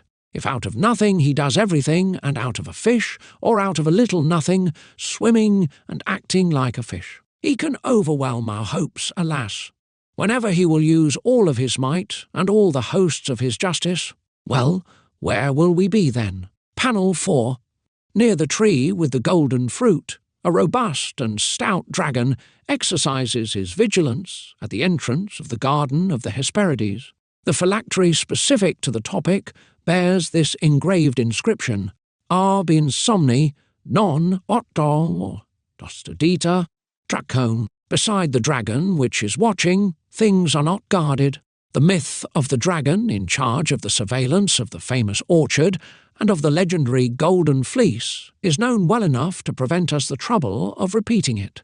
It suffices to point out that the dragon is chosen as the hieroglyphic representative of the crude mineral matter with which we must begin the work. That is to indicate its significance, the care that we must bring to the study of the outer signs and of the qualities likely to make its identification possible, to help us recognize and distinguish the hermetic subject among the many minerals which nature places at our disposal.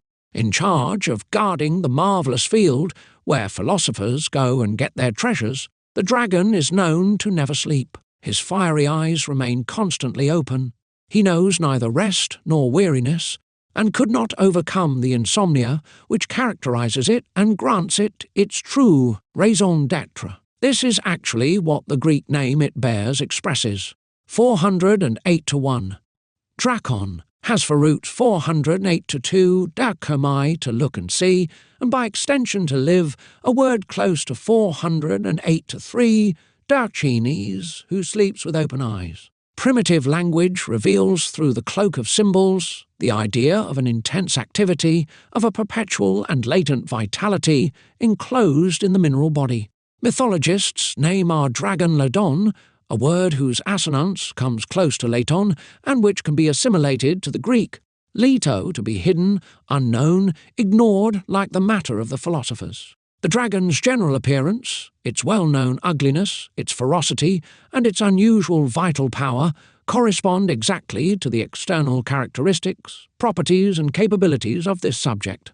The special crystallization of the latter finds itself clearly indicated by the scaly skin of the dragon. So are its colours, for the matter is black, spotted red or yellow, as is the dragon, which is its likeness. As for the volatile quality of our mineral, we see it translated by the membranous wings with which the monster is equipped, and because it is said that it vomits fire and smoke when attacked, and that its body ends in a snake-like tail, poets, for these reasons, had him be born of Typhon and Echidna. The Greek Typhon, a poetic term for Typhon or Tuphos, the Egyptian Typhon, means to fill with smoke, to light, to set aflame. 408 to 8. Echidna is nothing else than the viper.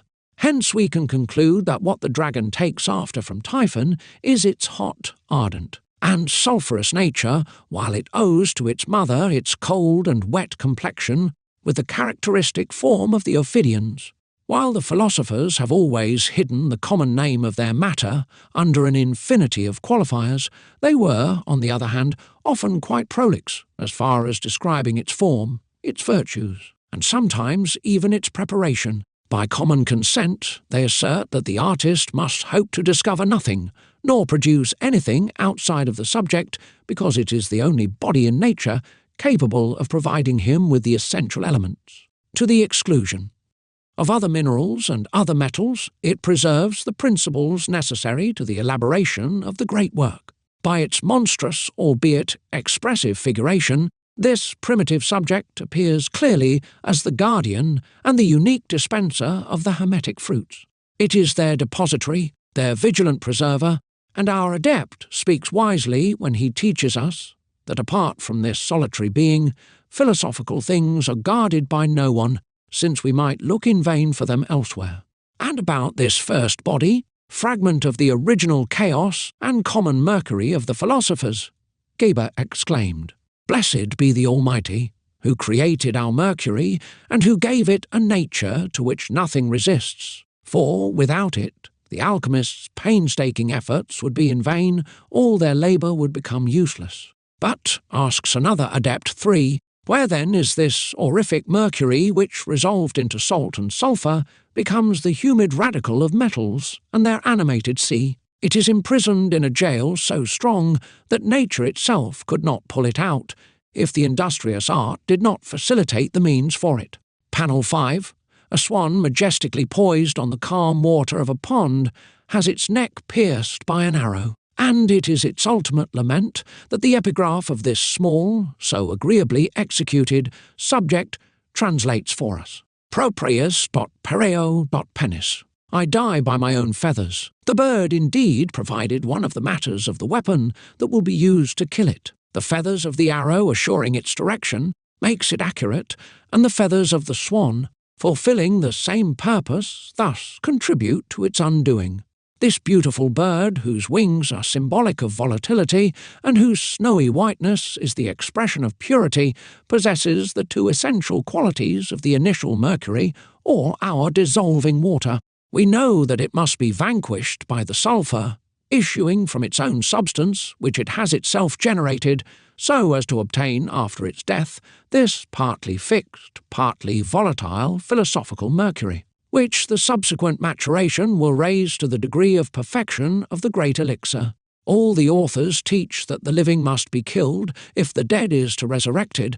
This is why the good artist will not hesitate to sacrifice the bird of Hermes and to initiate the mutation of its mercurial properties into sulphurous qualities, since any transformation remains subject to a preliminary decomposition and cannot be completed without it. Basil Valentine states that twofold fiery man must be fed a snowy swan, and he adds, "But then the swan roasted will become food for the king." No philosopher, to our knowledge, has lifted the veil which covers this mystery, and we wonder whether it is advisable to comment upon such serious words. However, recalling the long years during which we ourselves remained stuck before this door, we think that it would be charitable to help the worker, who has arrived at this point, to get over the threshold. Let us, therefore, give him a helping hand and disclose, within the permitted boundary, what the greatest masters have believed prudent to hide. It is obvious that Basil Valentine, by using the expression of the twofold fiery man, means to speak of a secondary principle resulting from the combination of two agents of hot and ardent disposition, consequently being of the nature of metallic sulphurs. Hence we can conclude that under the simple name of sulphur, the adepts, at a given time in the progress of the work, conceive two conceived bodies of similar properties but of different specificity, conventionally taken to be a single one. This being proposed, what would the substances capable of yielding these two products be? Such a question has never received an answer. However, if we consider that the emblematic representatives of metals are figured by mythological deities, now masculine, now feminine, that they owe these particular attributions to the sulphurous qualities proven by experiment, the symbolism, the fable, will likely shed some light on these dark matters. Everyone knows that iron and lead are placed under the rule of Aries and of Kronos, and that they receive their respective planetary influences from Mars and from Saturn. Tin and gold, ruled by Zeus and Apollo, take up the vicissitudes of Jupiter and the Sun. But why do Aphrodite and Venus rule copper and silver, the subjects of Venus and of the Moon?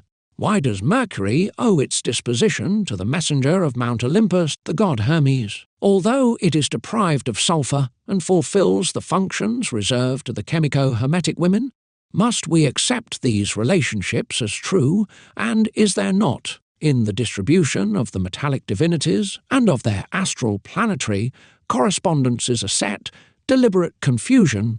If we are able to be questioned on this point, we would answer in the affirmative without hesitation. Experience categorically demonstrates that silver possesses a magnificent sulphur, as pure and bright as that of gold, yet without having its fixedness. Lead yields a mediocre product of a rather equal colour, but less stable and quite impure. The sulphur of tin, flawless and bright, is white, and would incite us to put this metal under a goddess's protection rather than a god's authority. Iron, on the other hand, has a lot of fixed sulphur of a dark, dull, filthy, and so imperfect red that, in spite of its fireproof quality, we would not really know what to do with it.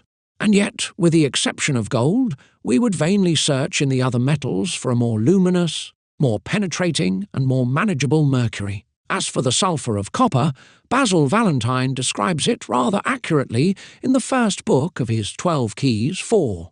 Amatory Venus is clothed with abundant colour, and her whole body is almost completely made of a tincture or colour similar to the one of the sun, which, because of its abundance, closely borders on red. But since her body is leprous and sick, and affords no permanent substratum to the fixed tincture, when the body perishes, the tincture perishes with it, unless it is joined to a fixed body, in which it could elect its seat and dwelling in a stable and permanent fashion.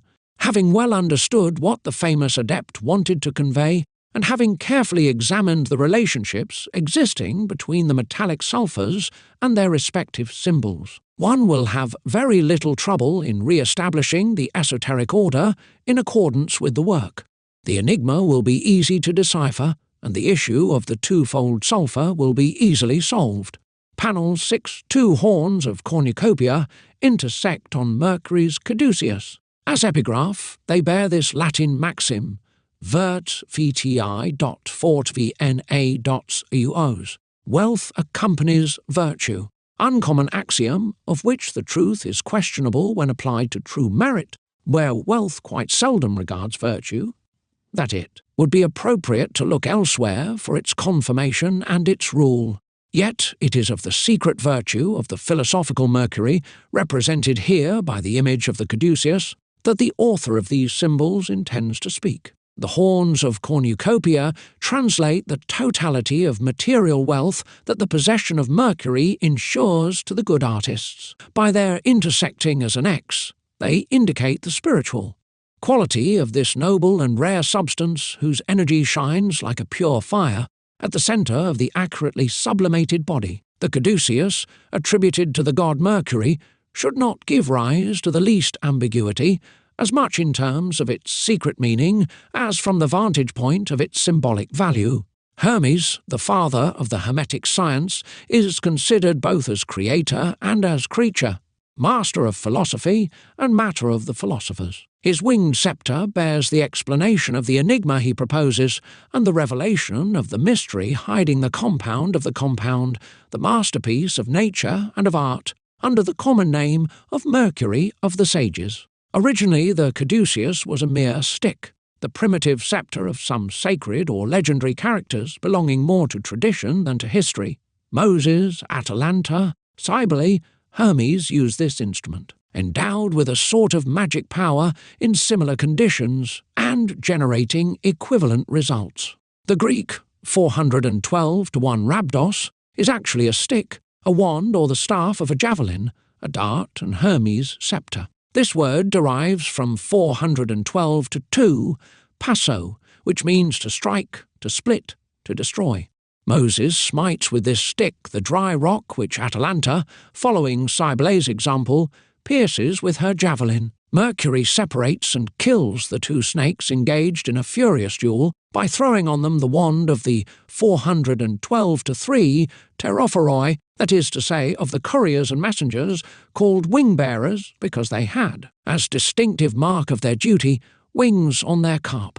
Hermes Pegasus therefore justified his function of messenger and mediator of the gods. The addition of snakes to the stick, completed by the hat 412 to 4, Petarsos, and the talaria 412 to 5, tarsoi, gave the caduceus its final form with the hieroglyphic expression of the perfect Mercury.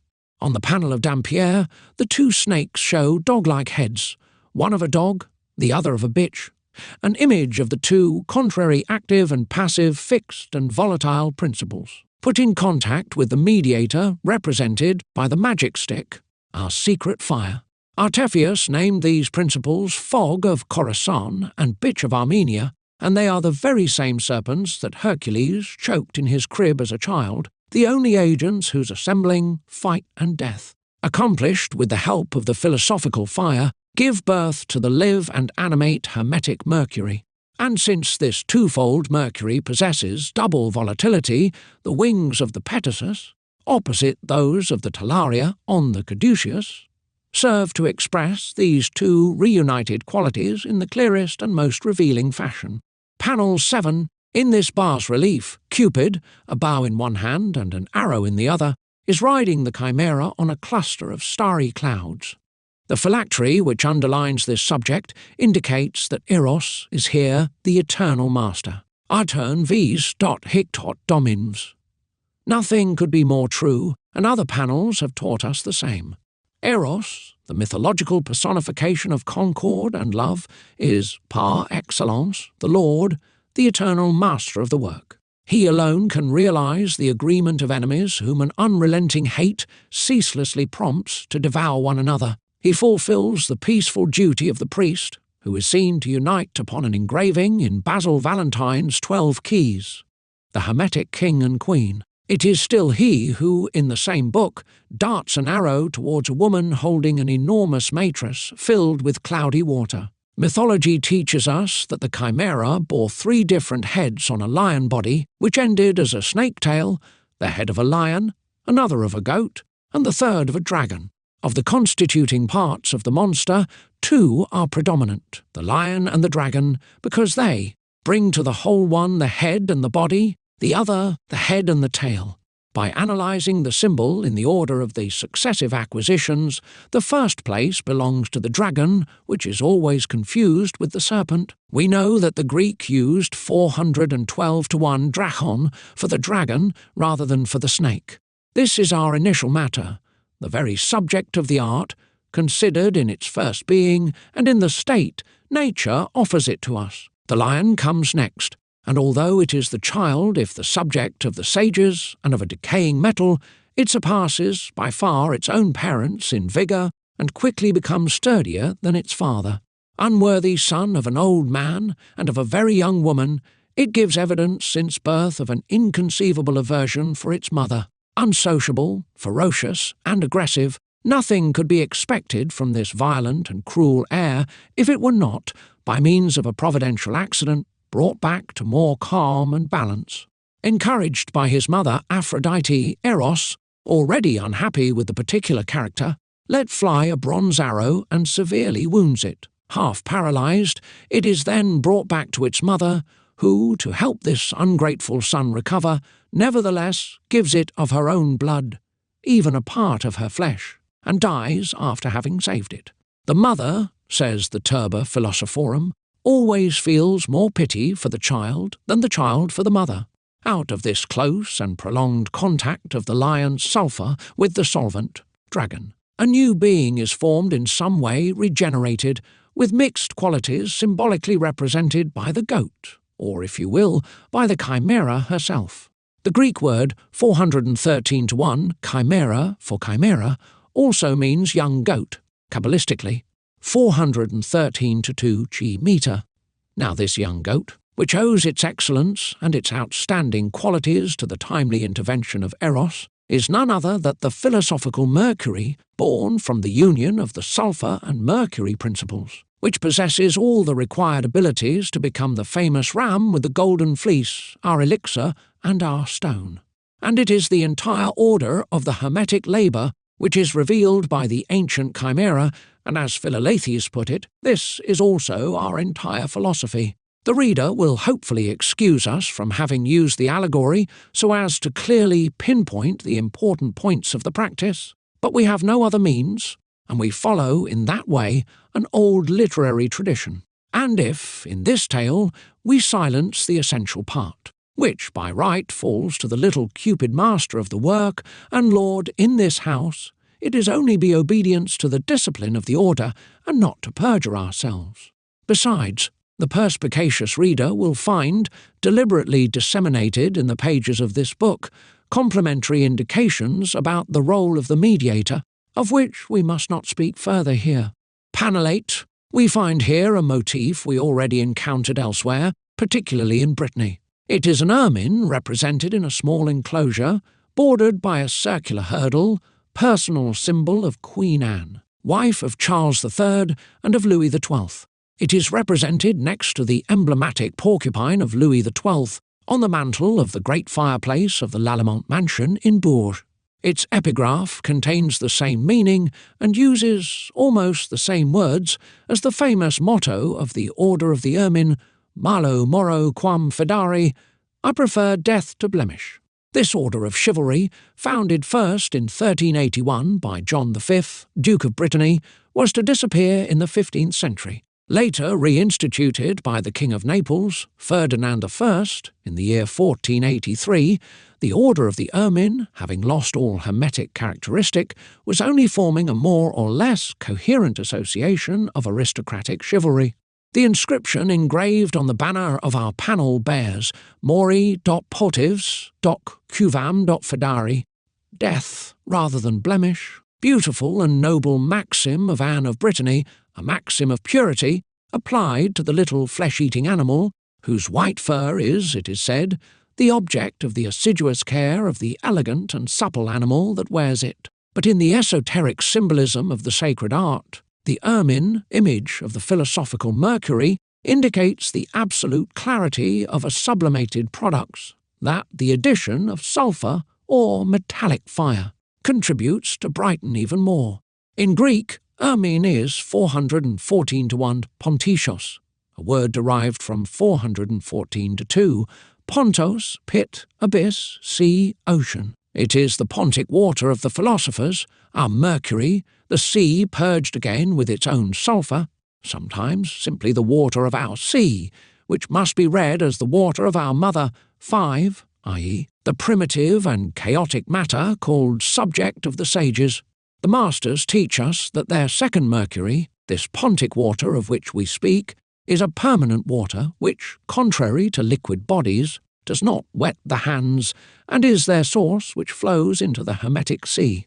To obtain it, they say, it is advisable to strike the rock 3 times, so as to extract from it the pure water mixed with the coarse and solidified water, usually represented by rocky masses emerging from the ocean. The word 414:1, Pontios, specifically expresses all that which inhabits the sea. It calls to mind the hidden fish, which the mercury has caught and kept in the mesh of its net, the one that the ancient custom of the celebration of the 12th night offers us in its own form sole, dolphin, or sometimes in the shape of the bather, or the bean hidden in the layers of the flaky 12th night cake, 7. The pure and white ermine thus appears as the expressive emblem of the common mercury united to the sulphurous fish in the substance of the philosophical mercury. As for the hurdle, it reveals which are the external signs that, according to the adepts, constitute the best criterion of the secret product and bear witness to a canonical separation conforming to natural laws. The woven hurdle, serving as an enclosure for the ermine and actually as an envelope for the animated mercury, should suffice to explain the drawing of the stigmata in question. However, as our aim is to define them unequivocally, we will say that the Greek word 415-2, karakoma, fence, derived from 415-3, charasso, to trace, to engrave, to mark with an imprint, possesses in fact an origin similar to that of the word 415-4 character, which means carved lineament, distinctive form, characteristic.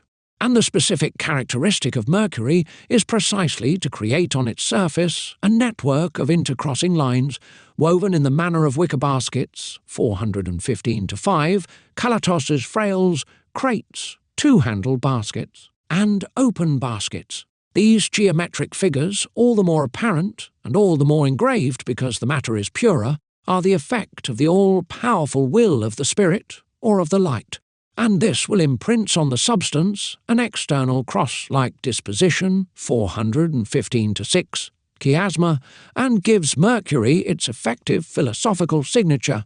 This is the reason why this envelope is compared to the mesh of the net used to catch the symbolic fish, to the characteristic basket that the 415-7 ictus of the Roman catacombs bears on his back, to Jesus' manger, the crib of the Holy Ghost incarnated as men's Saviour, to Bacchus' cyst, said to contain some mysterious object, to Hercules' crib as the child choked the 2 snakes sent by Juno, and to that of Moses, saved from the waters, to the 12th night cake, bearer of the same characteristics, to the cake of Little Red Riding Hood, perhaps the most charming creation of these hermetic fables, called the Tales of Mother Goose, etc. But the most significant imprint of the animated mercury, the superficial mark O, the work on the metallic spirit, can only be obtained after a series of operations or long, difficult, forbidding purifications.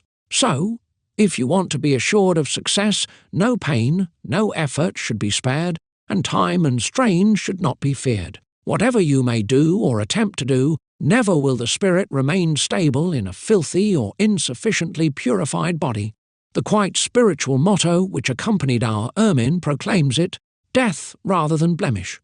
May the artist remember one of the greatest labours of Hercules, the cleaning of the Augean stables. All the waters of the flood, say the sages, must pass through our earth. These are expressive images of the labour demanded by the perfect purification, a simple, easy work, but so tedious that it discouraged many alchemists who were more greedy than industrious, more enthusiastic than persevering.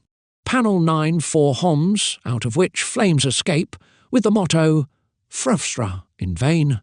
It is the succinct translation, engraved in stone, of the 4 fires of our coction. The authors who spoke of it described them as so many different and proportionate degrees of the elementary fire acting in the midst of the Athanor on the philosophical rebus.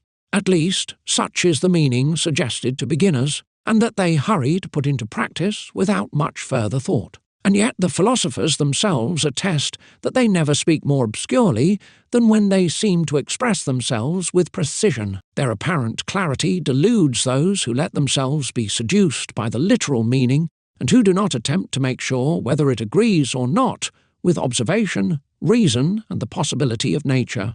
This is why we must warn the artists who will try to accomplish the work according to this process, that is to say, by submitting the philosophical amalgam to the increasing temperatures of the 4 regimens of fire, that they will certainly be the victims of their ignorance and frustrated from the desired results.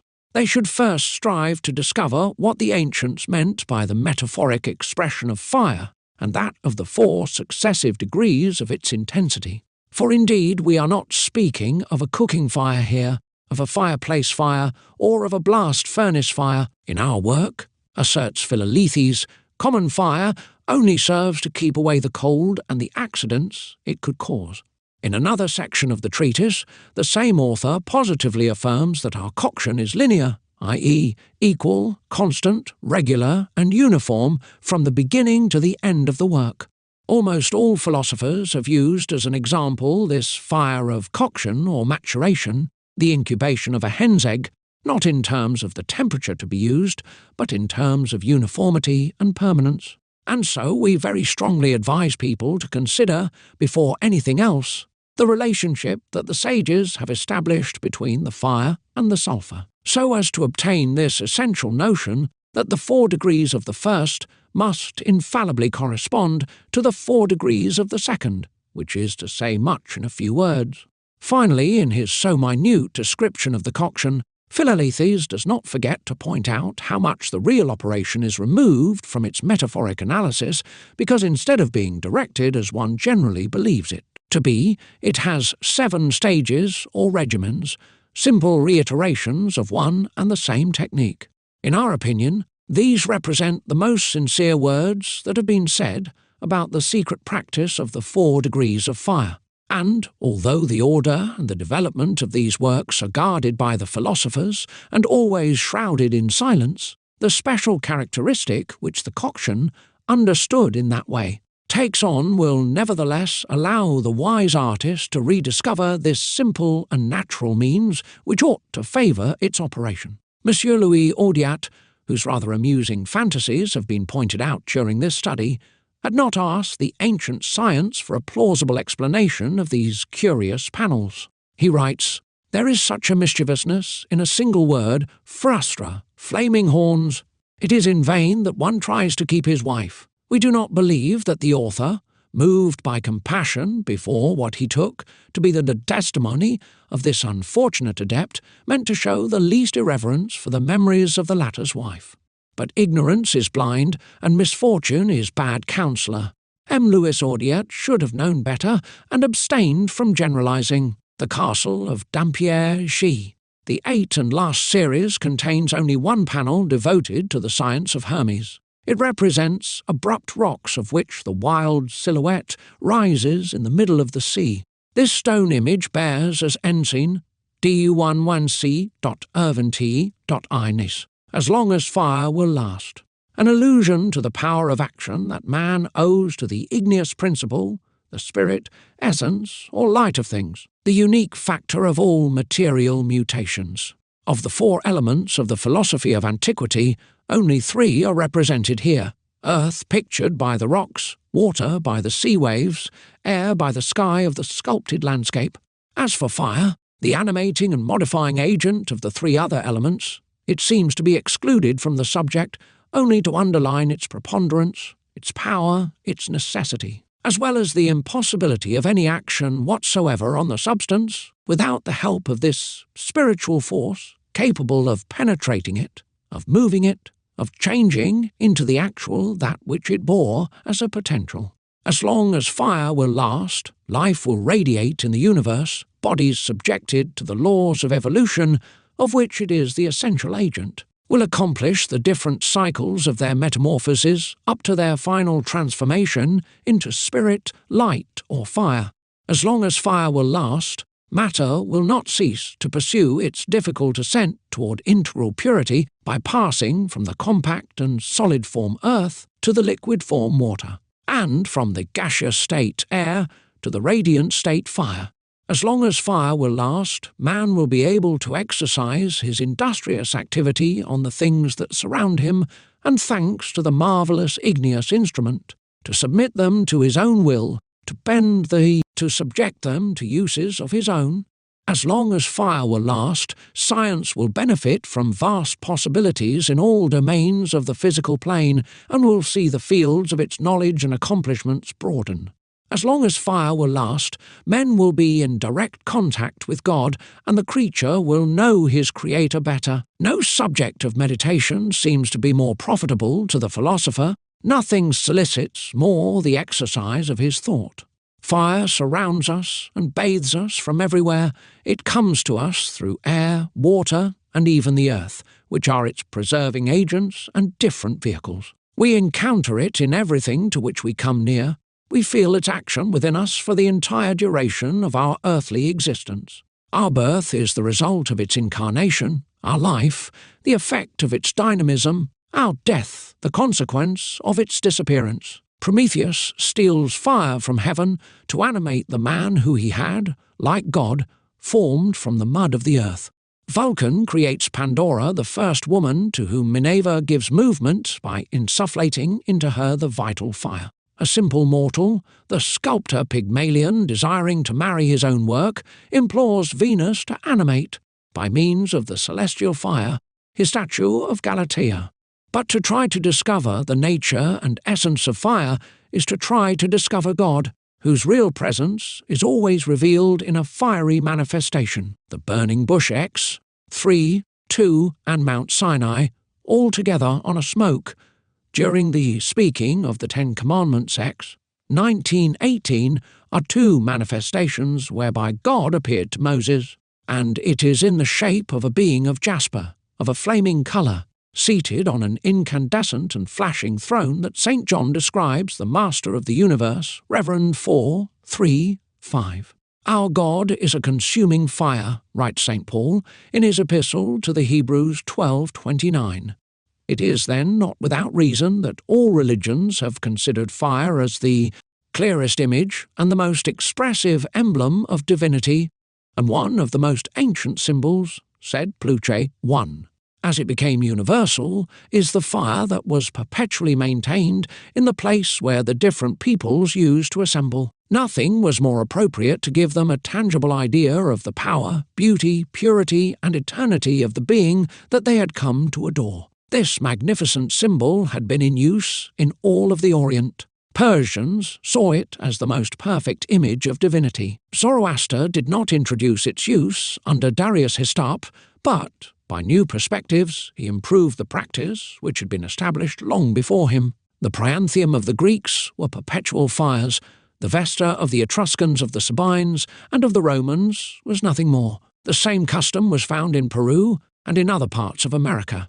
Moses kept the practice of a perpetual fire in the holy place as part of the ceremonies he chose and described in detail to the Israelites. And the same symbol, so expressive, so noble, and so unlikely to prompt man into illusion, still exists today in all our temples.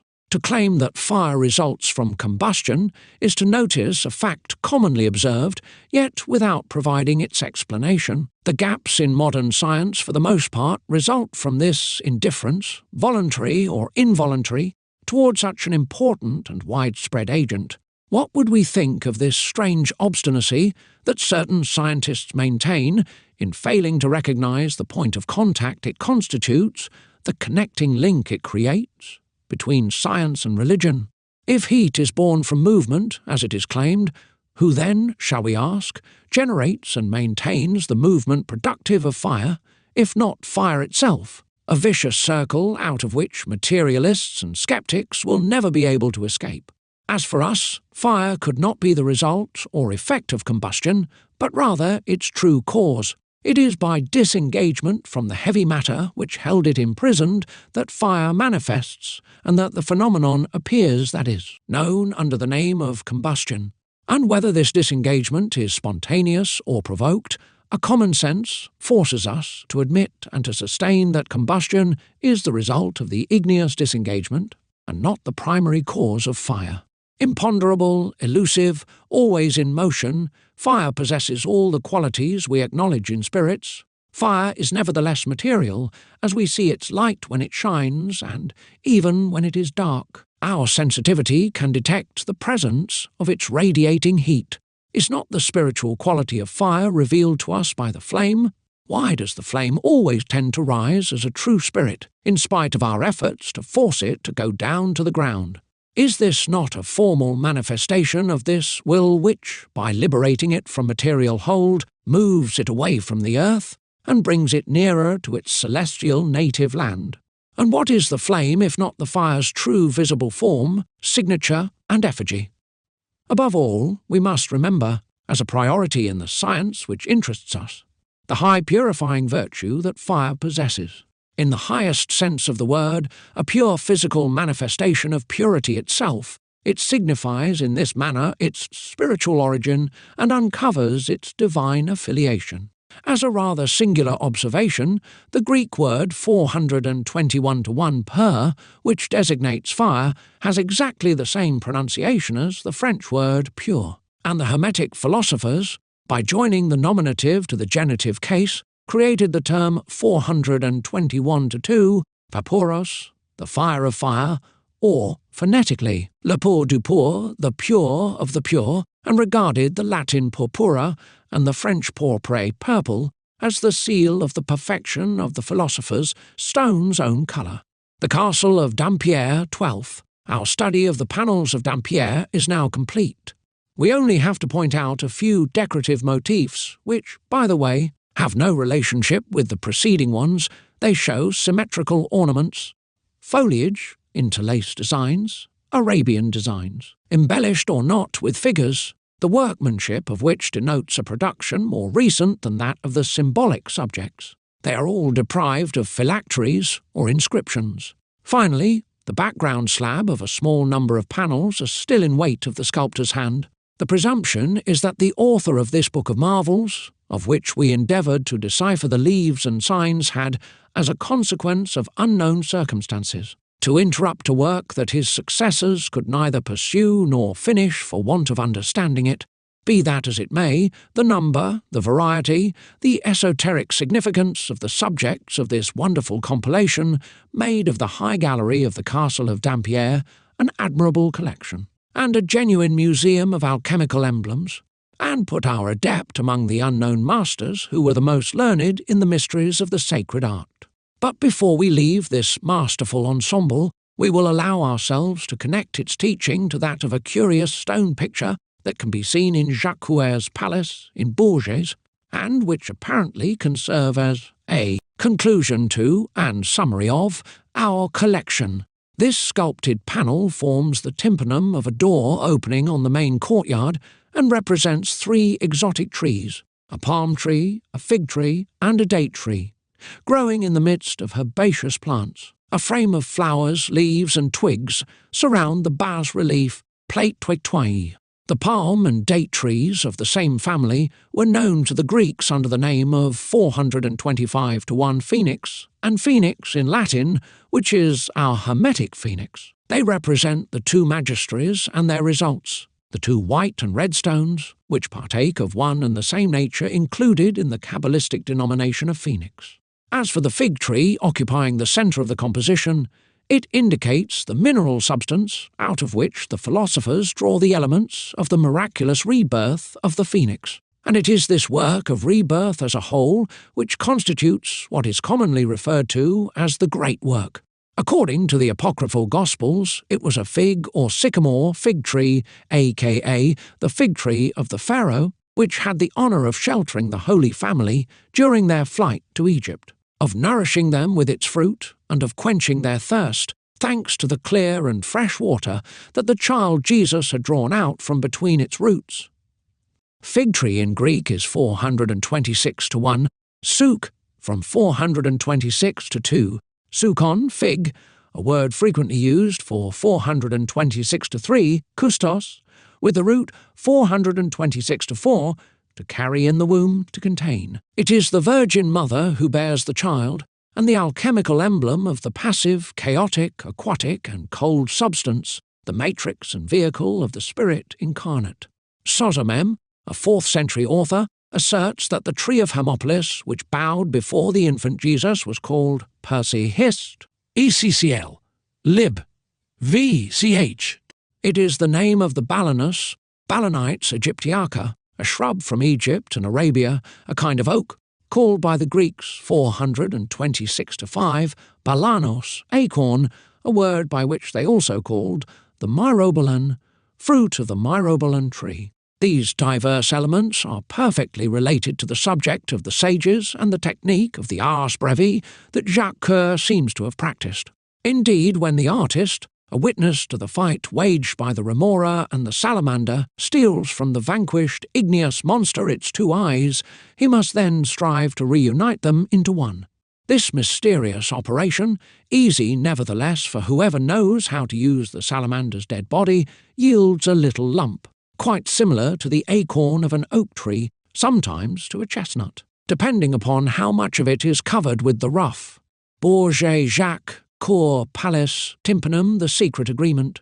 Matrix from which it can never totally free itself. This provides us with the explanation of the acorn and of the oak tree, which we almost always encounter in Hermetic iconography, of the chestnuts, specific to Jacques Lallemont's style, of the heart, the fig, of Jacques Coeur's fig tree, of the little bell, accessory of the jester's rattle, of the pomegranates, pears and apples frequent in the symbolic works of Dampierre and Coulanges, etc. On the other hand, if we take into account the magical, quasi-supernatural characteristic of this production, we can understand why certain authors have indicated the hermetic fruit by the name of myrobalan, and also why this term has remained in the French common language a synonym for marvellous, surprising, or extremely rare things.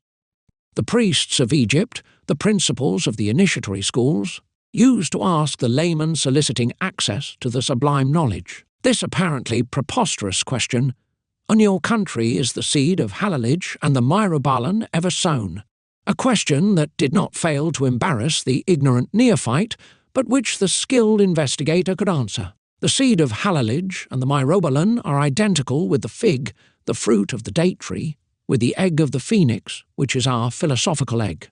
It is the one reproducing the legendary eagle of Hermes, whose feathers were dyed with all the colours of the work, but among which red dominates, as its Greek name 427 to 1 Phoinix, purple red, indicates. De Cyrano Bergerac does not omit to speak about it in the course of an allegorical tale where is interspersed some of this language of the birds which the great philosopher admirably commanded. 3. I began to fall asleep in the shade. I perceived in the air a strange bird that hovered over my head. It supported itself by so slight and imperceptible a motion that I was many times in doubt whether it might not be also a little universe balanced by its own creator. However, by little and little it descended, and at length came so near that it filled my eyes with a delightful prospect. The tail of it seemed to be green, its breast azure enamelled, its wings incarnate, and its head purple, which tossed a glittering crown of gold, the rays whereof sparkled from its eyes. It kept a long time upon the wing, and I was so attentive to observe what became on it, that my soul being contracted, and in a manner wrapped up in the sole action of seeing, it hardly reached my ear, to let me hear that the bird spoke as it sung. However, being little by little unbent from my ecstasy, I distinctly remarked the syllables, words, and discourse which it uttered. To the best of my memory, then it spun out its songs into these terms: "You are a stranger, whistled the bird, and have had your birth in a world, of which originally I am. Now that secret propensity to mutual love, that those of the same country have one for another, is the instinct which inclines me to inform you of my life. I well perceive you are big with the expectation to learn what I am. It is I who amongst you am called the Phoenix. In every world there is but one at a time which lives there for the space of 100 years. For at the end of an age, when upon some mountain of Arabia it has laid a great egg amidst the coals of its funeral pile, which it has made of the branches of aloes, cinnamon, and frankincense, it takes its flight, and diverts its course towards the sun, as the country to which its heart has long aspired. It has indeed made many attempts before for accomplishing that voyage, but the weight of its egg, which has so thick a shell that it requires an age to be hatched in, still retarded the enterprise. I am sensible that you can hardly comprehend that miraculous production, and therefore I'll explain it you. The phoenix is an hermaphrodite, but amongst hermaphrodites it is likewise another phoenix altogether extraordinary for. It continued half an hour without speaking, and then added, "I perceive you suspect what I have told you to be false, but if what I say be not true, the first time I come into your globe, may an eagle devour me." Another author, 5, dwells further on the mythical hermetical bird and points out a few of its particularities which it would be difficult to find elsewhere. The Caesar of birds, he says, is the miracle of nature, Zero, who wanted to show through it the extent of her power, showing herself as a phoenix by forming the phoenix. She has done wonders in improving it, by giving it a head embellished with royal feathers and imperial aigrettes, a tuft of feathers, and a crest so bright that it seems to bear either a silver crescent of a golden star on its head. The robe and the down are of a shimmering double gilt, which shows all the colours of the world. The big feathers are rosy red, azure, gold, silver, and of flame colour. The neck is a choker made of the stones, and not a rainbow, but a phoenix bow. The tail is of celestial colour with a gold lustre, which represents the stars. Its tail feathers and its whole robe are like a first spring, rich of all colours. It has 2 eyes in its head, shining and flaming, which seem to be 2 stars, gold legs and scarlet nails. Its whole chest and its bearing show that it has some feeling of glory, that it knows how to hold its rank and bring out its imperial majesty. Even its flesh has something royal about it, because it only eats drops of incense and chrism of balm. When it was in its crib, says Lactantius, the heaven distilled nectar and ambrosia for it. It alone is witness to all the ages of the world, and it has seen the golden souls of the golden age turn into silver, from silver into brass, and from brass into iron. It alone has never given the sky and the world the slip.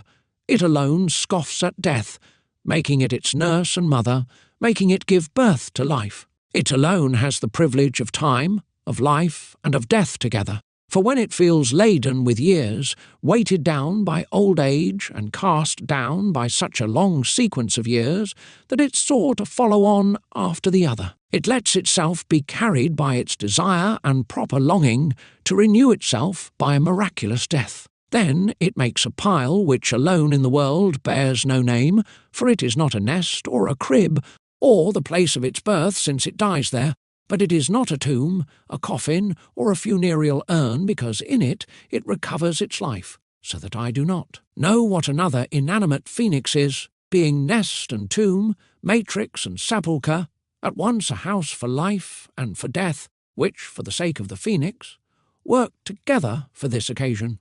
And, whatever it may be, it is there in the trembling arm a palm tree, that it makes a collection of small sprigs of cinnamon and incense, and on the incense, cassia, and on cassia spikenard. Then with a pitiful look, commending its soul to the sun, its murderer and its father, it alights or lies down on this balmy stake to get rid of its trying years.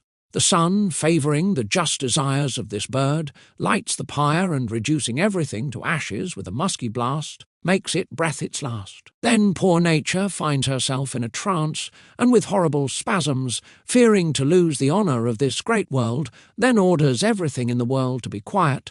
The clouds would not dare pour the slightest drop of water on the ashes nor on the earth. The winds, no matter how enraged, would not dare run through the countryside. Alone the zephyr is the master, and springtime has the upper hand while the ash is inanimate, and nature holds everything so that the return of her phoenix is favoured. O great miracle of divine providence!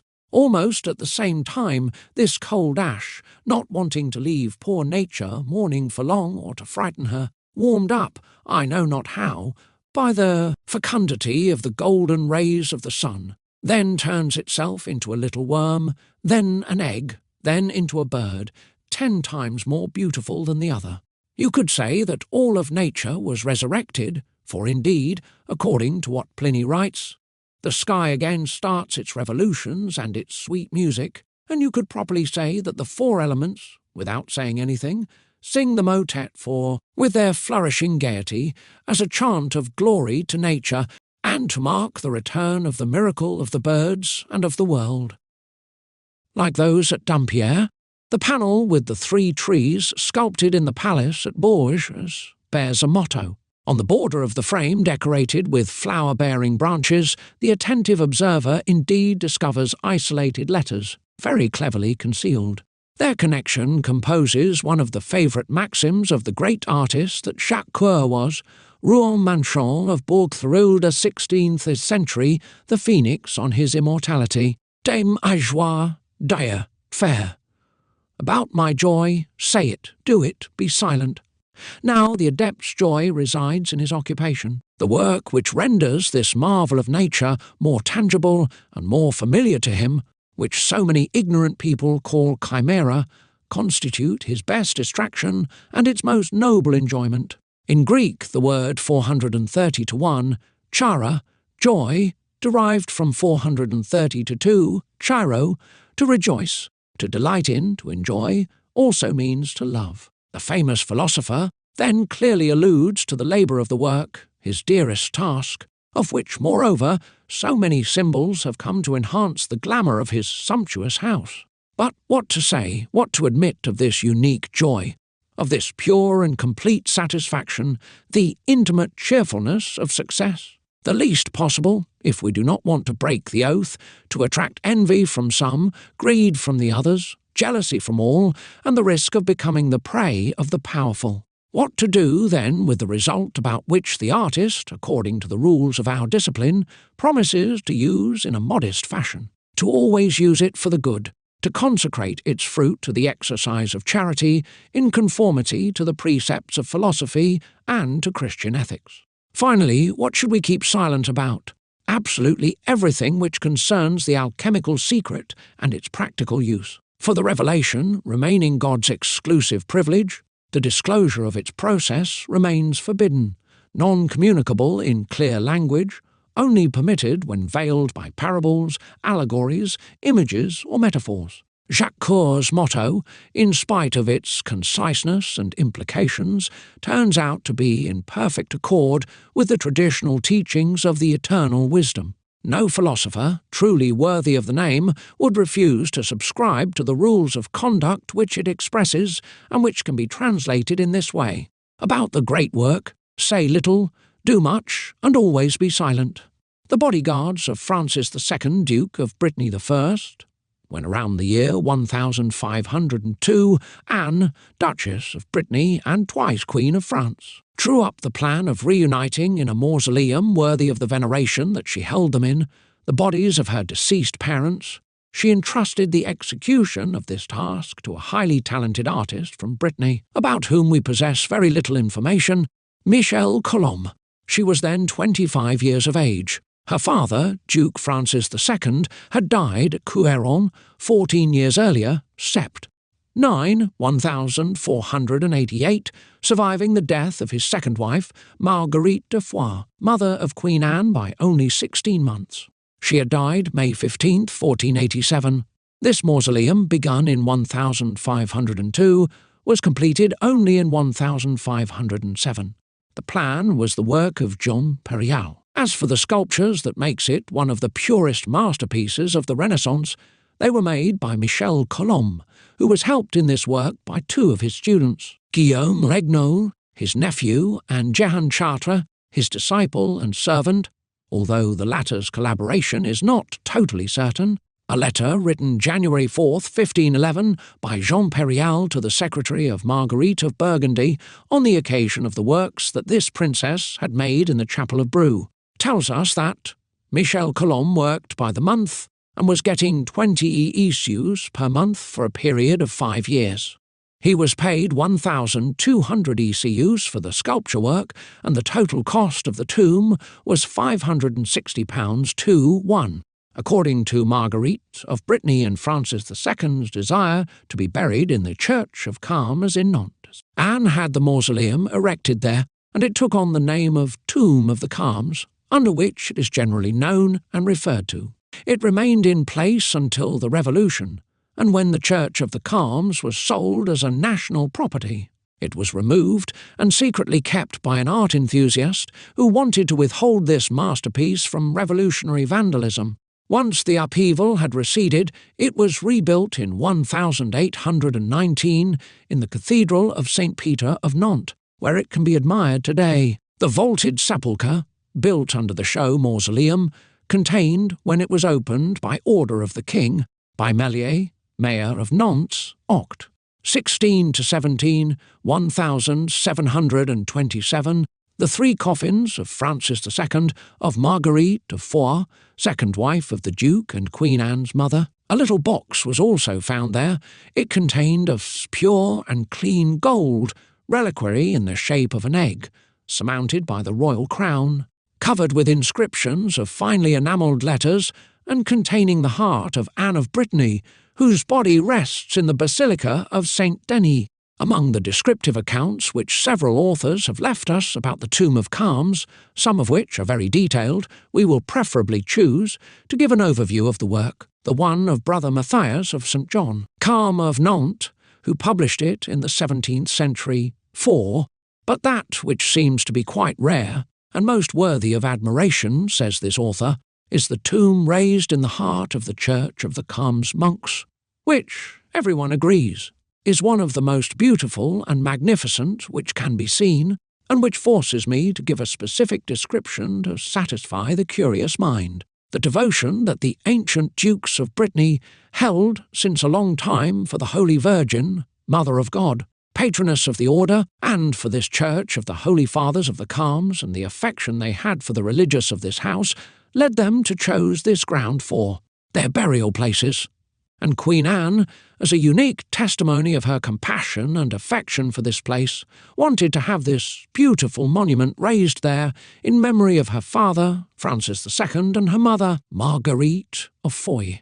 It is built in a square fashion, 8 feet wide and 14 feet long, all made using fine Italian black and white marble, porphyry and alabaster. The main part of the word is raised by 6 feet from the ground with 6 niches, each 2 feet high, with their back parts made of finely carved porphyry, ornamented all around with pillars of white marble, in the proper proportions and rules of architecture, enriched with very delicately worked moresques, arabesques, and all the 12 niches are filled with the white marble figure of the 12 apostles, each having a different posture and the instruments of his martyrdom. Both ends of the main building are ornamented with a similar architecture, and each is divided into 2 niches similar to the others. At the end, towards the master altar of the church, are placed in these niches the figures of St. Francis of Assisi and of St. Marguerite, patron saints of the last Duke and Duchess which are buried there, and at the other end, in 2 similar niches, are seen, in the same way, the 2 figures of St. Charlemagne and St. Louis, King of France. Below the said 16 niches which surround the main part of the tomb are as many cavities made in a round fashion, of 14 inches in diameter, the back part of which is made of carved white marble in the shape of a shell, and all filled with figures of mourners in their funeral clothes, in various postures, whose workmanship is taken into consideration by very few people, but admired by all who know it for what it truly is. This part is covered by a large table of black marble, made all of one piece, which exceeds the solid body, mass of the tomb by approximately 8 inches all around, creating a sort of cornice to serve as an entablature and an ornament of the main part of the tomb. On this stone 2 great figures of white marble are lying, each 8 feet long, one representing the Duke and the other the Duchess with their ducal clothes and coronets. 3 white marble angels, each 3 feet tall, holding squares pillows under the heads of these figures, which seem to soften under the weight and the angels cry. At the feet of the figure of the Duke there is a figure of a lion, lying down as in nature, bearing on its mane the coat of arms of Brittany, and at the feet of the figure of the Duchess there is the figure of a greyhound also bearing round its neck the coat of arms of the House of Foix, which the art animates marvellously well. But what is most marvellous in this piece are the 4 figures of the cardinal virtues made of white marble and 6 feet high, placed at the 4 corners of the sepulchre. They are so well carved, so well placed, and are so lifelike that the natives of the city and foreigners all admit that nothing can be seen which is better, neither in the antiquities of Rome, nor in the modern statues of Italy, France, or Germany. The figure of justice is placed on the right side as one enters, holding a raised sword in the right hand, and a book and scales in the left one. A crown on her head dressed with fur and skins, which are the marks of the science, equity, severity, and majesty which accompany this virtue. Opposite, on the left side, is the figure of prudence, which has two faces opposite one another on the same head, that of an old man with a long beard, the other of a young lad 5. In the right, on the left hand, she holds a convex mirror at which she stares, in the other hand a compass. At her feet appears a serpent, and these things are symbols of the consideration and the wisdom with which this virtue proceeds in her actions. At the right angle, on the upper side, is the figure of strength dressed in a coat of mail armour and a helmet on her head. In her left hand she carries a tower, out of whose crevices a serpent dragon emerges, which she strangles with her right hand. This marks the vigour which this virtue uses in misfortunes to prevent violence or to bear its burden. On the opposite corner is the figure of temperance, clad in a long robe girding on a ribbon a belt. In her right hand she bears the working S of a clock, and in the other the bit of a bridle, hieroglyphs for the regulation and moderation that this virtue puts on human passions. The eulogies that Brother Matthias of St. John writes of these bodyguards of Francis II, represented by the cardinal virtues of Michel Colomb 6, seems to us perfectly deserved. These 4 statues, says de Caumont 7, are admirable for their grace and simplicity. The garments are sculpted with a rare perfection, and in each figure a very marked individuality can be observed, although the 4 are equally noble and beautiful.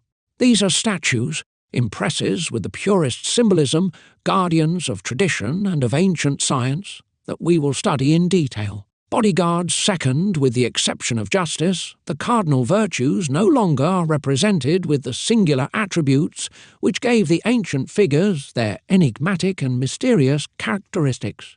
Under the pressure of more realistic designs, the symbolism was transformed.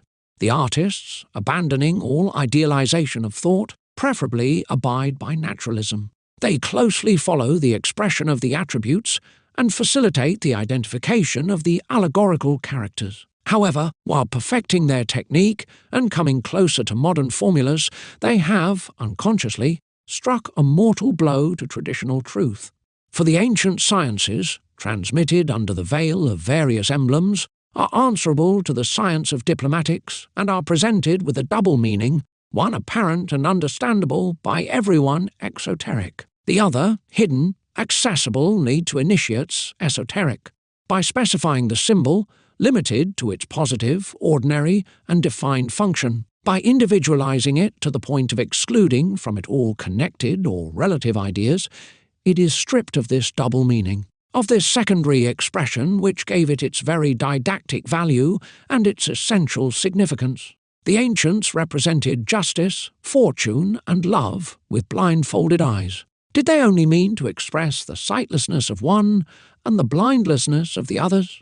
Could we not discover in the attribute of the blindfold a special reason for this artificial and probably necessary darkness? It would suffice to know that these figures, commonly subjected to human vicissitudes, also belong to the scientific tradition, to easily recognize the reason, and we would then become aware that the occult meaning proves to be clearer than that obtained by a direct analysis or by a superficial perusal. When the poets relate that Saturn, the father of the gods, devoured his children, we believe, along with the encyclopedia, that such a metaphor serves to characterize a period, an institution, etc., whose circumstances or results become fatal to the very people who should only benefit from it.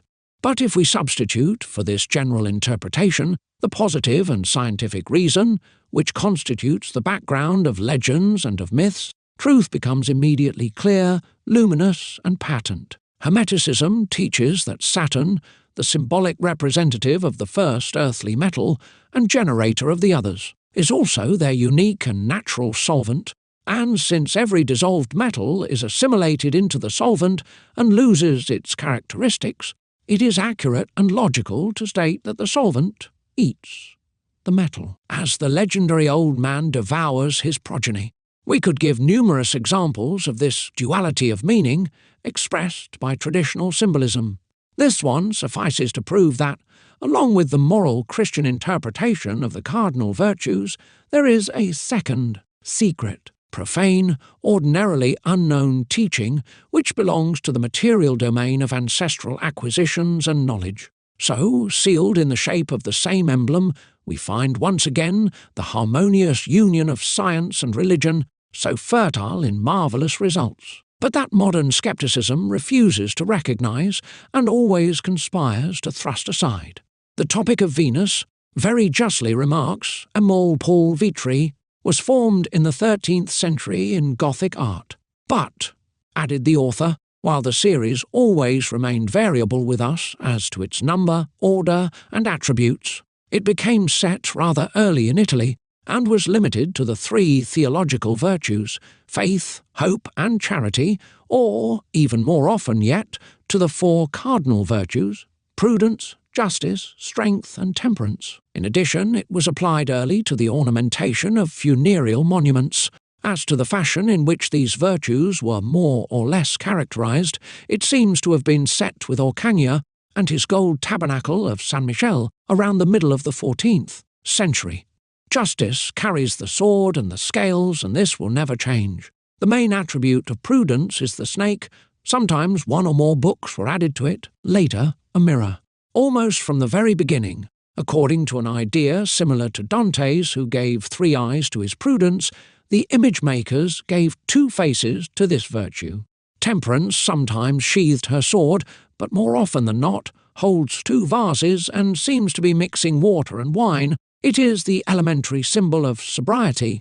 Finally, strength bears Samson's attributes. She is armed with the shield and club. Sometimes she has a lion's skin on her head and a disc representing the world in her hands. Other times, and this will become her definitive attribute, at least in Italy, she holds an entire or a broken column.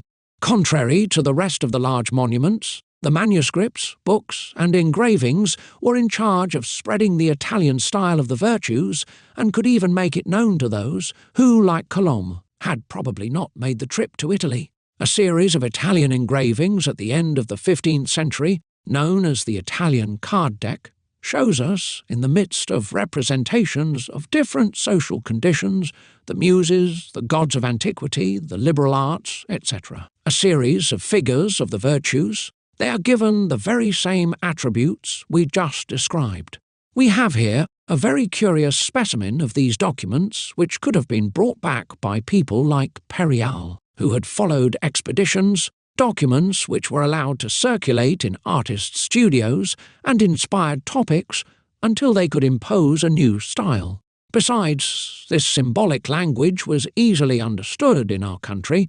It was totally in accordance with the allegorical spirit of the 15th century. In order to become aware of it, it suffices to think of the Roman de la Rose and of all the literature which was thereafter produced. The miniaturists had abundantly illustrated these books, and even apart from the allegories of nature, from these diversions and make-believe, French art certainly did not fail to know the series of virtues, although it was not a theme used as frequently as in Italy.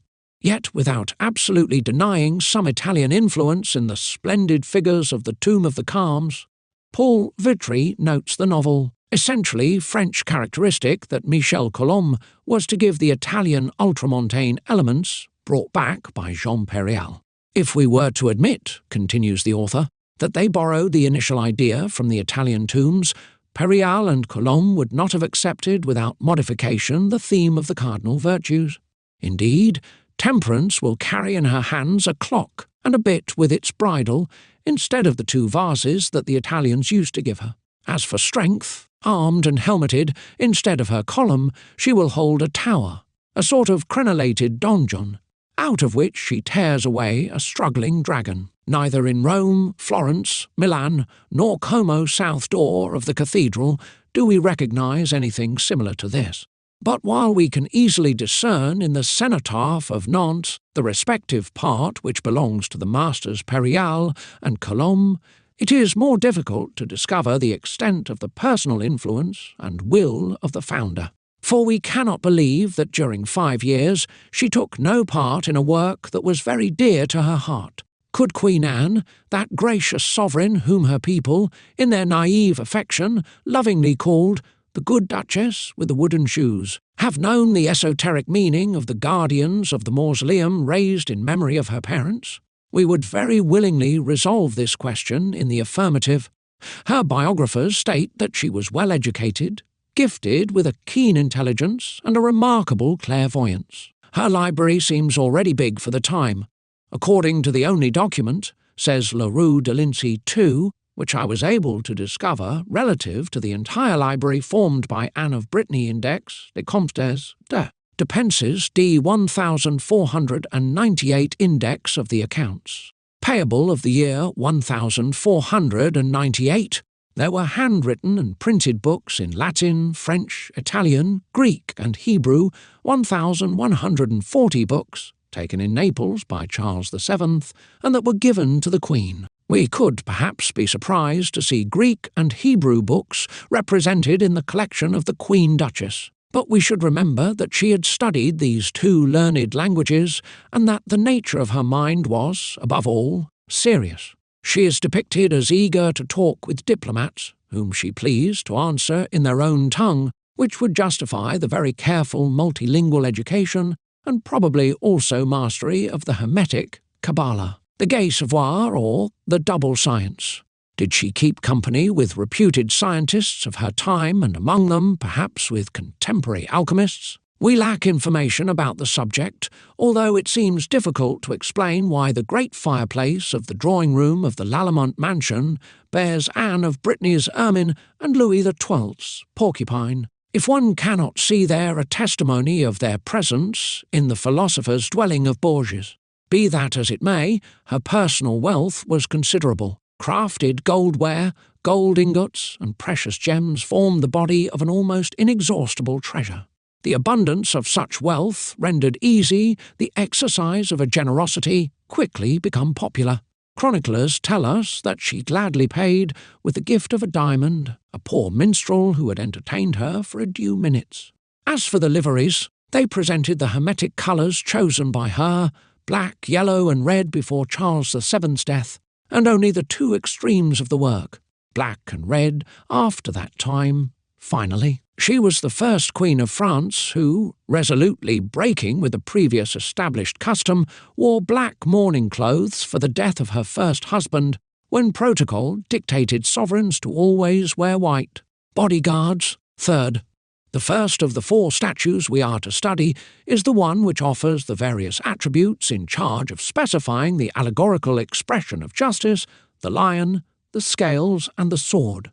But apart from the esoteric meaning clearly different from the moral sense given to these attributes, Michel Colombe's figure reveals other signs of her occult personality. No detail, however tiny, should be neglected in an analysis of this kind without first having undergone a serious examination. Now the ermine surcoat, worn by Justice, is fringed with roses and pearls.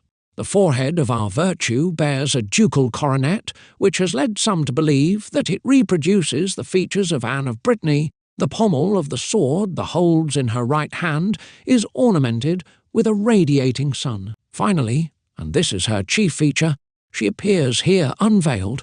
The peplum, covering her entirely, has slipped on her body, retained by the protrusion of the arms. It comes to cover the lower part of the coat. The glaive has left its brocaded sheath, which can now be seen suspended on the tip of the sword, plate texex V. As Justice's essence and raison d'etre demand that she hide nothing, and as the search for, and manifestation of, truth obliges her to show herself to all in the full light of equality, the veil, half drawn back, must necessarily reveal the secret individuality of a second figure, artfully concealed under the form and attributes of the first. This second figure is none other than philosophy. In Roman antiquity, the peplum, Greek 447-1, peplos, or 447-2, was a veil ornamented with embroidery used to dress the statue of Minerva, daughter of Jupiter, and the only goddess whose birth was miraculous. Indeed, Mythology says that she sprung forth fully armed from the brain of her father, whose head, by the order of the master of Olympus, Vulcan had split. Hence her Hellenic name of Athena, 447-3, Athena, formed from the privative prefix peplos, and 448-2, Tithene, wet nurse, mother, meaning born without a mother. A personification of the wisdom or knowledge of things, Minerva, must be regarded as the divine and creative thought, materialized in all nature, latent in ourselves as it is in everything that surrounds us. But we are speaking here of feminine clothing, a woman's veil, 448-3, chalama.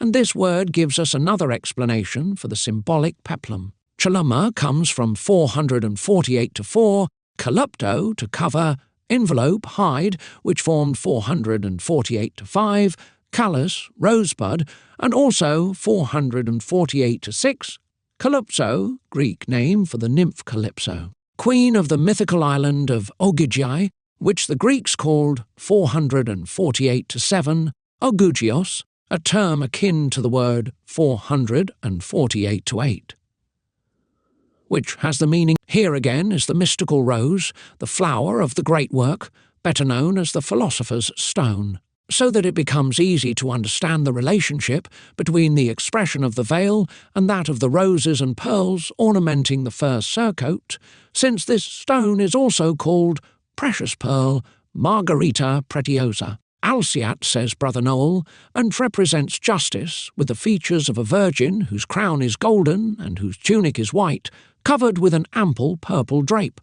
Her eyes are soft and her bearing modest. She bears on her bosom a rich jewel, symbol of her inestimable value, and she has her left foot in a square stone. The dual nature of the Magistry could not be better described. Its colours, the high value of this cubic stone which carries philosophy as a whole, masked for common people under the features of justice. Philosophy confers on those who espouse it a great power of investigation. She enables penetration of the intimate construction of things, which she cuts short, as with a sword, discovering in it the presence of the spiritus mundi, of which the classical masters speak, and which has its centre in his sun, and draws its virtue and motion from the radiation of the Cathedral of Nantes, heavenly body.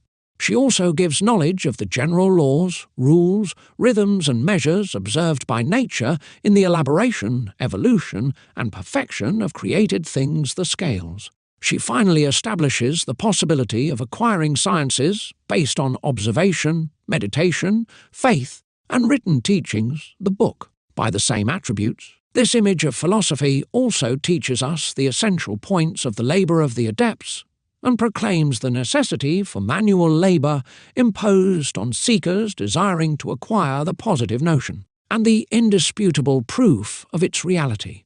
Without technical research, without frequent attempts, nor reiterated experiments, we can only go astray in a science whose best treatises carefully hide the physical principles, their application, the materials, and the time required.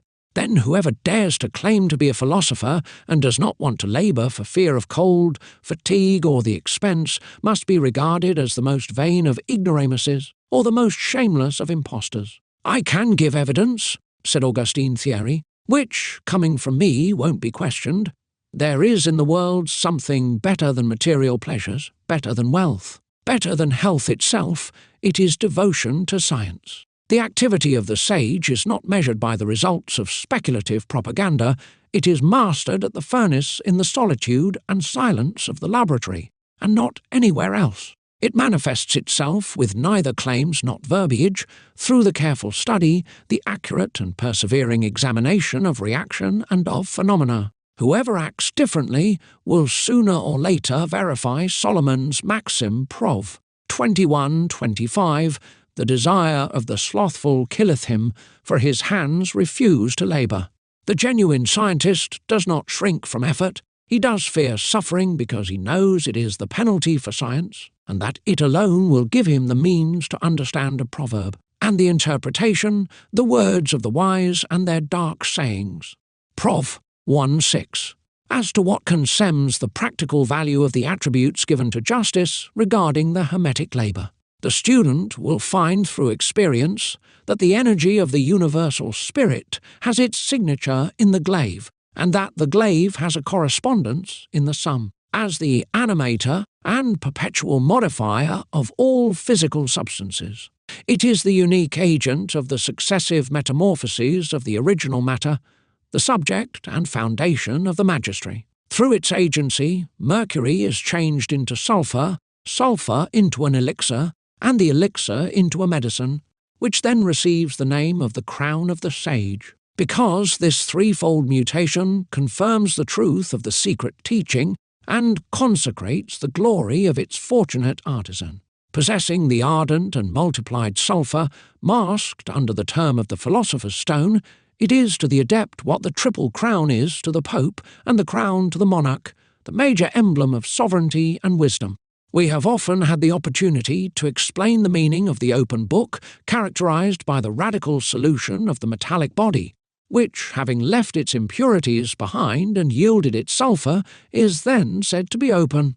But we have to make another remark. Under the Latin name liber, and under the image of book, adopted to qualify the matter, with holder of the solvent, the sages meant to designate the closed book. The general symbol for all crude mineral or metallic bodies, such as given to us by nature or such as human industry, delivers to the market. And so, minerals extracted from an ore-bearing bed and metals out of casting are hermetically expressed by a closed or sealed book. Similarly, these bodies, when submitted to alchemical work, modified by the application of occult processes, are translated into iconography with the help of the open book. It is therefore necessary in practice to extract the mercury from the closed book of our primitive subject so as to obtain it living and open. If we want it to be in turn able to open the metal and revivify the inert sulphur it contains, the opening of the first book prepares that of the second. For, hidden under the same emblem, are two closed books, the crude subject and the metal, and two open books, the mercury and the sulphur. Although these hieroglyphic books really add up to being one and the same, since the metal comes from the initial matter and sulphur originates in mercury. As for the scales applied against the book, it would suffice to point out that they translate the necessity of weights and ratios in order to feel exempt from having to speak of it further. Now, this faithful image of the utensil used for the weighing, and to which chemists assign an honourable place in their laboratories, also conceals an arcanum of the highest importance. This is the reason why it forces us to account for it, and to briefly indicate that which the scales hide under the angles and symmetry of their form. When the philosophers consider the weight ratios among matters, they mean to speak of one or the other part of a double esoteric knowledge, the weight of nature and the weights of art. Unfortunately, said Solomon, the sages hide the science, bound to remain within the narrow limits of their vow and respectful of an accepted discipline. They take care never to clearly establish how the two secrets differ one from another. We shall see to it to tread farther than they did, and shall say in all sincerity that the weights of the art are exclusively applicable to separate bodies that can be weighed, while the weight of nature refers to the relative ratios of the components of a given body, so that, describing the reciprocal quantities of different matters, in view of effecting their regular and appropriate blending, the authors truly speak of the weights of the art. On the contrary, if they are speaking of quantitative values within a synthetic and radical combination, such as that of sulphur and mercury principles united in the philosopher's mercury, it is the weight of nature which is then considered. And we shall add, in order to remove all confusion from the reader's mind, that while the weights of art is known to the artist and rigorously determined by him, on the other hand, the weight of nature is always unknown even to the greatest masters. This mystery is answerable to God alone, and its intelligence remains inaccessible to man. The work begins and ends with the weights of the art. So the alchemist, preparing the way, prompts nature to begin and to perfect this great labour. But, in between these extremities, the artist does not need the scales, the weight of nature intervening alone, so that the making of common mercury, that of the philosophical mercury, and the operations known as imbibitions, etc., are done without anyone being able to know, even if approximately, the quantities retained or decomposed, the assimilation rate of the basis, as well as the proportion of the spirits. This is what the cosmopolite insinuates when he says that the mercury does not take any more sulphur than what it can absorb and retain. In other words, the proportion of assimilable matter, as it depends directly upon the appropriate metallic energy, remains variable and cannot be evaluated. All the work is therefore subject to natural and acquired qualities, as much of the agent as of the subject. Supposing that the agent is obtained with the maximum of virtue, which is rarely achieved, the basic matter, such as nature offers to us, is quite removed from being constant and similar to itself. We will say about this, for having often controlled its effects, that the assertion of some authors founded upon certain external particularities, yellow spots, efflorescences, red plaques, or spots, do not merit to be taken into consideration. The mining region could give better indications on the quality sought for, although a few samples taken from the block of the ore-bearing layer sometimes reveal among themselves considerable differences. So, without resorting to abstract influences nor to mystical interventions, can we explain why the philosopher's stone, in spite of an exactly performed work, in accordance with natural necessities, never leaves in the hands of the worker a body of equal power and of a transmutative energy in direct and constant relationship with the quantity of materials used. Bodyguard's fourth here is, in our opinion, Michel Colombe's masterpiece and the main piece of the Tomb of the Calms. By itself, writes Leon Palestra, this statue of strength would suffice to bring glory to a man, and we cannot help feeling an acute and deep emotion. The majesty of the posture, the nobility of the expression, the grace of the gesture, which perhaps we would prefer more vigorous, are, as many revealing characteristics of a more consummate mastery, of an incomparable skill in workmanship. With her head covered by a flat morion with a lion's snout in the front, and her bust draped with a finely chiselled corselet, Strength holds a tower in her left hand and drawn forth in the right, not a serpent, as most descriptions portend, but a winged dragon, which she strangles by squeezing its neck. An ample drape with long fringes, whose folds are held by her forearms, forms a loop through which one of her extremities passes. This cloth, which in the sculptor's mind should have covered the emblematic virtue, confirms what we have said previously. Just like justice, Strength appears unveiled Plate-Tlexith, daughter of Jupiter and Themis, sister of justice and temperance. The ancients honoured her as a divinity, without endowing her images with the particular attributes we see her offer today.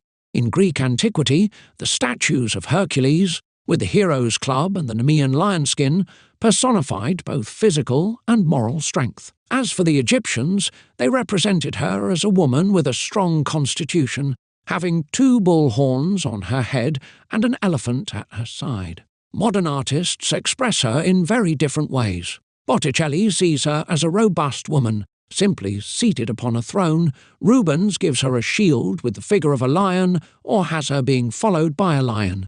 Gravelotte shows her crushing vipers, a lion's skin thrown on her shoulders, with a laurel branch around her head and holding a sheaf of arrows, while at her feet lie crowns and sceptres. Anguille, in a bas-relief on the tomb of Henri Longueville in the Louvre, makes use, to define strength, of a lion devouring a boar. Coysevox, on the balustrade of the marble courtyard at Versailles, dresses her in a lion's skin and has her carry an oak branch in one hand and the base of a column in the other.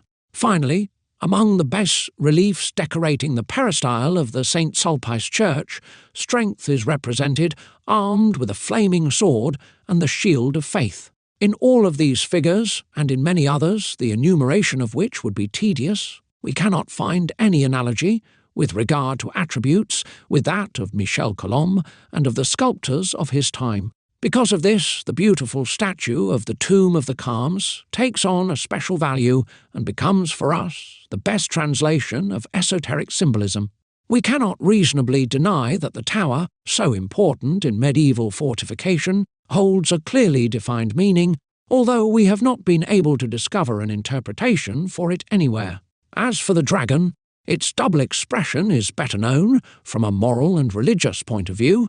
It is a translation of evil, the spirit of a demon, a devil, or Satan. For the philosopher and alchemist, it was always used to represent their volatile and dissolving first matter, otherwise called common mercury. Hermetically, we can see the tower as the envelope, the refuge, the protective sanctuary. Mineralogists would coin the term Gunkhe or bearing earth of the mercurial dragon. It is, moreover, the meaning of the Greek word 456 to 1, pergos, tower, asylum, refuge. The intervention could be even more complete if we identify with the artist the woman who pulls the monster out, its lair, and the deadly gesture with the goal which he proposed to endeavour in this difficult and dangerous operation. At least in this way, we could find a satisfactory and almost true explanation of the allegorical subject used to reveal the esoteric aspect of strength. But we would have to assume that the secret science to which these attributes refer is known. Our statue itself can teach us both about its symbolic meaning and about the topics related to all that which is wisdom, represented by the 4 cardinal virtues. If the great initiate, François Rabelais had been asked for his opinion, he would certainly have answered through the voice of Epistemon too that the tower of fortification or fortified castle amounts to saying a feat of strength or a tower of strength, and that a feat of strength requires courage, wisdom, and power. Courage because there is danger, wisdom because due knowledge is necessarily required, power, for whoever cannot do it should not undertake it. On the other hand, the phonetic Kabbalah, which makes the French word tour, tower, equivalent to the Attic word 457 to 1, turos, completes the Pantagruelic, meaning if the tower, or feat, of strength 4.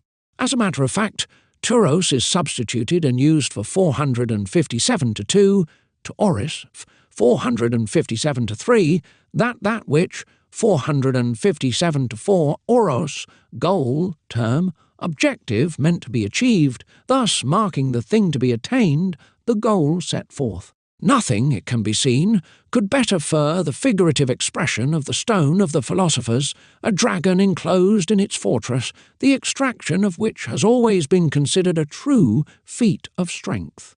On the other hand, the image is revealing, for while we experience some difficulties understanding how a robust and bulky dragon could have resisted the compression exerted by the walls of its narrow prison, we can no more grasp by what miracle it goes entirely through a mere crack in the masonry. Here again we can recognize a translation of the prodigious, the supernatural, and the miraculous. Let us finally point out that strength bears other marks of the esotericism she reflects. The braids of her hair, hieroglyphs for the solar radiation, indicate that the work, subjected to the influence of the heavenly body, cannot be performed without the dynamic collaboration of the sun. The braid, in Greek 457 to 5, Sarah, is adopted to represent the vibrational energy, because among the ancient Hellenic people, the sun was called 457 to 6 Seer. The regulated scales on the gorget of the corselet are those of a serpent, another emblem of the mercurial subject, and replica of the dragon, which is also scaly. Fish scales, set in a semicircle, decorate her abdomen and evoke the joining of the human body of a mermaid's tail. The mermaid, fabulous monster, and hermetic symbol is used to characterize the union of the nascent sulphur, which is our fish, with the common mercury, called virgin, in the philosophical mercury or salt of wisdom. The same meaning is provided by the 12th night cake, to which the Greeks gave the same name as to the moon, Selena. 458 to 1 Selene, this word formed from the Greek roots 458 to 2, Celis, brightness, had been chosen by the initiates to show that the philosophical mercury drew its brightness from sulphur just as the moon receives its light from the sun.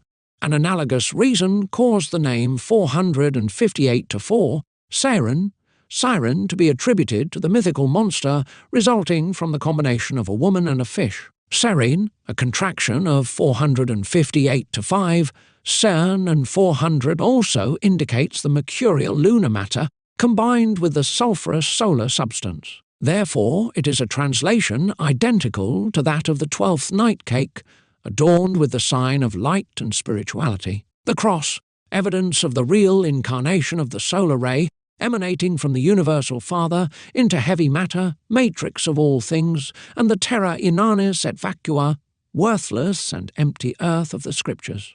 Bodyguards fifth, wearing a matron headdress with a throat collar. So says Dubuisson. Aubenas, in his itinerary in Brittany, in 1636, Michel Colombe's temperance is endowed with attributes similar to those given her by Cohen. According to the latter, she is dressed in simple clothes, a bridle with bit in one hand and in the other, the pendulum of a clock or the balance wheel of a watch. Other statues represent her holding a bridle or cup. She quite often seems, says Noel, to be leaning on an inverted vase, with a bridle in her hand or mixing wine with water. The elephant, considered the most sober of animals, is her symbol. Ripper gives two of her emblems, one of a woman with a turtle on her head, holding a bridle and silver money, the other of a woman in the act of steeping, with tongs, some red-hot iron into a water-filled vase. In her left hand, our statue holds a case decorated with a weight-driven clock, a customary model of the 16th century. It is shown that the dials of these instruments had only one hand, as is seen in this very beautiful figure of the period. The clock, used to measure time, is taken for the hieroglyph of time itself and looked upon, like the hourglass, as the principal emblem of the old Saturn plate Ticquistism. Some rather superficial observers thought to recognize a lantern in the clock of temperance, even though it is quite easy to identify. The mistake would barely modify the deep signification of the symbol, because the meaning of the lantern completes that of the clock. Indeed, while the lantern illuminates because it bears light, the clock appears to be the dispenser of this light, which is not received in one sitting, but little by little, progressively, in the course of years, and with the help of time. Experience, light, and truth are philosophical synonyms, and nothing, if not age, can allow us to acquire experience, light, and truth. Therefore, such is time represented, sole master of wisdom, under the appearance of an old man, and philosophers in the old and weary posture of men having worked a long time to obtain it.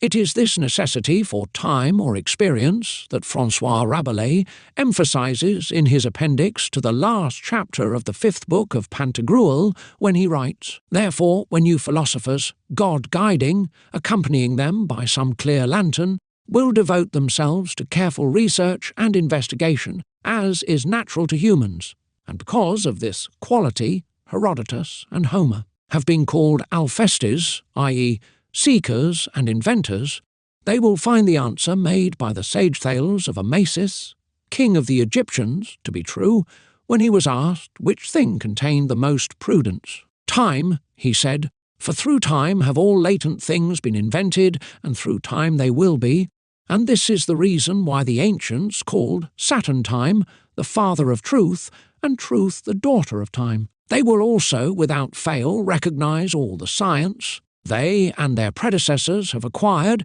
to be but the smallest part of that which is, and which they know not. But the esoteric scope of temperance lies entirely in the bridle which she holds in her right hand. It is with the bridle that the horse is driven. By means of this bit, the cavalier directs his mount as he pleases. So the bridle can be considered as the essential instrument, the mediator placed between the will of the cavalier and the progress of the horse, toward the proposed objective.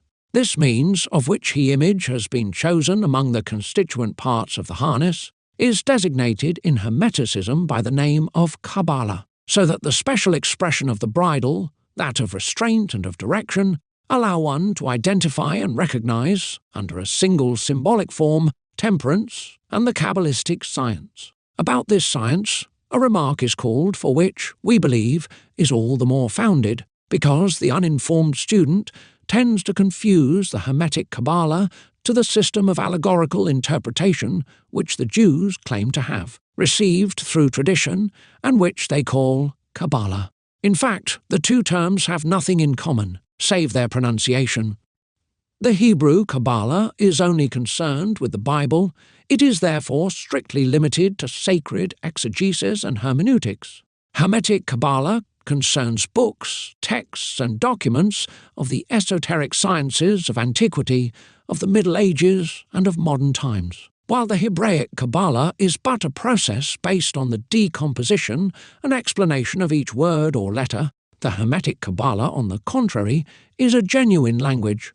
And as the great majority of didactic treatises of ancient sciences are written in Kabbalah, or as they use this language in their essential passages, as the great art itself, on Artephius's own confession, is completely Kabbalistic, the reader cannot understand any of it if he does not possess at least the first elements of the secret idiom.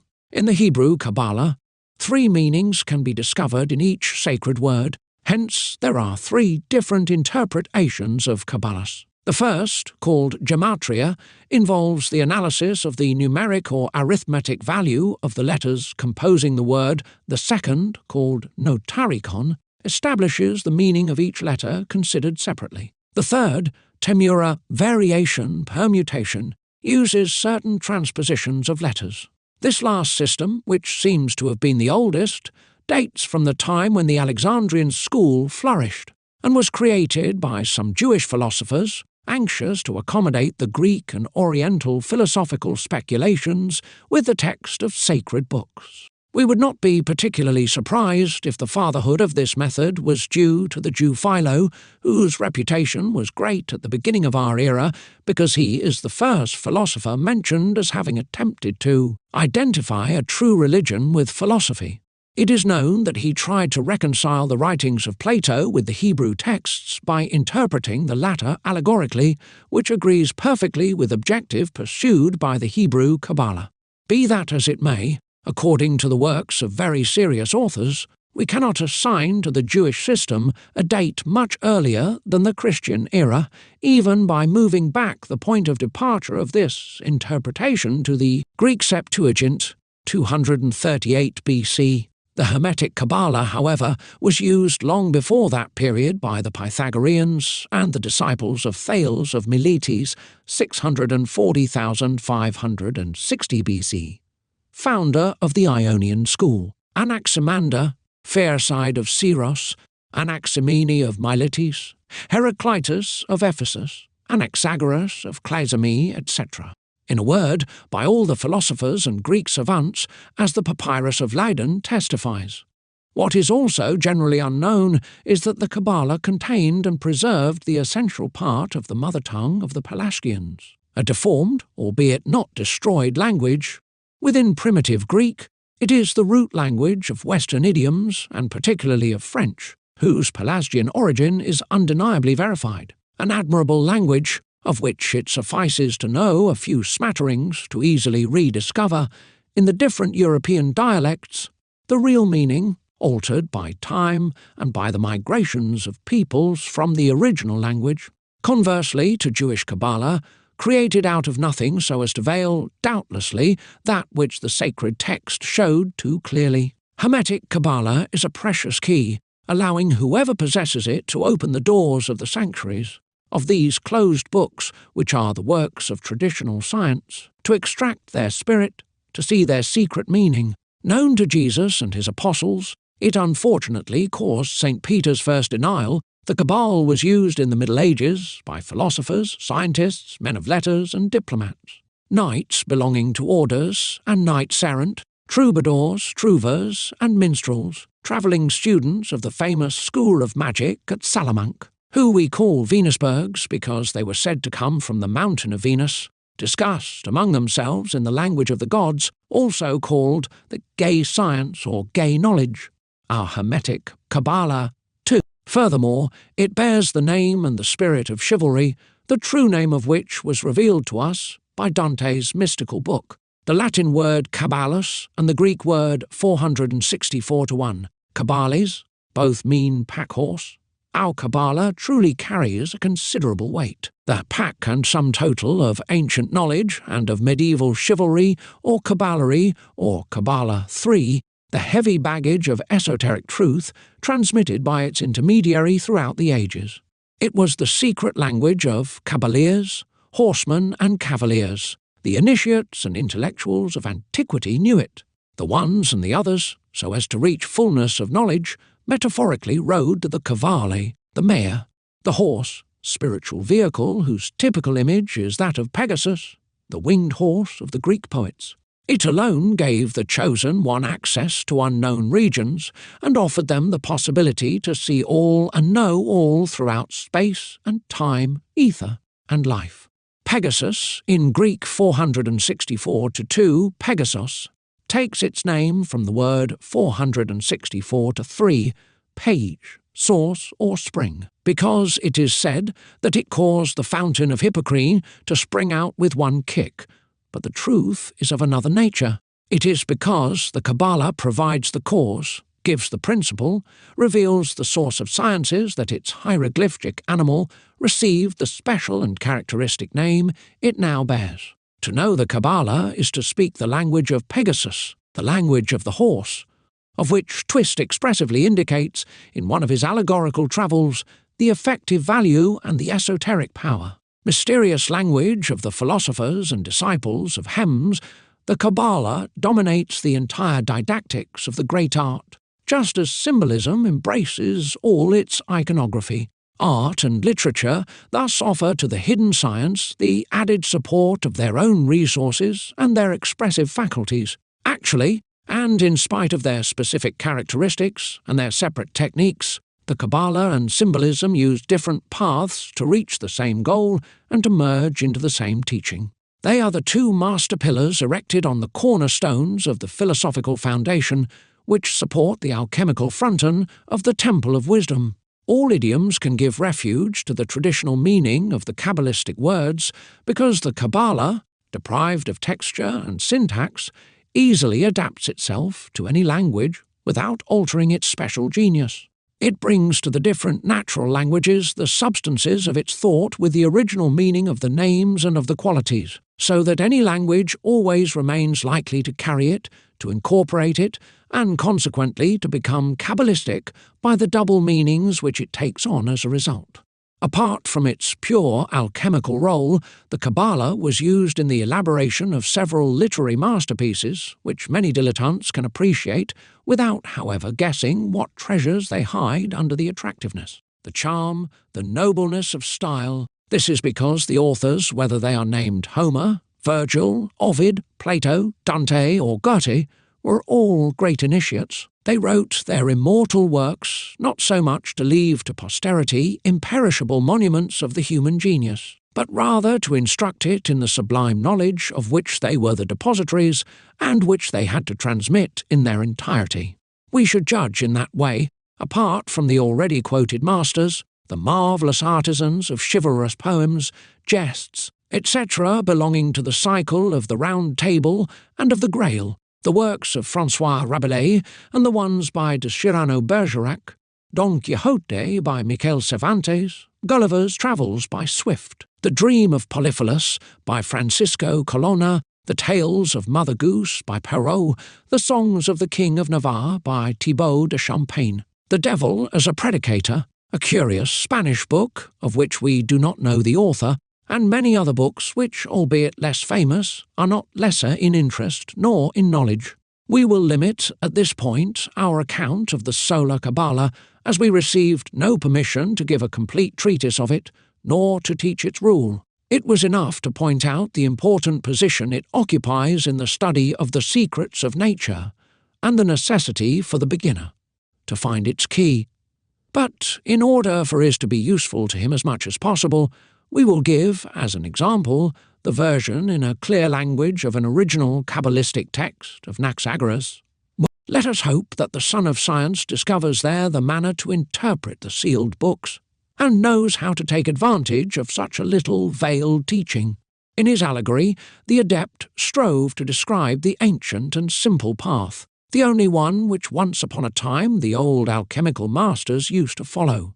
Our English translation of the French translation done in the 18th century from the original German text of Anaxagoras. Very detailed description of the golden sand found near Zwickau, in Misnia, near Niederhohendorf, and other neighbouring places by J.N. Fifth, J.E. AC 5 PCT. Else C. 1715.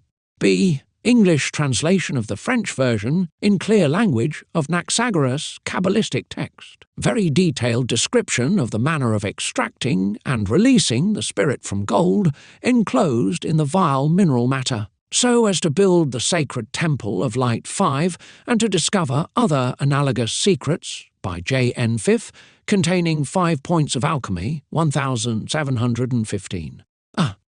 Almost 2 years ago, a man from these mines obtained from a third person a small extract of a manuscript in quarto, about an inch thick, which came furthermore from 2 Italian travellers who are also named therein. B. It is almost 2 years since a worker skilled in the metallic art obtained through a third agent 6 an extract of the 4 elements, manually obtained by assembling 2 mercuries of the same origin which their excellence caused to be called Roman, and which were always named that way. A. This extract was thoroughly examined by MNN already a long time ago, because the latter intended to do a lot of work using a divining rod. He finally succeeded in touching that which he was looking for. Here is the extract from this manuscript. B.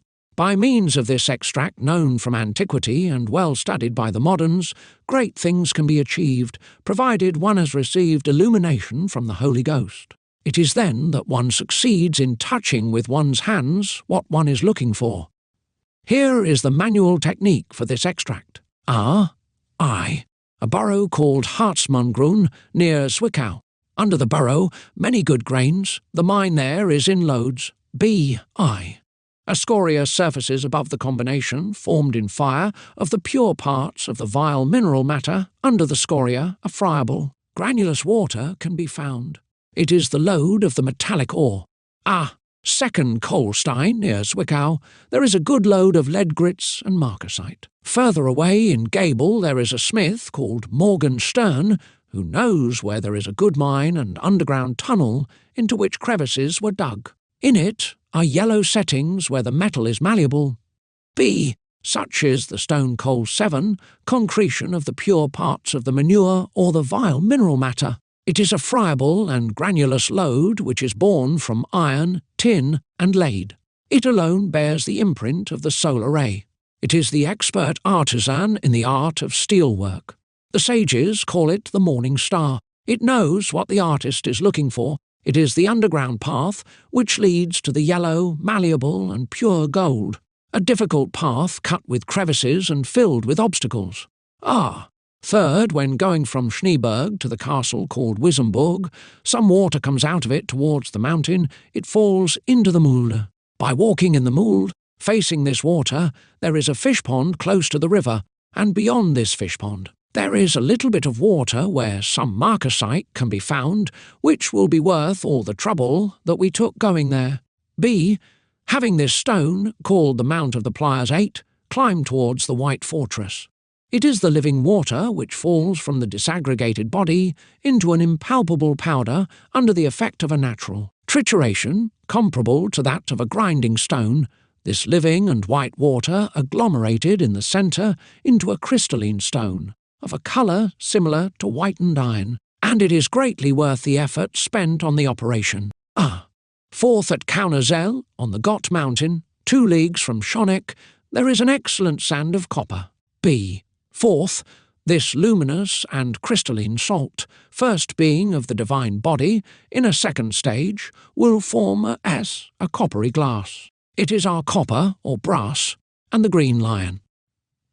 Fifth, at Grauls, near Voigtland, below Schlossberg, is a garden where there is a rich gold mine, as I have remarked a little while ago. Take good note of this. B. This calcined sand will give the golden bough its tinct. The young sprouting of the sun will be born in the land of fire. It is the burnt substance of the stone, the closed rock of the garden 9, where our golden fruit ripens, as I found out recently.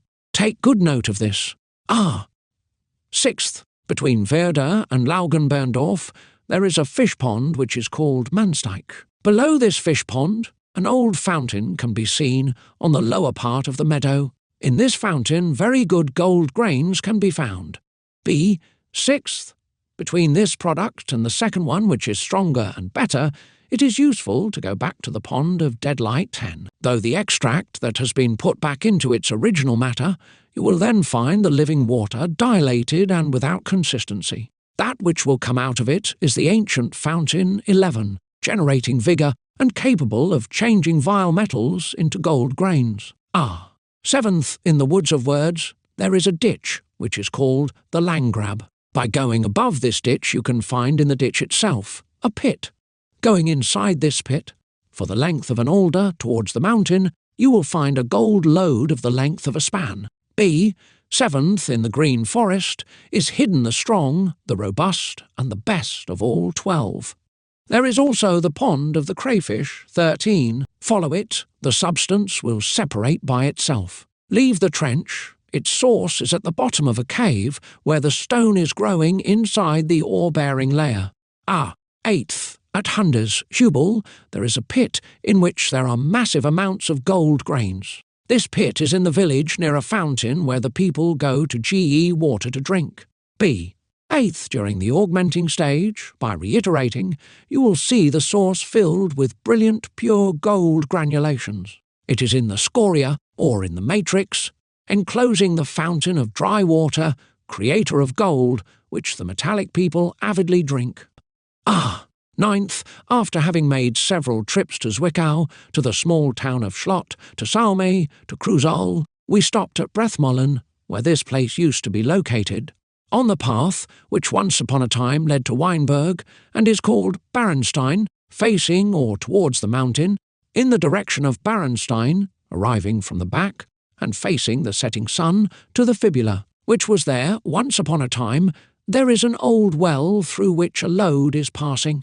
It is strong and quite rich in good gold from Hungary, and sometimes even in gold from Arabia. The mark of the lode is on 4 of the separators of metals, off Siegerswehr, and it is written near off Segersines.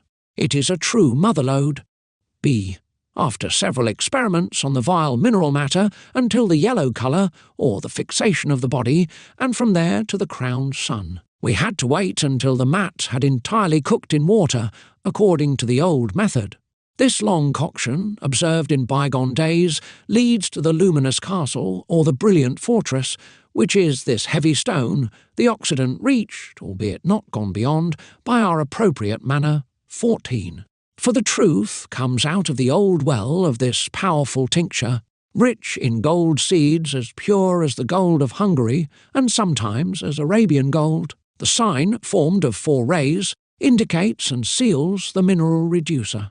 It is the greatest of all tinctures. In order to close, on a less austere note, this study of the secret language designated under the name of Hermetic or Solar Kabbalah, we will show how far historic credulity can go, when a blind ignorance prompts us to attribute to certain individuals that which only belonged to allegory and legend.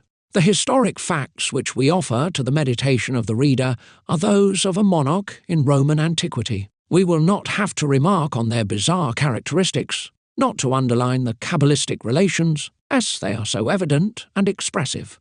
The famous Roman emperor Vavius Avitus Passianus, greeted by soldiers, no one really knew why, with the names of Marcus Aurelius, Antoninus, 155 was nicknamed. No one really knows why either Elagabalus or Heliogabalus 16. Born in 204, says the encyclopedia, and died in Rome in 222, he came from a Syrian family dedicated to the cult of the sun at Emesa 18. He himself, when very young, was a high priest of this god, who was adored in the shape of a black stone, 195, and under the name of Elagabalus. He was supposed to be son of Caracalla.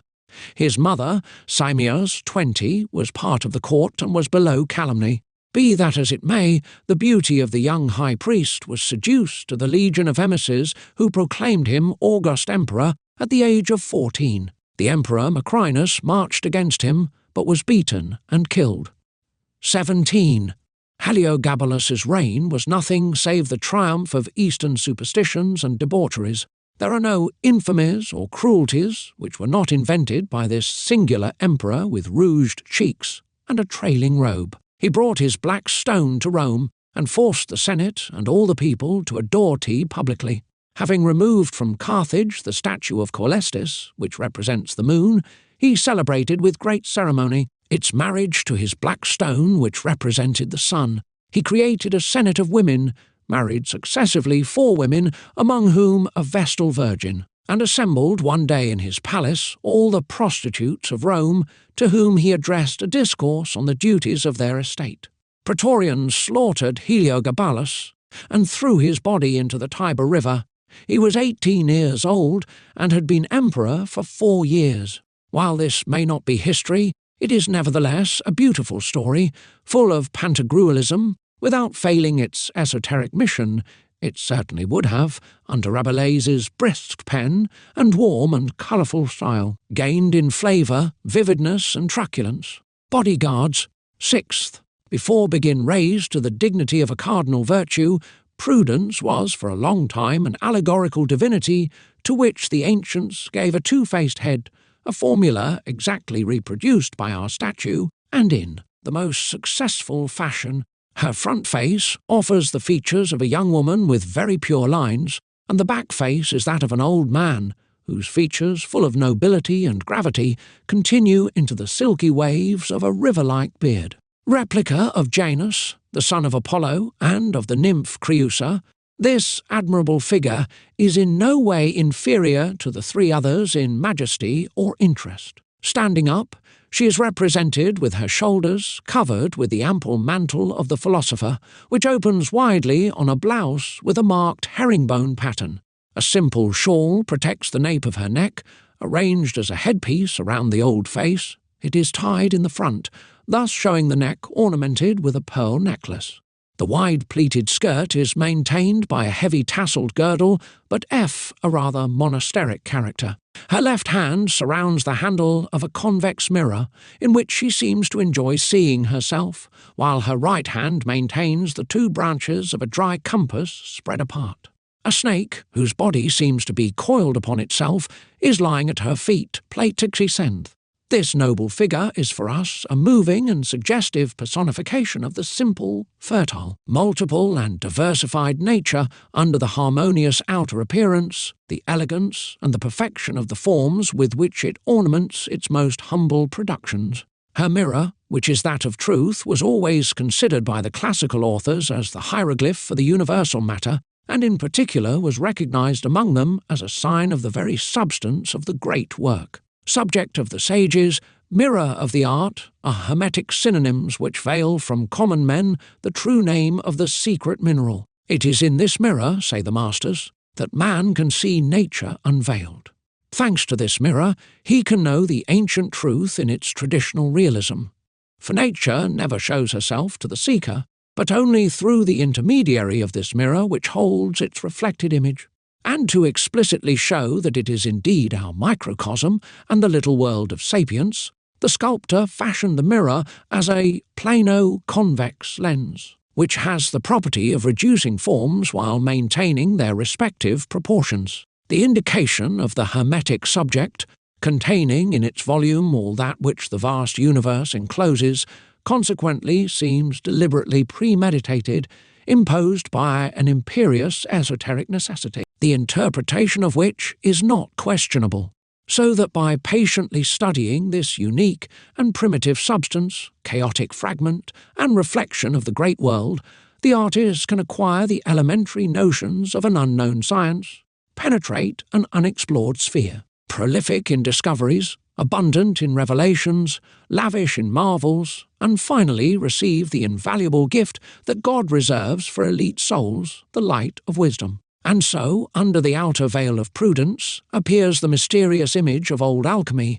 and so are we initiated, by the attributes of the former, into the secrets of the latter. Further, the practical symbolism of our science is concentrated in the presentation of a formula containing 2 terms, 2 essentially philosophical virtues, prudence and simplicity. Prudentia and simplicitas, such was the favourite motto of the masters Basil Valentine and Senior Zadith. As a matter of fact, One of the woodcuts of the treatise on Azoth represents, at the feet of Atlas and supporting the cosmic sphere, a bust of Janus, Prudentia, and a young child spelling the alphabet, Simplicitas.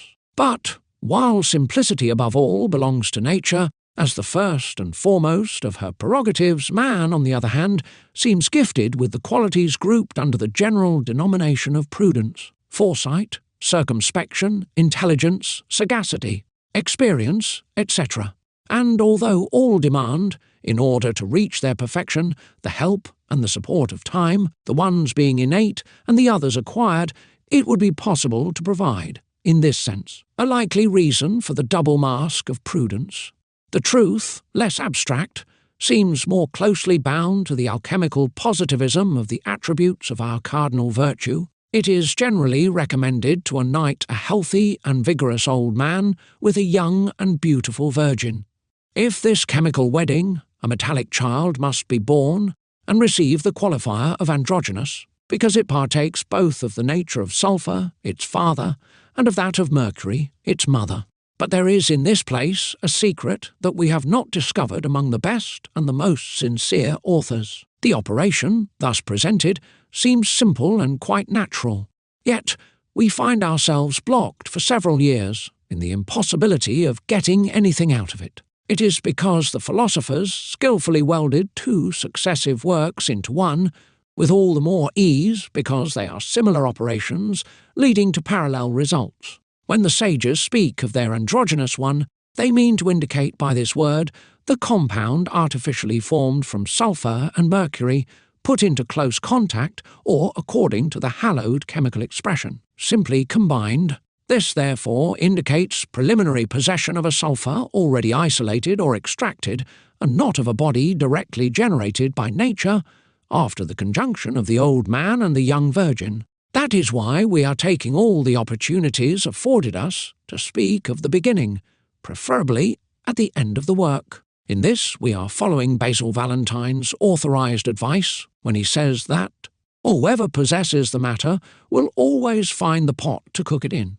and whoever possesses flour should have no concern about being able to make bread. Now, elementary logic leads us to research the parents of sulphur and mercury if we want to obtain, by their union, the philosophical androgynous one, also called rebius, compositum de composites, animated mercury, etc. The very matter of the elixir. Of these chemical parents of the sulphur and mercury principles, one always remains the same, and that is the Virgin Mother. As for the old man, he must, once his role is complete, give his place the one who is younger than he. And so these two conjunctions will each engender a child of different sex, the sulphur of dry and igneous complexion, and the mercury of a lymphatic and melancholic temperament. This is what Philosophers and D'Espagnet want to teach when they say that a virgin can be married twice without losing anything of her virginity. Others express themselves in a very obscure manner and are content to assert that sun and the moon of the sky are not the heavenly bodies of the philosophers, whereby it must be understood that the artist will never find the partners of the stone, directly prepared in nature, and that he will have to form first the hermetic sun and moon. If he does not want to be deprived of the precious fruit resulting from their union, we believe we said enough on the topic. Few words suffice for the wise, and those who have worked for a long time will know to take advantage of our opinions. We write for all, but all cannot be called to understand us, because it is forbidden for us to speak more openly. Coiled upon itself, its head tilted backwards in the spasms of agony, the snake, which we see represented at the foot of our statue, is said to be one of the attributes of prudence. It is also said to be of a rather circumspect nature. We do not dispute this, but it can be agreed that this reptile, represented dying, must be so for the sake of symbolism, for its inertia does not allow it to exercise such a faculty. It is therefore reasonable to believe that the emblem has another meaning, quite different from the one usually afforded to it. In Hermeticism, its meaning is analogous to that of the dragon, which the sages adopted as one of the representatives of Mercury. Let us recall Flamel's crucified snake. the one in Notre Dame de Paris, those on the caduceus, the one on the meditation crucifix, which emerges out of a human skull serving as a base for the divine cross, the Aesculapian snake, the Greek Ouroboros, the serpent devouring its tail, serpens qui caudam devoravit, in charge of translating the closed circuit, the little universe which is the work, etc. Now, all these reptiles are dead or moribund, starting with the Ouroboros devouring itself, to those of the caduceus, killed with the blow of a stick, not forgetting Eve's tempter, whose head shall be bruised by her seed, General 315. They all express the same idea, all contain the same doctrine, obey the same tradition. And the snake, the hieroglyph for the primordial alchemical principle, can justify the assertion of the sages, who affirm that all they are looking for is contained in the mercury. It is truly the mercury which is the motor, the animator of the great work, because it starts it, maintains it, perfects it, and completes it. It is it, the mystical circle of which the sulphur, the embryo of mercury, marks the central point, around which it accomplishes its rotation, thus drawing the graphic sign of the sun, the father of light, of the spirit, and of gold, the dispenser of all the earthly goods. But while the dragon represents the scaly and volatile mercury, the product of the superficial purification of the subject, the snake, deprived of wings, remains the hieroglyph for the common, pure, and cleansed mercury, extracted from the body of magnesia, or first matter. This is the reason why certain allegorical statues of Prudence have as an attribute a snake fixed on a mirror, and this mirror, signature of the dross mineral provided by nature, becomes luminous while reflecting the light, that is, while manifesting its vitality in the snake, or in mercury, which it held hidden under its coarse envelope. Thus, thanks to this primitive living and vivifying agent, it becomes possible to give back its life to the sulphur of dead metals. By performing the operation, the mercury, dissolving the metal, takes hold of the sulphur, animates it, dies and yields to it its own vitality. This is what the masters mean to teach when they command to kill the living in order to resurrect the dead, to corporify the spirits, and to reanimate the corporifications. When in possession of this living and active sulphur, said to be philosophical so as to mark its regeneration, it will suffice to unite it, in the proper ratio, to the same living mercury, in order to obtain by the interpenetration of these living principles, the philosophical or animated mercury, the matter of the philosopher's stone. If that which we have tried to translate above has been well understood, and if that which is said here is compared to it, the first two doors of the work will be easily opened. As a summary, whoever possesses an extended knowledge of the practice will notice that the main secret of the work resides in the artifice of the dissolution. And as it is necessary to perform several of these operations different as to their goals, similar as to their technique, there are many secondary secrets which, properly speaking, truly only constitute one. All the art is then reduced to dissolution, everything depends on it and the manner in which it is performed. This is the secretum secretorum secret of secrets, the key of the magistry, hidden under the enigmatic axiom solve et coagula, dissolve the body, and coagulate the spirit. This can be done in one operation including two dissolutions, one violent, dangerous, and unknown, the other easy, comfortable, and often performed in a laboratory. Having described the first of these dissolutions elsewhere, and having given in an allegorical, albeit slightly veiled style, the essential details, we shall not dwell on the subject any longer, but so as to specify its characteristics, we will draw the worker's attention to that which distinguishes it from chemical operations falling into the same denomination. This indication should be quite useful. We have said, and we repeat, that the purpose of the philosophical dissolution is to obtain the sulphur which, in the magistry, plays the role of a forming agent by coagulating mercury, which is in turn added to it, a property which it owes to its ardent, igneous, and desiccating nature. Every dry thing avidly drinks its own humidity, says an old alchemical axiom, but this sulphur, during its first extraction, is never stripped of the metallic mercury with which it constitutes the central core of the metal, called essence or seed.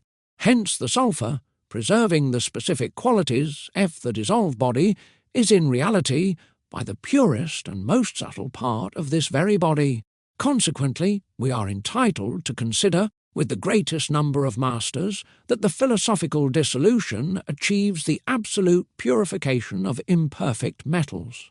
There are no examples, whether spagyric or chemical, of an operation likely to give such a result. All the purifications of metals treated by modern methods are only used to rid the metals of the superficial, less tenacious impurities, and these, brought from the mine or coming along during the contrary, the alchemical process, dissociating and destroying the mass of heterogeneous matters fixed on the core, composed of very pure sulphur and mercury, ruins the greatest part of the body and makes it resist any ulterior reduction.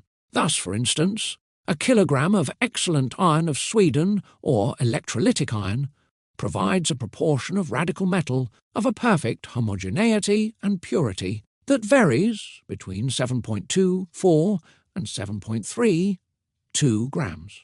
This very bright body is endowed with a magnificent purple coloration, which is the colour of pure iron, analogous to the iodine vapours in terms of its brightness and intensity.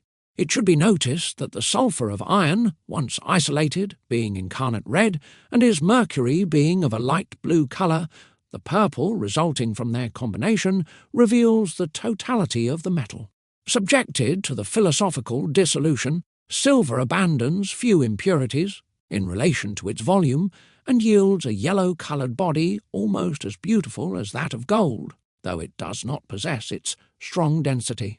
Already, and we have taught it at the beginning of this book, the simple chemical dissolution of silver in nitric acid detaches from the metal a minimal fraction of pure silver of a golden colour, which is enough to prove the possibility of a more energetic action and the certainty of the result which can be expected. No one could contest the significance and the preponderance of the dissolution in chemistry as well as in alchemy. It is in the first rank of laboratory operations, and it can be said that most chemical works depend on it. In alchemy, the entire works only consists in a succession of diverse solutions. Consequently, we cannot be surprised by the answer provided by the spirit of Mercury to Brother Albert in a dialogue by Basil Valentine, given in his book, The 12 Keys. "How could I have this body?" asks Albert, and the spirit answers, "Through dissolution. Whatever the path used, wet or dry, the dissolution is absolutely necessary.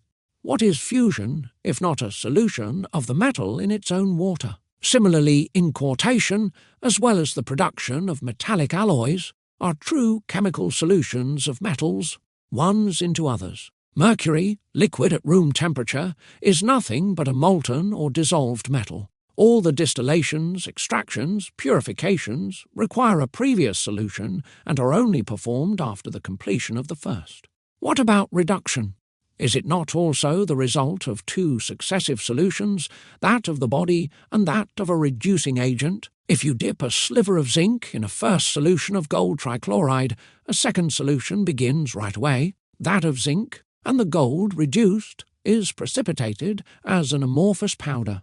The cupellation also demonstrates the necessity of the first solution, that of the precious metal as an alloy of, or impure form with, lead, while a second solution, the fusion of superficial oxides which have been formed, eliminates them and completes the operation. As for the clearly alchemical special operations, imbibition, digestion, maturation, circulation, putrefaction, etc., they depend upon a former solution and represent as many different aspects of one and the same cause. But what distinguishes the philosophical solution from all other ones, and provides it, to say the least, with a true originality, is that the solvent does not assimilate itself to the basic metal which is presented to it. It only separates its molecules, by breaking their cohesion, takes hold of the fragments of pure sulphur which they can retain and leave the residue, formed by the greater part of the inert, disaggregated, sterile, and completely irreducible body. We could not then obtain a metallic salt from it, as it is done with the help of chemical aids. Furthermore, the philosophical solvent, known since antiquity, has only been used in alchemy by operators, expert in a special twist of hand required for its use. It is the latter that the sages talk about when they say that the work is accomplished by only one thing. Contrary to the chemists and spagyrists, who have a collection of various acids at their disposal, the alchemists only possess a single agent which received many names, of which the latest is alkahest. To note the compositions of simple or complex liquors, called alkahest, would take us too far, for each chemist of the 17th and 18th centuries had his own formula. Among the best artists who have seriously studied the mysterious solvent of Jean-Baptiste van Helmont and of Paracelsus, we will only mention Thomson, Welling, Tachenius Digby, Starkey, Vigani, Christian Langius, Langelot, Helbigius, Frederick Hoffmann, Baron Schroeder, Blanchard, Quercetinus, Beguin, J.F. Henkel. Pott, one of Stoll's students, also mentions a solvent which, judging by its properties, would lead us to believe in its alchemical reality, if we did not know its true nature better. The way our chemist describes it, the care with which he keeps its composition secret, the intended generalization of qualities which he usually strives to specify, would tend to prove it. What is left now, he says, is to speak of an oily and anonymous solvent, of which no chemists I know made a clear mention. It is the limpid, volatile, oily, inflammable liquor, like the spirit of wine, acid like a good vinegar, wand which goes over during distillation in the form of cloudy flakes. This liquor, after it has been digested and cohobated on the metals, and above all after they themselves have been calcined, dissolves most of them, it extracts a very red tincture out of gold, and when it is taken off the surface of the gold, a resinous matter remains, that it entirely soluble in the spirit of wine, which by that acquires a beautiful red colour. The residue is totally irreducible, and I am convinced that salt of gold could be prepared from it. This solvent combines itself equally with aqueous or fatty liquors. It converts corals into a sea-green liquor, which seems to be their first state. It is a liquor saturated with sal ammoniac, and yet greasy at the same time, and to say what I really think about it, it is the genuine menstruum of Weidenfeld, or the wine spirit of the philosophers, since the white and red wines of Raymond Lully can be extracted from this same matter. This is what causes Henry Kunrath to give his lunar components the name of firewater and water-fire in the amphitheatrum, because it was certain that Jünschken was seriously mistaken when he attempted to convince us that it is in the spirit of wine that one must look for the anonymous solvent of which we speak. This solvent yields a curious spirit of urine, which seems in some instances to be entirely different from regular urine spirits. It also yields a kind of butter which has the consistency and whiteness of antimony butter. It is extremely bitter and of an average volatility. Both these products are very appropriate, the one like the other, to extract metals. The preparation of our solvent, although obscure and hidden, is, nevertheless, very easy to make. But since I have known it and worked on it a very short time, I will be excused from not saying more about this matter. I still have a great number of experiments to perform before I can ascertain all of its properties. Besides, without speaking of Weidenfeld's De Secretis Adeptorum, Dickinson seems to have discovered this menstruum in his treatise entitled Chrysopoeia. Without contesting Pott's probity or the veracity of his description, and even less the description Weidenfeld gives under Kabbalistic terms, it is unquestionable that the solvent of which Pott speaks is not that of the sages. Indeed, the chemical character of its reactions and the liquid state in which it is presented overabundantly testifies to this fact. Those who are learned in the qualities of the subject know that the universal solvent is a true mineral of dry and fibrous appearance, of solid and hard consistency, and of crystalline texture. Therefore, it is a salt, and not a liquid or a flowing mercury, but a stone or a stony salt, hence its hermetic qualifiers of saltpeter, salpetri, salt of stone, of salt of wisdom or salt alum which certain chemists believe to be the product of the simultaneous sublimation of mercury deuterobichloride and ammonium chloride. And this is enough to discount pot solvent as being too removed from the metallic nature to be used to the best advantage in the work of the magistrate. Furthermore, if our author had kept the fundamental principle of the art in mind, he would have refrained from assimilating his particular liquor with the universal solvent. This principle indeed affirms that, within the metals, through the metals, with the metals, can the metals be perfected. Whosoever strays from this primary truth will never discover anything useful for the transmutation. Consequently, while the metal, according to the philosophical teaching and to the traditional doctrine, must first be dissolved, this must only be done with a metallic solvent which will be appropriate for it and by nature very close to it. Only similars can act upon similars. Now the best agent, extracted from our magnesia or subject, takes on the appearance of a metallic body charged with metallic spirits, to better withdraw it from the greedy one's avidity, to give it all the possible names of metals, minerals, petrifications, and salts. Among these denominations, the most familiar is certainly that of Saturn, considered to be the metallic Adam. So we cannot better complete our instruction but by letting the philosophers speak who have very specially treated this matter.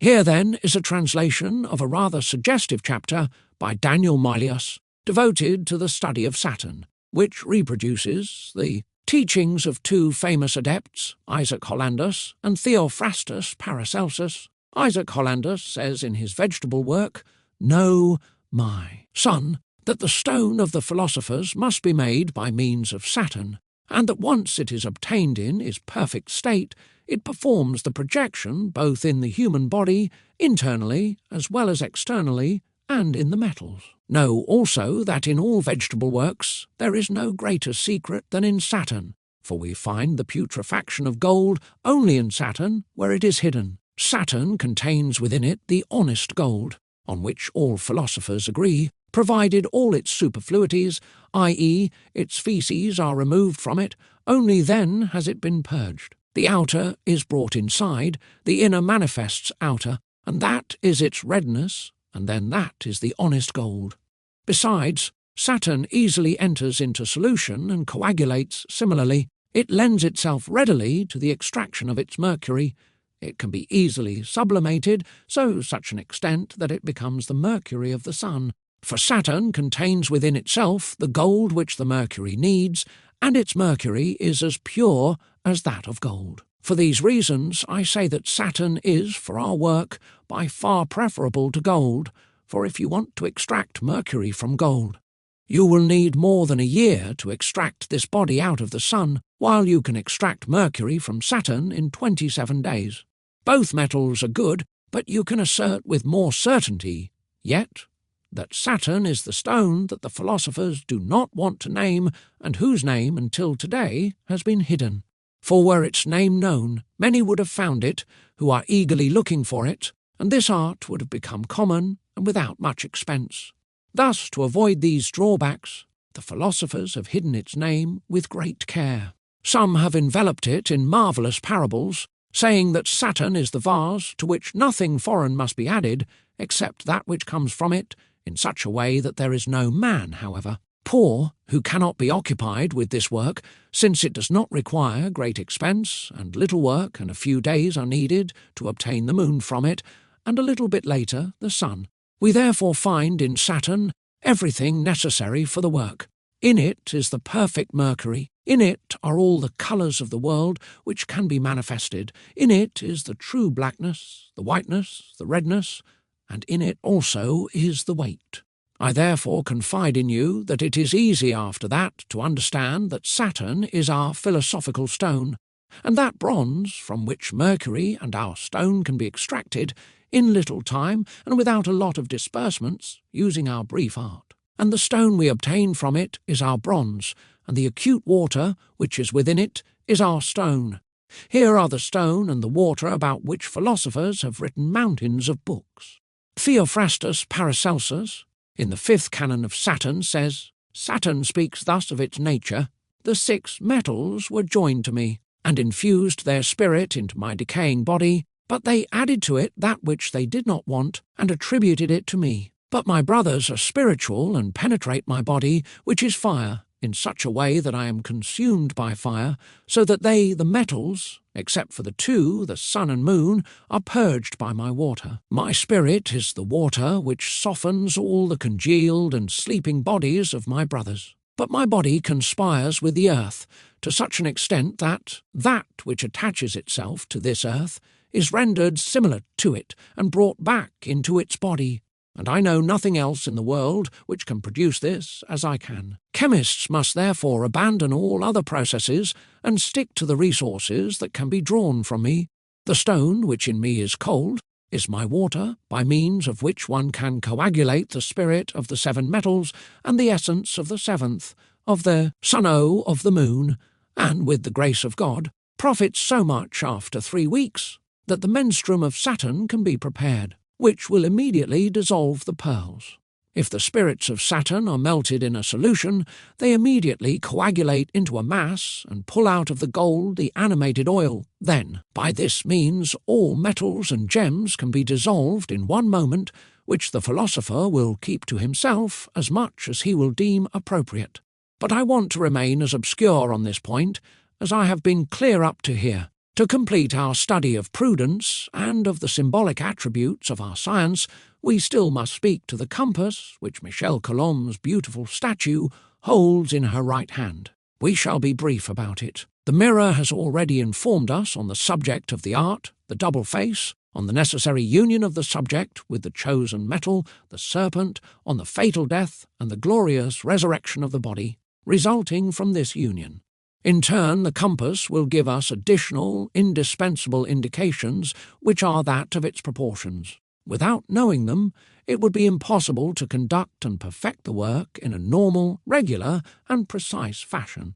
This is what the compass expresses, whose branches not only are used for the proportional measures of distances among themselves as well as to their comparisons, but also for the perfect geometric drawing of the circumference, image of the completed hermetic cycle and work. We have exposed, elsewhere in this book, what S meant under the terms of proportions or weights, secret, veiled under the form of the compass, and we have shown that they contain a double notion, that the weight of nature and that of the weights of art. We will not dwell on it, but simply say that the harmony resulting from the natural proportions, which are forever mysterious, can be translated by this proverb of Linthought: the virtue of sulphur only expands up to the certain proportion of a term. On the contrary, the relationship among the weights of the art, as they remain subject to the will of the artist, are expressed by the cosmopolite's aphorism: the weight of the body is singular and that of water is plural. But, as philosophers teach that sulphur is likely to absorb up to 10 and 12 times its weight in mercury, we can immediately see the necessity for additional operations, about which the authors are barely concerned, the imbibitions and reiterations. We will act in the same way and submit these details of the practice to the beginner's own sagacity, because they are easy to perform and secondary in terms of the research per se. God's precious gift. 15th century manuscript, second drawing. Bodyguards, 7th in the cathedral at Nantes. The evening twilight gradually declines. The shadows invade the ogival vaults, fill the nave, and bathe the petrified humanity of the majestic edifice. On our sides, the powerful and solemn columns climb toward the intricate arches, the transepts and pendentives, which the increasing darkness now steals from our eyes. A bell is ringing. An invisible priest in a subdued voice recited the evening prayers, and the knell from above answers the prayer from below. Only the peaceful flames of the tapers spot with golden brightness the darkness of the sanctuary. Then, once the Mass is done, a sepulchral silence hands over all these inert and cold things, witnesses to a distant past, pregnant with mystery and with the unknown. In their fixed attitude, the 4 stone guardians seem to emerge imprecise and blurred from the midst of this semi-darkness, mute sentinels of an ancient tradition, these symbolic women at the corners of the empty mausoleum, guarding the rigid images of marble, of dispersed bodies, buried no one knows where, move us and make us ponder. O vanity of earthly things, fragility of human wealth, what is left now of those whose glory you were supposed to commemorate and whose grandeur you were supposed to recall? A cenotaph, even less a pretext for art, a support of science, a masterpiece without any usefulness or destination, a simple historical memory, but whose philosophical scope and ethical teaching go well beyond the sumptuous banality of its first assignment. And, before these noble figures of the cardinal virtues, veiling the fourfold knowledge of the eternal sapience, the words of Solomon Prov. 3:13-19 naturally come to mind. Happy is the man that findeth wisdom, and the man that getteth understanding, for the merchandise of it is better than the merchandise of silver, and the gain thereof than fine gold. She is more precious than rubies, and all the things thou canst desire are note to be compared upon her. Length of days is in her right hand, and in her left hand riches and honour. Her ways are ways of pleasantness, and all her paths are peace. She is a tree of life to them that lay hold upon her, and happy is every one that retaineth her. The Lord by wisdom hath founded the earth, by understanding that he established the heavens. The sundial of the Holyrood Palace in Edinburgh. It is an extremely unusual little building, and we would only search our memories in vain, we cannot find an image analogous to this original, very strongly featured work. It is more like an erected crystal, a gem raised on a support, than a genuine monument, and this gigantic sample of mining productions would perhaps be more in its place in a mineralogy museum, rather than in the middle of a park which the public is not allowed to enter. Built at the order of Charles I in 1633 by John Milne, his master builder, with John Bartoun's collaboration, it essentially consists in a geometric block, carved in the shape of a regular icosahedron, its faces hollowed with hemispheres and with rectilinear cavities, which is supported by a pedestal standing on a pentagonal base formed of 3 plain steps. Only the base, which suffered from bad weather, had to be restored.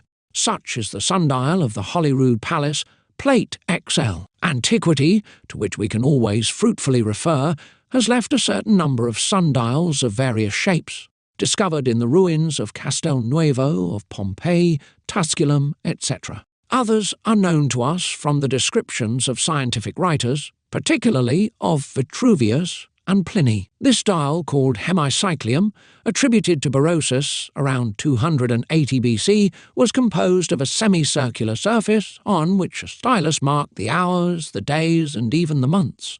The one called Scaphi was composed of a hollow block, having in its centre a needle whose shadow was projected on its side. It was supposed to have been built by Aristarchus of Samos 3rd century BC, just like the discus dial, made of a horizontal round table with slightly raised edges, among the unknown shapes of which, for the most part, only the names come down to us.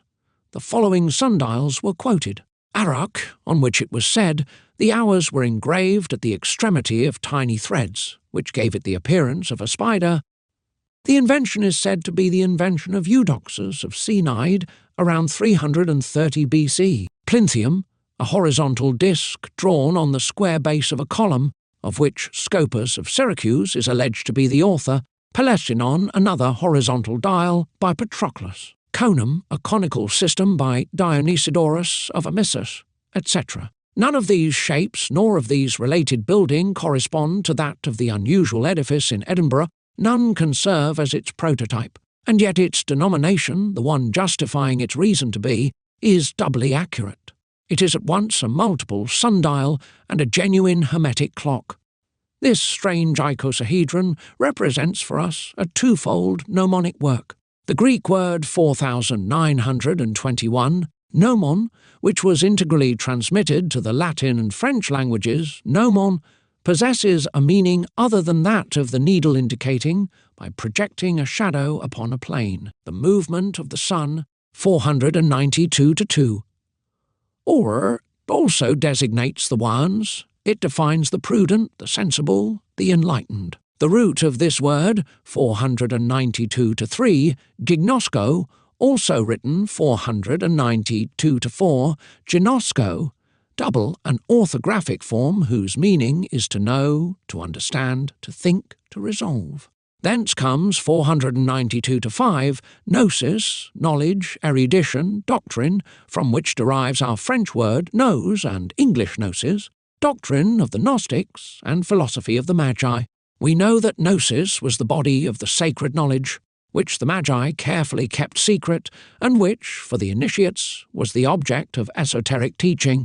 But the Greek root, where gnomon and gnosis derive from, also formed another Greek word, 492-6, gnome, corresponding to our word gnome, meaning mind, spirit, intelligence. Now the gnomes, subterranean genii, appointed to guarding the mineral treasures, constantly watching the gold, silver and precious stone mines, appear as the symbolic representation, the humanized figures of the vital metallic spirit, and of material activity. Tradition depicts them as quite ugly and very short. On the other hand, they are of a gentle and benevolent disposition and very pleasant to get on with. We can therefore easily understand the hidden reason for the legendary tales where the friendship of a gnome opens wide the doors of earthly riches. The mnemonic icosahedron of Edinburgh is therefore, apart from its standard purpose, a hidden translation of the Gnostic work, of the great work of the philosophers. For us, the purpose of this little monument is not only to indicate the daily hours, but also the progress of the son of the sages in the philosopher's work. And this progress is regulated by the icosahedron, which is this unknown crystal, the salt of sapience, spirit or fire incarnate, the familiar obliging gnome, friend of the good artists, who allows men to access the supreme knowledge of the ancient gnosis. Was the knighthood totally unrelated to the building of this curious sundial, or at least to its particular decoration? We do not think so, and believe we can find proof of it in the fact that, on several sides of the solid, the emblem of the thistle is repeated with a significant emphasis. Indeed, we count 6 flower heads and 2 stems in bloom of the species Ceratula arvensis. Could we not recognize, in the obvious preponderance of the symbol, the ensign specific to the Knights of the Order of the Thistle, the affirmation of a secret meaning imposed on the work and countersigned by them? What is more, did Edinburgh actually possess, apart from this royal order, whose hieroglyphic esotericism leaves no doubt, a centre of hermetic initiation placed under its dependence? We could not ascertain it. Yet, approximately 30 years before the building of the sundial, 14 years after the official cancellation of the order, which became a secret fraternity, we see the appearance, in the immediate surroundings of Edinburgh, of one of the most learned adepts and one of the most fervent propagators of alchemical truth, Seton, famous under the pseudonym of the Cosmopolite. During the summer of 1601%, writes Louis Figuier, a Dutch pilot called Jacques Housen was caught by a storm in the North Sea and thrown on the coast of Scotland, not far from Edinburgh, at a short distance from the village of Seaton or Seaton. The shipwrecked sailors were helped by a local inhabitant who possessed a house and some land on this shore. He succeeded in saving several of these unfortunate fellows, welcomed with much humanity the pilot in his house, and gave him the means to return to Holland. This man was called Sethon, or Sethonius Scotus III. The Englishman Campden, in his Britannia, indeed indicates very close to the place of the seashore where the pilot Housen was shipwrecked, a dwelling which he calls the Sethon House, and which he tells us is the residence of the Earl of Winton. It is thus probable that our adept belonged to this noble family of Scotland, which would provide an argument of a certain worth to the hypothesis of a possible relationship between Sethon and the Knights of the Order of the Thistle. Perhaps the man had taught himself in the very place where we see him practice this work of mercy and of high morals, which characterize the elevated souls and the true philosophers. Be that as it may, this fact marks the beginning of a new existence devoted to the Hermetic apostolate, a wandering, eventful, brilliant life, sometimes filled with vicissitudes, lived entirely abroad, and that martyrdom was to tragically crown 2 years later, December 31, 1603, or January 1, 1604. It therefore seems that the cosmopolite, solely concerned with his mission, never came back to his native country, which he left in 1601 only after having acquired a perfect mastery of the art. These reasons, or rather these conjectures, lead us to connect the Knights of the Thistle with the famous alchemist by invoking the Hermetic testimony of the Edinburgh sundial. In our opinion, the Scottish sundial is a modern replica, at once more concise and more learned, of the ancient tabula smaragdina. This table was composed of 2 columns of green marble, according to some, or of an artificial emerald sheet, according to others, on which the solar work was carved in Kabbalistic terms. The tradition attributes it to the father of the philosophers, Hermes Trismegistus, who claims to be its author, although his quite obscure personality does not betray in any way whether the man belonged to legend or to history. Others claim that this testimony of the sacred science, initially written in Greek, was discovered after the biblical flood in a rocky cave of the Hebron Valley.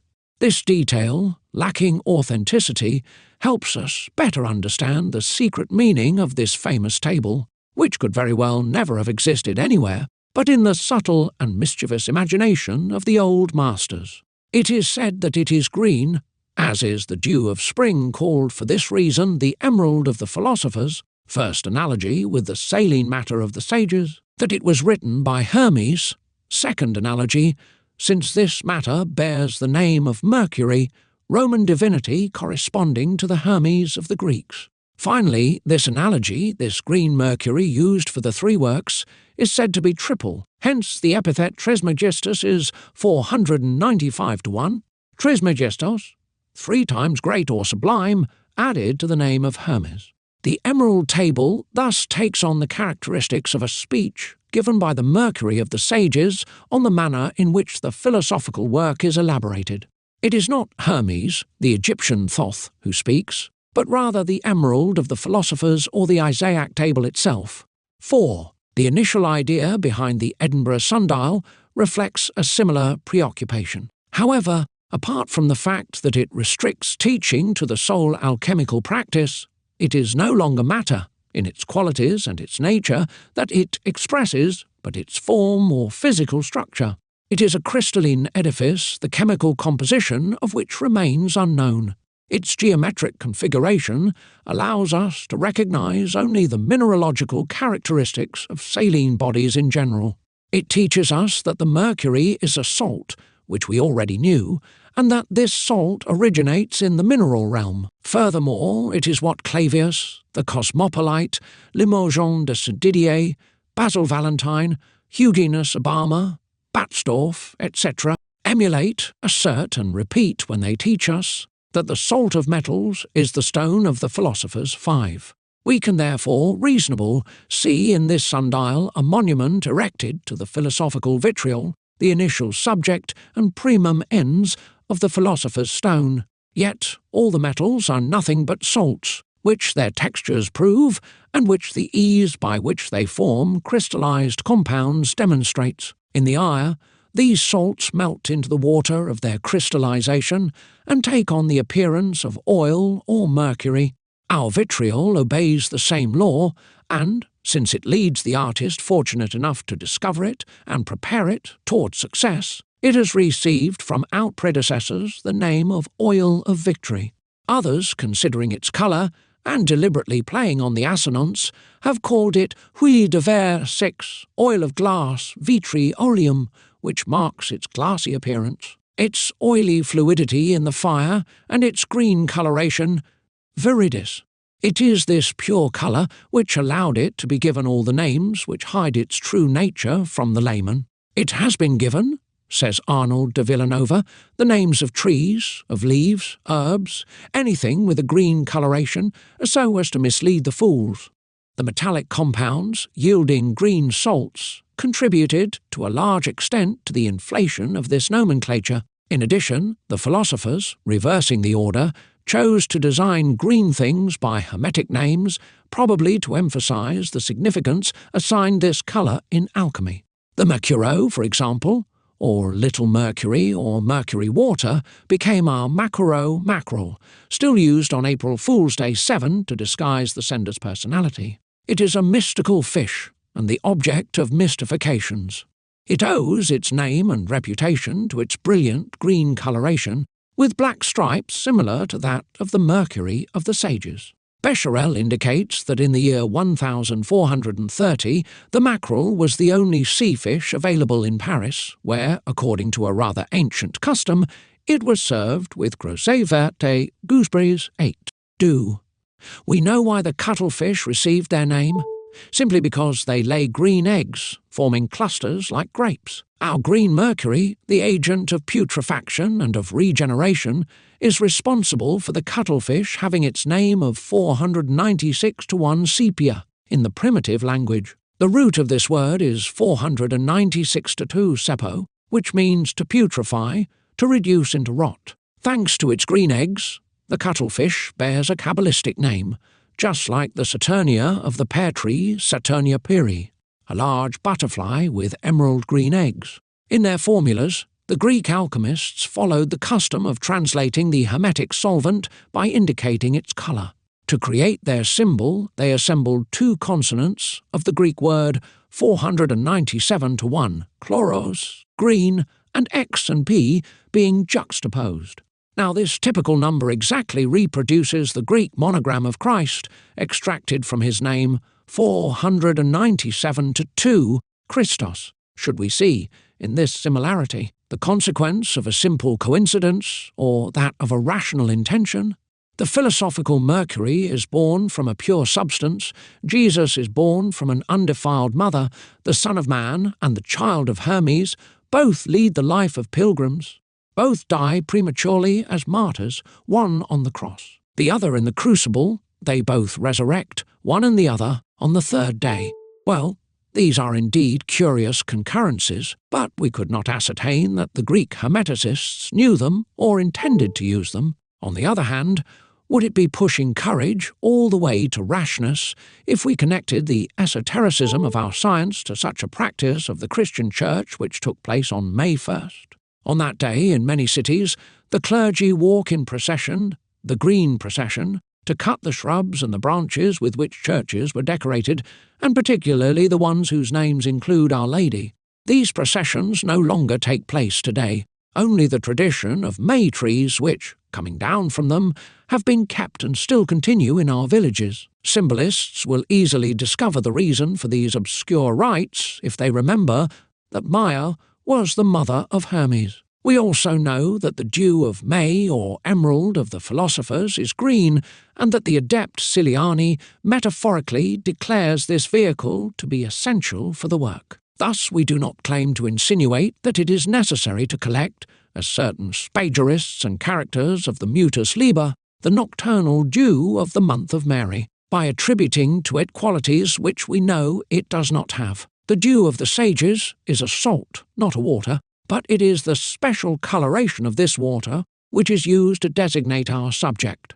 Among the ancient Hindus, the philosophical matter was represented by the goddess Mudevi, 497 to 3, Mudasis, humidity, rot, from the root 497 to 4, born from the sea of milk. It is said that she was represented, painted green, mounted on a donkey, and bearing in her hand a banner in the middle of which a crow could be seen. Probably also hermetic is the origin of the Day of the Green Wolf, folk festivities of which the custom was long maintained at Jumiges, and which was celebrated on June 24, day of the solar exaltation in honour of St. Ostrobirth. A legend tells us that the female saint was washing the linen of the famous abbey where she brought it on a donkey. One day the wolf strangled the donkey. St. Ostrobirth condemned the guilty animal to take on the task of its victim, and the wolf fulfilled it perfectly until its death. It is the memory of this legend that this celebration perpetuated. However, the reason why the colour green was attributed to the wolf is not explained, but we can assuredly say that it is by strangling and devouring the donkey that the wolf became green, and this would suffice. The fierce wolf, savage with hunger, is the agent indicated by Basil Valentine in the first of his 12 keys. This wolf, 498 to 1, Leucon, is first grey and does not let us guess the ardent fire, the bright light which it holds hidden in its coarse body. Its meeting with the donkey manifests this light. 498 to 2, Leucos becomes 498 to 3, Luce, the first morning glimmer, dawn. The grey wolf is dyed as a green wolf, and then it becomes our secret fire, the nascent Apollo, 498 to 4, Lucigenes, the father of light.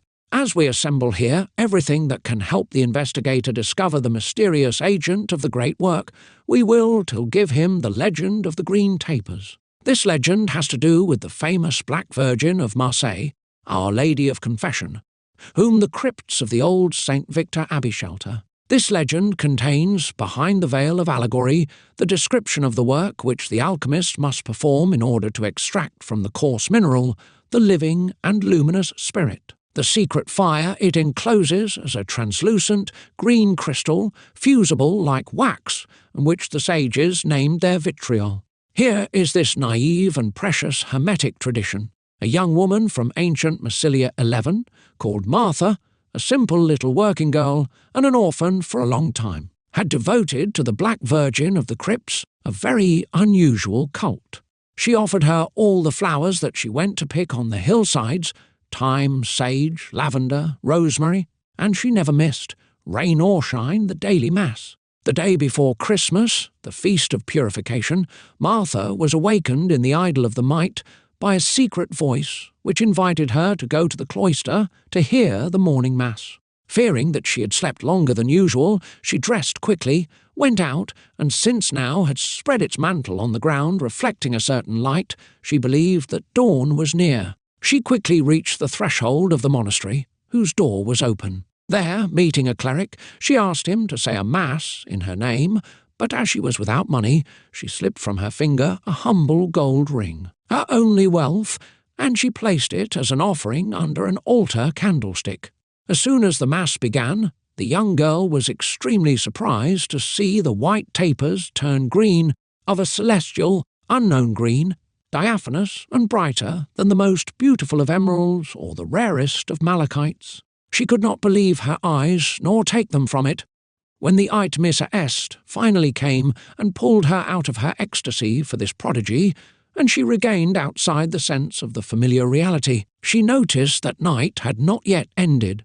The first hour of the day was just ringing at the belfry of St. Victor Church. Not knowing what to think of the adventure, she went back to her dwelling, but came back early in the morning to the abbey. There was already in the holy place a great gathering of people, anxious and troubled. She made inquiries. She was told no Mass had been said since the day before. Martha, at the risk of passing for a visionary, then told in details the miracle she had just witnessed a few hours earlier, and the faithful crowded with her to the cave. The orphan girl had told the truth, and the tapers still shone at the altar with full, incomparable brilliance. In his notice sur l'antique Abbaye de Saint Victor de Marseille, notes on the ancient St. Victor Abbey in Marseille, Abbot Laurin speaks of the custom, still followed by the people, to carry green tapers during the processions of the Black Virgin. These tapers are blessed on February 2nd, say of Purification, commonly known as the Candlemas. The author adds that abundant Candlemas tapers must be green, although the reason why is not well known. Various documents indicate that green-coloured tapers were used in other locations, in the monastery of the nuns of St. Sauveur, in Marseille in 1479, and in the city of St. Sauveur near Aix-en-Provence until 1620. Elsewhere, this custom was lost, while it was preserved in St. Victor. Such are the essential points of the symbolism, specific to the sundial of Edinburgh, that we intended to bring under consideration. In the special decoration of the emblematic icosahedron, the visitor powerful enough to be able to approach it. For, without relevant motives, he will ever obtain the authorization to do so, will note. Besides the hieroglyphic thistles of the order, the respective monograms of Charles I, beheaded in 1649, and of his wife, Marie Henriette of France. The letters CR Carolus Rex apply to the former, MR Maria Regina designate the latter. Their son Charles II, born in 1630, he was then 3 years old when the monument was erected, is featured on the sides of the crystal by the initials CP Carolus Princeps, each surmounted by a crown, as were his father's initials.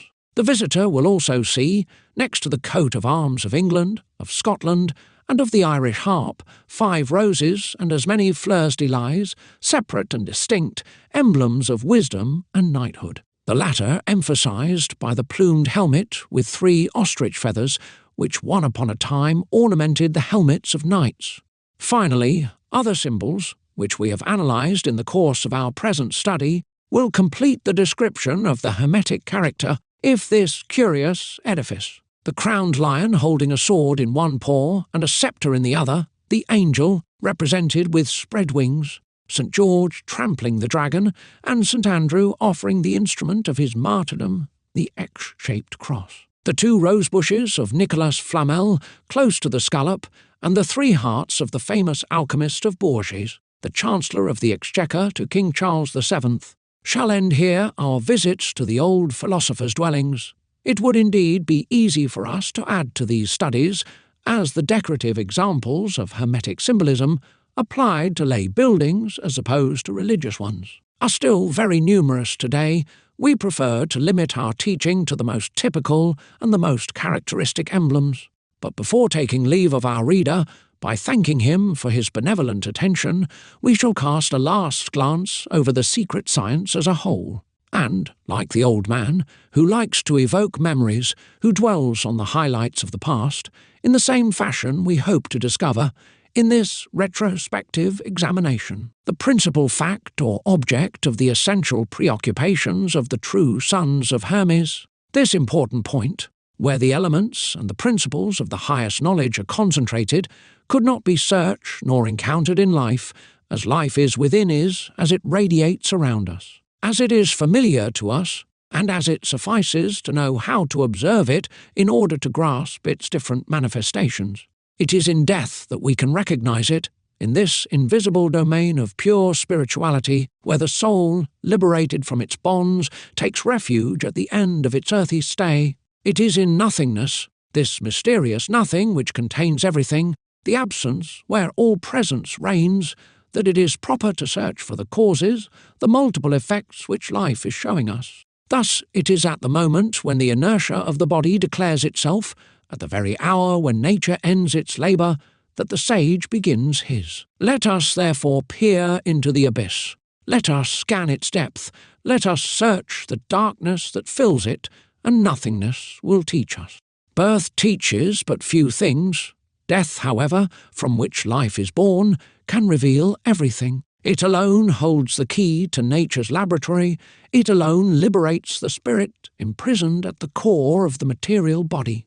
A shadow, a dispenser of light, a sanctuary of truth, an untouched asylum of wisdom, death hides and jealously conceals its treasures from fearful mortals, from the indecisive ones, from the sceptical ones, and from all those who disregard it or do not dare confront it. For the philosopher, death is simply the peg which joins the material plane to the diving plane. It is the terrestrial door opening onto the sky, the link between nature and divinity.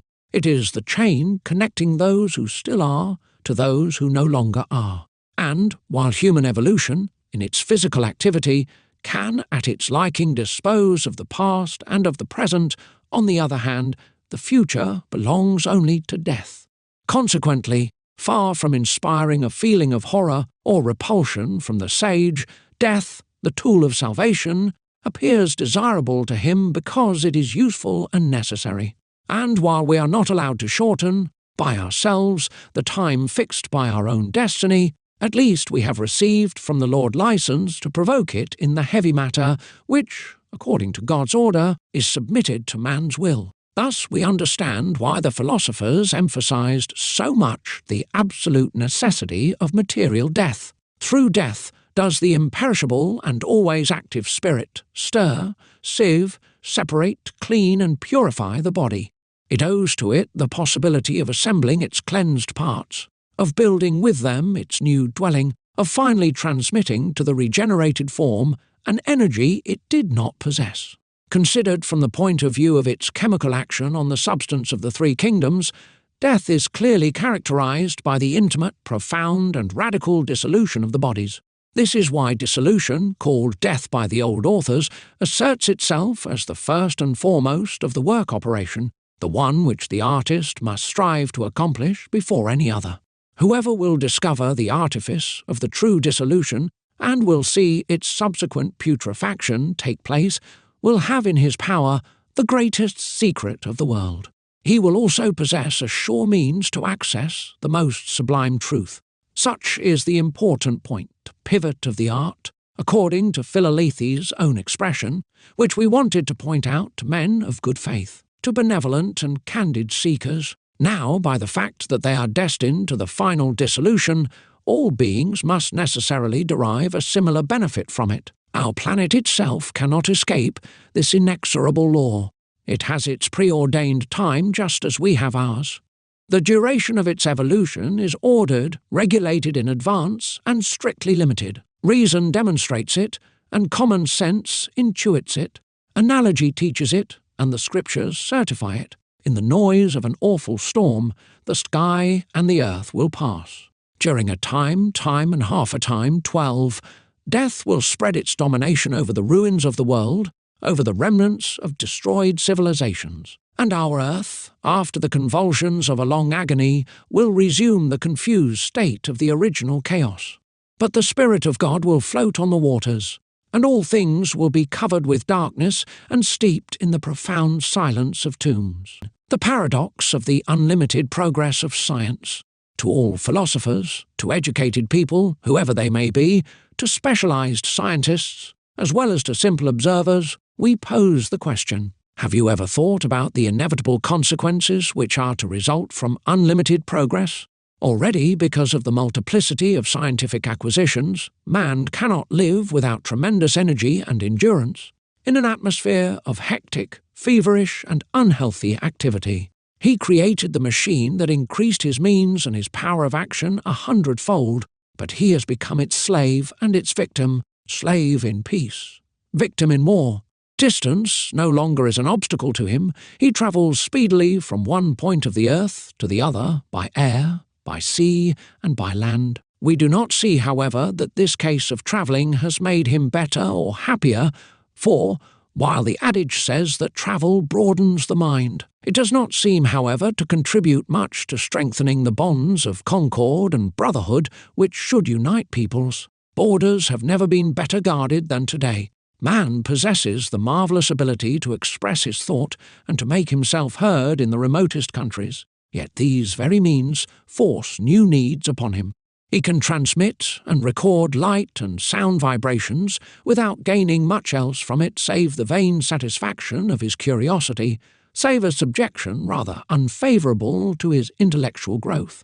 Opaque bodies have become permeable to his glance, and, while he can now fathom the heavy matter, on the other hand, what does he know of himself, that is, of his origin, his essence, and his destiny? Satisfied desires are followed by new, unfulfilled desires. We emphasize it. Man always wants to go fast, ever faster, and this agitation is such that the possibilities at his disposal become insufficient. Carried away by his passion, his desires and his phobias, the horizon of his hopes recedes indefinitely. It is the frantic race towards the abyss, a constant wearing, an impatient and frenzied activity implemented without respite or rest. In our century, said Jules Simon, quite rightly, one must walk or run, whoever stops is lost. At this pace, at this rate, physical health collapses. In spite of the diffusion and the observance of rules of hygiene and of prophylactic measures, and despite the piling up of chemical drugs, illness continues its ravages with an untiring perseverance, to such extent that the organized fight against unknown plagues seems to have no other result but to cause new ones to appear, more acute and more stubborn. Nature herself gives us unequivocal signs of weariness. She is becoming lazy. It is only by dint of chemical fertilizers that the farmer now obtains average value crops. Ask a peasant, he will tell you that the earth is dying, that seasons are disturbed, the climate modified. Every growing thing lacks sap and resistance. Plants wither. This fact is officially recognized and prove unable to react against the invasion of parasitic insects or the attack of diseases involving mycelium. Finally, we will reveal nothing by saying that the greatest part of discoveries, first oriented towards the increase of human well-being, were rapidly diverted from their goal and specifically applied to destruction. Instruments of peace are turned into machines of war, and we already know too well the dominating role science played in modern cataclysms. Such is, unfortunately, the final goal, the outcome of scientific investigation, and such is also the reason why man who pursued it with criminal intent calls divine justice upon him and finds himself bound to be condemned by it, so as to avoid the blame that no doubt would have been addressed to them of perverting peoples. The philosophers always refused to openly teach the truths they had acquired or received from antiquity. Bernardin de Saint-Pierre proves he knew this rule of wisdom when he states at the end of his Indian cottage, "Untruth should be searched with a simple heart. It will be found in nature. It must be told only to decent people."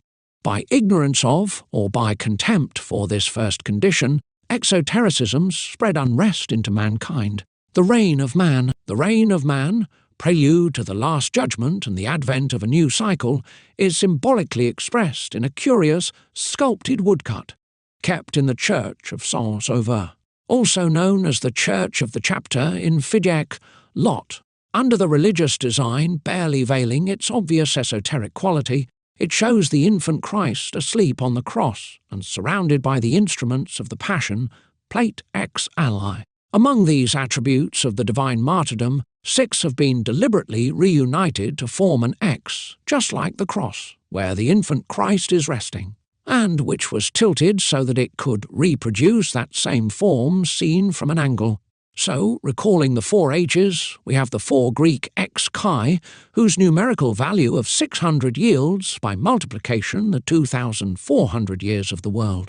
We see then the spear of Longinus, John 1934, the reed, Matthew 7:48, Mark 15:36, or the hyssop rod holding the sponge filled with vinegar, John 8. Then the bundle of scourges and intertwined whip, John 19:1, Matthew 7:26, Mark 5:15, finally, the hammer which was used to pound the nails of crucifixion and the pliers used to pull them out after the death of the Saviour. Triple image of the ultimate radiance, graphic formula of a declining spiritualism, these X's leave their marks on the second cyclic period, at the end of which mankind struggles in darkness and confusion, until the day of the great earth revolution and the liberating death. If we gather these 3 crosses and place the point of intersection of their branches on a common axis, we obtain a 12-rayed geometric figure symbolizing the 12 centuries which constitute the reign of the Son of Man and which come after the 12 preceding ones of the reign of God. Figeac, Lot, the Church of Chapitre, the Chapel of Notre Dame de Pitié, instruments and symbols of the Passion. The flood. When people speak of the end of the world, they generally evoke and translate the idea of a universal cataclysm, bringing about both the total ruin of the planet and the extermination of its inhabitants. According to this opinion, the Earth, wiped off the face of the galaxy, would cease to exist. Its debris, projected into sidereal space, would fall in a rain of neoliths on worlds near ours. Some more logical thinkers understand the expression in a less extended sense. According to them, the perturbation would affect mankind alone. It seems impossible for them to admit that our planet could disappear, although everything which lives, moves and gravitations on its surface is condemned to die. A Platonic thesis, which could be acceptable if it did not contain the irrational introduction of a miraculous factor, a renewed man born directly from the earth, like a simple vegetable and without preliminary seed. It is not the way to understand the end of the world such as it is announced by the Scriptures and such as primitive traditions recount it, whatever race they belong to. When, to punish mankind for its crimes, God resolved to have it swallowed up by the waters of the flood, not only was the earth affected solely on its surface, but also a certain number of just and chosen men, having obtained his grace, survived the flood. Although presented under symbolic appearances, this teaching is founded on a positive basis. We recognize the physical necessity of an animal and terrestrial regeneration, which therefore cannot result in the complete obliteration of creatures, or suppress any of the conditions essential to the survival of this rescued core. Consequently, in spite of its apparent universality, in spite of the terrifying and long intermixing of the raging elements, we are certain that the huge catastrophe will not equally impact all places, nor the expanse of all continents and seas. Certain privileged countries, as genuine arcs of rock, will shelter men who will have taken refuge there. There for one day, lasting 2 centuries, generations will watch, anxious witnesses of the effects of divine power, the gigantic duel between water and fire. There, in a relative calmness, at an equal temperature, in the pale and even light of a low ceiling of clouds, the chosen people will wait for peace to come and for the last clouds, dispersed by the breath of the Golden Age, to uncover the multicoloured magic of a double rainbow, the brightness of new skies and the charm of a new earth. For us who never accepted the arguments of rationalism, we deem that the Mosaic flood is indisputable and real. Furthermore, we know to what extent the Bible is superior to other books, how it remains the immutable eternal book, the book of cycles par excellence, in which, under the veil of parables, the revelation of human history is sealed, even over and beyond the annals of each people. It is the story in extenso of the travel accomplished by each cyclic generation, and since history forever repeats itself, the Bible, which figuratively describes its process, will forever remain the unique source, the true collection of historical events and of human revolutions, as much for bygone periods as for those that will succeed one another in the future. Our purpose is not here to undertake to refute the arguments by which the adversaries of Moses' tradition have contested the accuracy of his testimony, not to provide the arguments by which the advocated of the revealed religion have established the authenticity and divine inspiration of its books. We will only attempt to show that the reality of the flood is attested by the specific traditions of all the peoples, of the Old as well as of the New Continent. The sacred books of the Hindus and the Iranians make mention of a flood. In India, Noah is called Vaisaswata or Satyavrata. The Greek legends speak of Ogyges and Deucalion, those of Chaldea of Xikuthros or Sisuthros, those of China of Phot Kai, those of Peru of Bochica. According to the Assyrian Chaldean cosmogony, as men, created by Marduk, became evil, the council of the gods decided to punish them. Only one man was just, and because of this fact, he was loved by God Ea. His name was Utmapishtim, king of Babylon.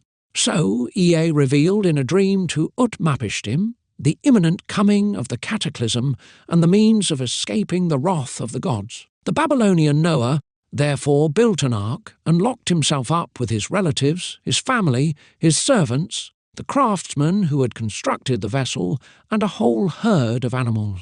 Immediately darkness filled the sky, the waters of the abyss fell and covered the earth.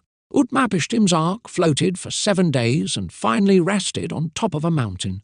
The Just One, now saved, let a dove and a swallow fly, which returned to the boat, and then a crow which did not return. Then he came out of the ark and offered a sacrifice to the gods. For the Aztecs and other tribes who lived on the plateau of Mexico, it is Coxcox, or Tesbe, who plays the role of the biblical Noah. The Mosaic flood had the same importance, the same scope, the same repercussions as all the previous floods. Somehow it is the typical description of the periodic catastrophe resulting from the reversal of the poles. It is the simplified interpretation of the successive floods, of which Moses was probably aware, either because he had been an eyewitness to one of them, which would justify his own name, or because he had obtained it through divine revelation. To us, The Ark of Salvation seems to represent the geographical location where the chosen ones gather when the great perturbation is near, rather than a boat hand built by man. By its form, the Ark already reveals itself as a cyclic figure rather than as a true ship. In a text where we must, especially, according to the word of the Scriptures, take care to consider the spirit rather than the letter, it is impossible for us to take the building of the ship in a literal sense, as well as the search, for all the pure and impure animals, and their reunion by couples, a disaster that imposes, for 2 centuries, to living and free beings, living conditions so different from their normal ones, so contrary to their needs, go beyond the limits of our reason. It should not be forgotten that during the entire trial, the hemisphere, given over to the rush of water, is plunged into the most total darkness. It is indeed worth knowing that Moses speaks of cyclic days, whose secret value is equal to regular years. Let us be more specific. It is written that the flood rains lasted 40 days, and that the waters covered the earth for 150 days, that is 190 days total. Then God caused a warm wind to blow, and the level of the sheet of water went down. The ark landed on Mount Ararat in Armenia. Noah opened the window, the return to light, and liberated a crow which, held back by corpses, did not come back. He then let a dove fly, which immediately came back to the ark, for at that time trees were still submerged. The patriarch then waited 7 days and again let the bird fly, which returned toward evening, bringing back a green olive branch. The flood was over. It had lasted 197 cyclic days, give or take 3 years, 2 actual centuries. Can we admit that a ship exposed to the storms for such a long time would be capable of resisting it? And, on the other hand, what should we think of its cargo? The implausibility, even so, could not totally shake our convictions. We hold the Mosaic account to be true and positive as far as its basis, that is to say, as far as the actuality of the event of the flood is concerned, but most of the circumstances which accompany it, particularly those concerned with Noah, with the ark, and with the coming and goings of the animals, are clearly allegorical. The text contains an esoteric teaching of considerable scope. Let us simply note that Noah, who has the same Kabbalistic meaning as Noel in Greek, 520 to 1, Noe, Christmas in English, is a contraction of the Greek 520 to 2, Neos Helios, new sun. The ark 510 to 3, Arche, indicates the beginning of the new era. The rainbow, too, signifies the covenant that God makes with man in a cycle which is just beginning. Its is the born-again or renewed symphony, 510 to 4, symphonia, consent, agreement, union, pact. It is also the belt of Iris, 510 to 5 zone, the privileged zone. Esdras' Book of Revelation informs us about the symbolic value of the books of Moses. On the 3rd day, while I was under a tree, a voice came to me from the side of that tree and said to me, "Esdras, Esdras." I answered, "Here I am." I got up and stood. The voice continued, "I appeared to Moses, and I spoke to him from the bush while my people were slaves in Egypt. I sent him as a messenger. I caused my people to come out of Egypt. I led them to Mount Sinai, and I established them for a long time near me. I told them of many marvels. I taught them the mystery of days. I showed them the last times, and I gave them this order: tell this, hide that. 3. But if we only consider the fact of the flood, we will be led to recognize that such a cataclysm was bound to leave profound sings of its passage and to somewhat modify the topography of the continents and the seas. It would be a serious mistake to believe that the geographical outline of ones and the others, their reciprocal situations, their layout on the surface of the globe, the same 25 centuries ago at the most. From that, they are today. In spite of our respect for the work of scientists who were concerned with prehistoric times, we should accept, only with the utmost reserve, the maps of the Quaternary period reproducing the current configuration of the globe. It is obvious, for example, that an important part of the French soil was submerged for a long time, covered with sea sand, abundantly provided with shells, and of various calcareous terrains with imprints of ammonites. Let us also recall that the island of Jersey was still connected to the Cotentin Peninsula in Normandy in 709, the year when the waters of the Channel invaded the vast forest, which went as far as Ouessant and was used as shelter for many villages. History also reports that the Gauls, questioned as to what could inspire in them the greatest of terror, used to respond, "We have only one fear, it is that the sky fall on our heads." But this jest, which was made out to be a proof of their daring bravery, is it not perhaps hiding a quite different reason? Instead of a simple bragging, would it not be a persistent memory of a real event? Who could dare to assert that our ancestors were not indeed the horrified victims of a collapsing sky in formidable cataracts, among the darkness of which a night lasted for generations? Atlantis. Did this mysterious island, of which Plato left the enigmatic description, ever exist? A question difficult to solve, given the weakness of the means which science possesses to penetrate the secret of the abysses. Nevertheless, some observations seem to support the partisans of the existence of Atlantis. Indeed, soundings done in the Atlantic Ocean have allowed us to bring back to the surface fragments of lava whose structure irrefutably proves that they have been crystallized while in contact with air.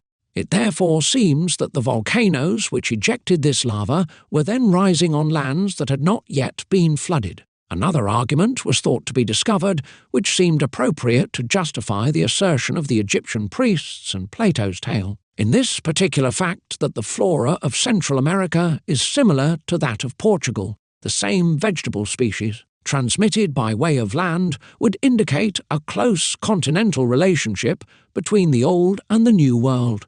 As for us, we see nothing impossible in the fact that Atlantis could have held an important place among the inhabited regions, nor in the fact that a civilization could have developed to the extent of reaching this high degree that God seems to have fixed as being the limit of human progress, while you shall go no farther.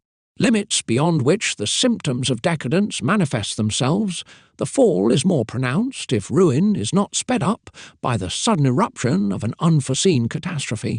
Faith in the truthfulness of Plato's works results in believing the reality of the periodical upheavals of which the Mosaic flood, we said it, remains the written symbol and the sacred prototype. To those who negate what the priests of Egypt entrusted to Solon, we would only ask to explain to us what Aristotle's master wanted to reveal by this fiction of a sinister nature.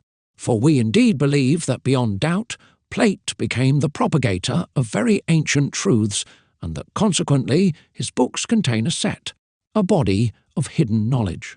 His geometric number and cave have their signification. Why should the myth of Atlantis not have its own? Atlantis must have undergone the same fate as the others, and the catastrophe which submerged it falls obviously into the same cause as that which buried, 48 centuries later, under a profound sheet of water, Egypt, the Sahara, and the countries of northern Africa. But more favoured than the land of the Atlantean, Egypt gained from a raising of the bottom of the ocean and came back to the light of day after a certain time of immersion. For Algeria and Tunisia, with their dry chots covered with a thick layer of salt, the Sahara and Egypt, with their soils constituted for a large part of sea sand, show that the waters invaded and covered vast expanses of the African continent. The columns of the pharaoh's temples bear on them undeniable traces of immersion in the hypostyle chambers, the slabs, still extant, which form the ceilings, have been raised and moved by the oscillating motion of the waves, the disappearance of the outer coating of the pyramids, and in general that of the stone joints. The Colossus of Memnon, who used to sing the evident traces of corrosion by water that can be noticed on the Sphinx of Giza, as well as on many other works of Egyptian statuary, have no other origin. Moreover, it is probable that the priestly caste did not ignore the fate which was reserved for their country. This is perhaps the reason why the royal hypogaea were carved deep into the rock and that their openings were hermetically sealed. Could we not also recognize in it the effect of this belief in a future flood, in the mandatory crossing that the soul of the deceased had to accomplish after the body's death, and which justified the presence Among so many other symbols of these rigged small boats, this miniature flotilla, which are a part of the funereal furniture from Ezekiel 4, which announces to the disappearance of Egypt, is categorical and cannot lend itself to any ambiguity. I will cover the sun with a cloud, and the moon shall not give her light. All the bright lights of heaven I will make dark over thee, and set darkness upon thy land, saith the Lord God. I will also vex the hearts of many people, when I shall bring thy destruction among the nations, into the countries which thou hast not known. When I shall make the land of Egypt desolate, and the country shall be destitute of that whereof it was full. When I shall smite all them that dwell therein, then shall they know that I am the Lord. The conflagration. The cyclic history begins at the 6th chapter of Genesis with the narrative of the flood. It ends at the 20th chapter with the book of Revelation, in the blazing flames of Judgment Day. Moses, rescued from the waters, writes the first one. St. John, sacred figure of the solar exaltation, closes the book with the seals of fire and of sulphur. In Merle du Sèvres one can admire the mystic knight, of whom the visionary of Patmos speaks, and who must come in the fullness of light and spring forth from the fire, in the manner of a pure spirit plate. It is a solemn and noble statue that, under a semicircular arch of the St. Peter Church, stands above the southern porch, which because of its orientation is always subjected to the rays of the sun. The bow and the crown are given to him in the midst of the ineffable divine glory, whose lashing lustre burns up everything it illuminates. While our horseman does not show the symbolic weapon, he is, however, covered with the sign of all royalties. His rigid bearing, his great stature announce power, but the expression of his face seems stamped with some sadness. His features compare to that of Christ, of the King of Kings, of the Lord of Lords, of the Son of Man who, according to Lentulus' report, was never seen to laugh, although he was often seen to cry. And we understand that it is not without melancholy that he comes back down here, to the places of his passion, he, the eternal messenger of his Father, to impose on the perverted world the ultimate trial, and to ruthlessly reap a shameful mankind. Mankind, ripe for the supreme punishment, is represented by the character hit and trampled by the horse, without its rider betraying the slightest concern. Each period of 1,200 years begins and ends with a catastrophe. Human evolution expands and grows in the space of two scourges. Fire and water, the agents of all material mutations, work together during the same amount of time and each on an opposite region of the earth. And as the solar displacement, that is to say, the ascent of the celestial body to the zenith of the pole, remains the bog engine for this elemental conflagration. Its result is that the same hemisphere is once submerged at the end of a cyclic, can once calcined at the end of the next one. While the south undergoes the paired heat of the sun with the fire of the earth, the north undergoes the constant effusion of the southern seas, vaporized in the midst of the blazing fire, then condensed into huge clouds, constantly forced back. Now, since, during the previous cycle, the waters of the flood drowned our northern hemisphere, we should think that the flames of Judgment Day will consume it.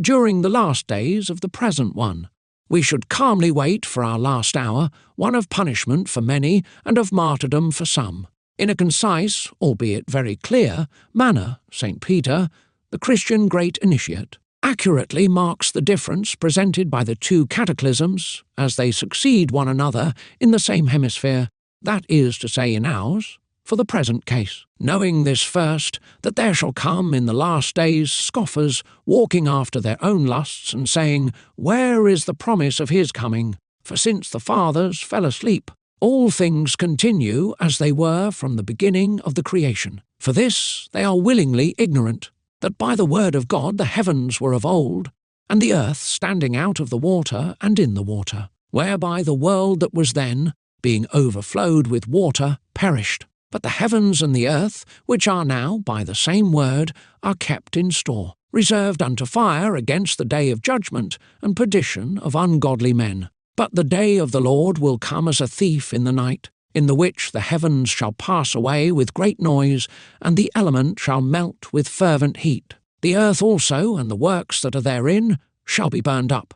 Mele du Sevres, the Church of Saint Hilaire Septentrional Porch, the horseman of the Apocalypse. Nevertheless, we, according to his promise, look for new heavens and a new earth, wherein dwelleth righteousness. 5.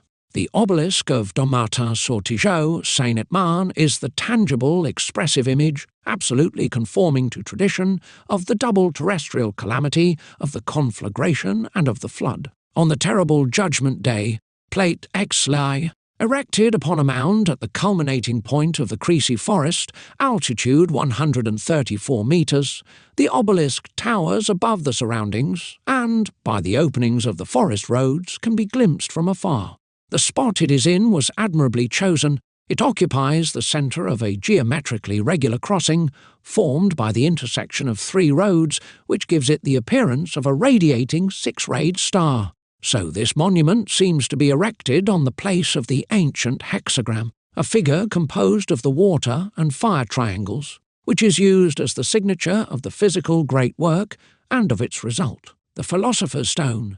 The work, quite stylish, is made of 3 distinct parts: an oblong, strongly built base, with a square section and rounded angles, a shaft formed by a quadrangular pyramid with chamfered edges. Finally, an amortissement concentrated all the interest of this building. It shows, as a matter of fact, a terrestrial globe given over to the joined forces of water and fire. Resting on the waves of a raging sea, the sphere of the world, hit on the higher pole by the sun in a helical reversal, catches fire and throws off lightnings and thunderbolts. Here is, as we said, the vivid representation of the huge conflagration and flood, equally purifying and dispensing a justice. 2 sides of the pyramid are exactly aligned on the highway's north-south axis. On the southern side, one can notice the image of an old oak sculpted in bas-relief. According to M. Pignard-Peguet 6, this oak tree was above a Latin inscription which is now hammered out. The other facets bore, as intaglio engravings, a sceptre on one, a hand of justice on the other, a medallion bearing the king's coat of arms on the last one. If we question the oak of stone, it can answer us that times are near, because it is its figurative foreboding. It is the revealing symbol of our times of decadence and perversion, and the initiate, to whom we owe the obelisk, carefully chose the oak tree as a frontispiece for his work, in the fashion of a Kabbalistic prologue. In charge of pinpointing in time the ill-omened period of the end of the world, the characteristics of this period, which is ours, are clearly indicated in the 24th chapter of the Gospel of St. Matthew. And ye shall hear of wars and rumours of wars. And there shall be famines and pestilences and earthquakes in divers places. All these are the beginning of sorrows. Matt 24, 6-8. These frequent geological tremors, accompanied with unexplained climatic changes, the consequences of which are propagated among the different peoples, which they worry, and among the societies, which they upset, are symbolically expressed by the oak. This word, whose French pronunciation chi is lisped, phonetically corresponds to the Greek word 520 to 1 ken and designates the common goose. The old oak tree, because of this fact, takes on the same value as the expression the old goose and the secret meaning of the Old Law 7, heralding the return of the ancient covenant or of the reign of God. The tales of Mother Goose 8, Mother Law, Primary Law, are hermetical narratives where esoteric truths mingle with the marvellous and legendary setting of the Saturnalia, of Paradise, and of the Golden Age. The Golden Age. In the time of the Golden Age, the regenerated man knows no religion. He only gives thanks to the Creator, whose Son, his most sublime creation, seems to reflect the ardent, luminous, and benevolent image. He respects, whores, and venerates God in this radiating globe, which is the heart and brain of nature and the dispenser of earthly goods. Visible representative of the Lord, the Son is also the tangible evidence of his power, of his greatness, and of his goodness. In the midst of the radiating celestial body, under the pure sky of a rejuvenated earth, man admires the divine works, without outer manifestations, without rites, without veils. Contemplative, and ignorant of need, desire, and suffering, He holds toward the Master of the universe this touching and deep gratitude that simple souls possess, and this boundless affection that binds the Son to the Father. The Golden Age, a solar age par excellence, has for cyclic symbol the very image of the celestial body, the hieroglyph that has always been used by the old alchemists in order to express the metallic gold or mineral sun. On the spiritual level, the Golden Age is personified by the evangelist St. Luke. The Greek 520-2 Lucas, from 520-3, Luknos, light lamp, torch, lucis in Latin, brings us to consider the Gospel according to Luke as the Gospel according to the light. It is the solar Gospel, esoterically conveying the journey of the celestial body and that of its rays back to their primary state of splendour. It marks the dawn of a new era, the exaltation of the radiating power over the regenerated earth, and the return of the yearly and cyclical orb, 521-1, Lukabas, in Greek inscriptions meaning year.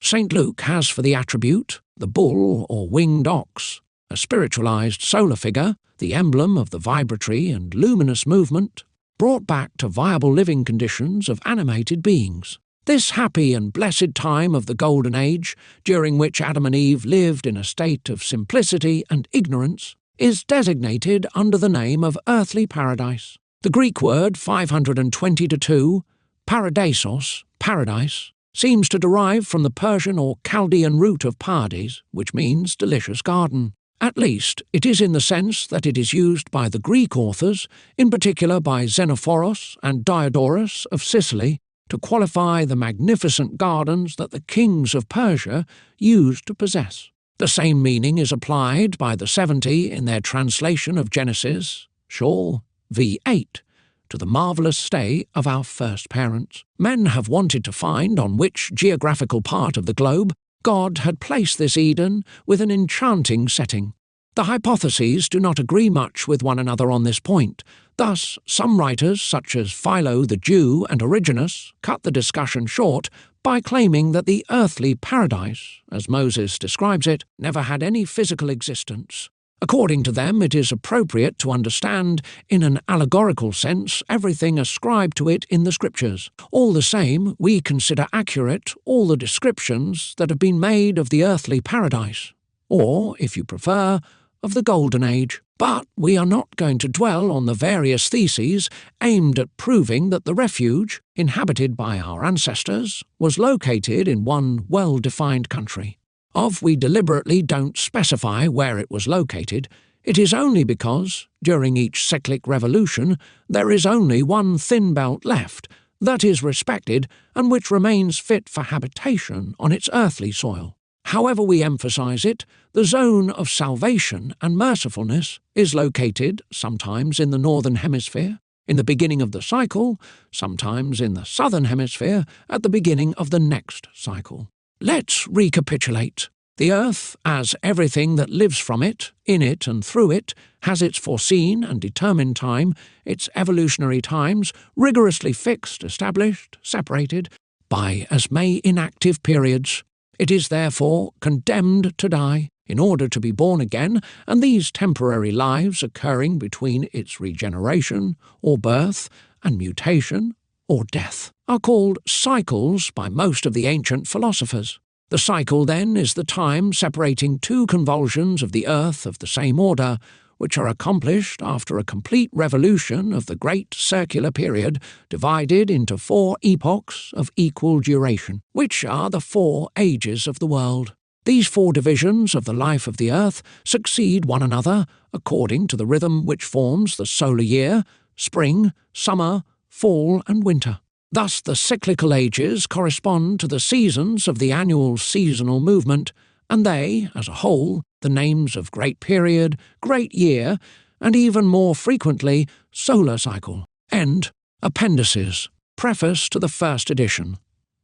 Long considered a chimera, alchemy appears to the scientific world more and more every day. The words of scientists on the constitution of matter and their recent discoveries show and give evidence of the dissociation potential of chemical elements. Nowadays, N1 any longer doubts that the elements, once regarded as simple, are in fact any partisans. The deceptive concept of inertia disappears from the universe, and that which only yesterday seemed heresy has today become dogma.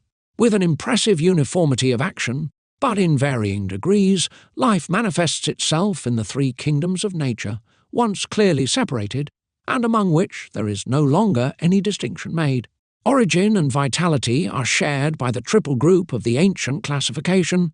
Crude substance proves to be animate. Beings and things evolve. Progress through constant transformations and new beginnings. Through the multiplicity of their exchanges and combinations, they separate themselves from the original unity, only to resume their original simplicity under the influence of decompositions. Sublime harmony of the great totality, immense circle through which the spirit goes in its eternal activity, and which has for centre the unique living fragment emanating from the creative logos. And so, after having strayed from the correct path, modern science seeks to rejoin it, progressively adopting ancient concepts. Much like successive civilizations, human progress obeys the inescapable law of perpetual renewal.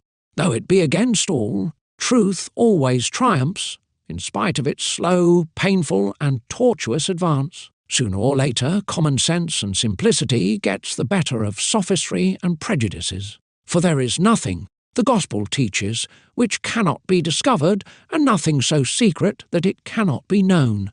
Matt 10:26. Yet we should not believe that traditional science, whose elements Fulcanelli assembled, has been adapted for the general public in the present work. The author makes no such pretence. He would greatly delude himself who hoped to understand the secret doctrine after a simple reading. Our books have not been written for all, repeat the old masters, though all are called upon to read them. For each one of us must contribute his personal effort, which is definitely essential if he wants to acquire the notions of a science which has never ceased to be esoteric. This is why the philosophers, aiming to hide its principles from the masses, have concealed the ancient knowledge in the mystery of words and the veil of allegories. The ignoramus will not so easily forgive alchemists their allegiance to the rigorous discipline they have freely accepted. I know my master cannot shun this same criterion. Before all, he had to respect the divine will, giver of light and revelation. He also owed obedience to the philosopher's law, which imposes upon initiates the necessity of inviolable secrecy. In antiquity, and especially in Egypt, primordial submission applied to all branches of science and the industrial arts. Potters, enamelers, goldsmiths, foundry workers worked inside of temples. The working personnel of workshops and laboratories were part of the priestly class, and answered directly to the priests. From the Middle Ages up to the 19th century history shows us numerous examples of similar organizations in chivalry, the monastic orders, Freemasonry, trade guilds, etc. Many professional associations jealously guarded the secrets of their science or their trades. They always maintained a mystical or symbolic character, kept traditional customs, and practiced religious ethics. We know the tremendous respect which the gentlemen glassworkers enjoyed with kings and princes, and to which extent they took care to prevent the circulation of the secrets specific to the noble industry of glassmaking. These exclusionary rules have a profound reason. If I were to be asked, I would simply say that the privilege of science should remain the prerogative of a scientific elite. The most beautiful discoveries prove to be more harmful than useful once they have fallen into the popular domain and are distributed without discernment to the masses and blindly exploited by them. Man's nature pushes him voluntarily towards evil and the worse. More often than not, that which could bring him well-being turns to his disadvantage and eventually becomes the instrument of his ruin. Methods of modern warfare are, alas, the most striking and the saddest proof of this disastrous state of mind. Homo homini lupus's man is wolf to man. For the mere reason that they used overly obscure language, it would be unfair, in the face of so serious a danger, to bury the memory of our great ancestors under a reprobation that they do not deserve. Must we condemn them all and despise them, only for the fact that they showed too much restraint?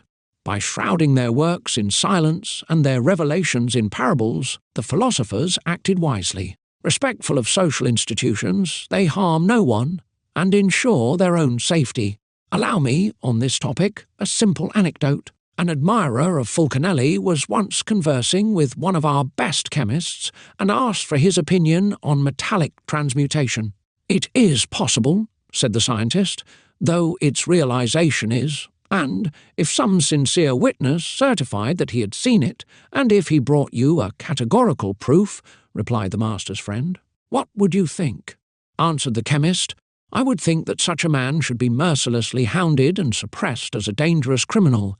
Consequently, prudence, extreme caution, and absolute discretion appear fully justified. For, after this, who could blame adepts for the particular style which they use in their divulgations? Who would dare to throw the first stone at the author of this book?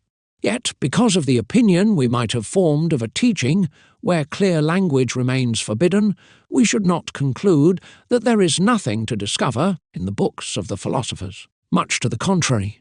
To be gifted with a little sagacity is sufficient to know how to read them and understand the essentials. Among ancient authors and modern writers, Fulcanelli is without doubt the most sincere and the most convincing. He establishes the Hermetic theory on a solid basis, supports it with evident analogical facts, and then presents it in a simple and precise manner. To discover on what ground the principles of the art have been laid, the student, because of the clear and firm development, only needs to make a few efforts. He will even be able to accumulate a great number of the necessary pieces of knowledge.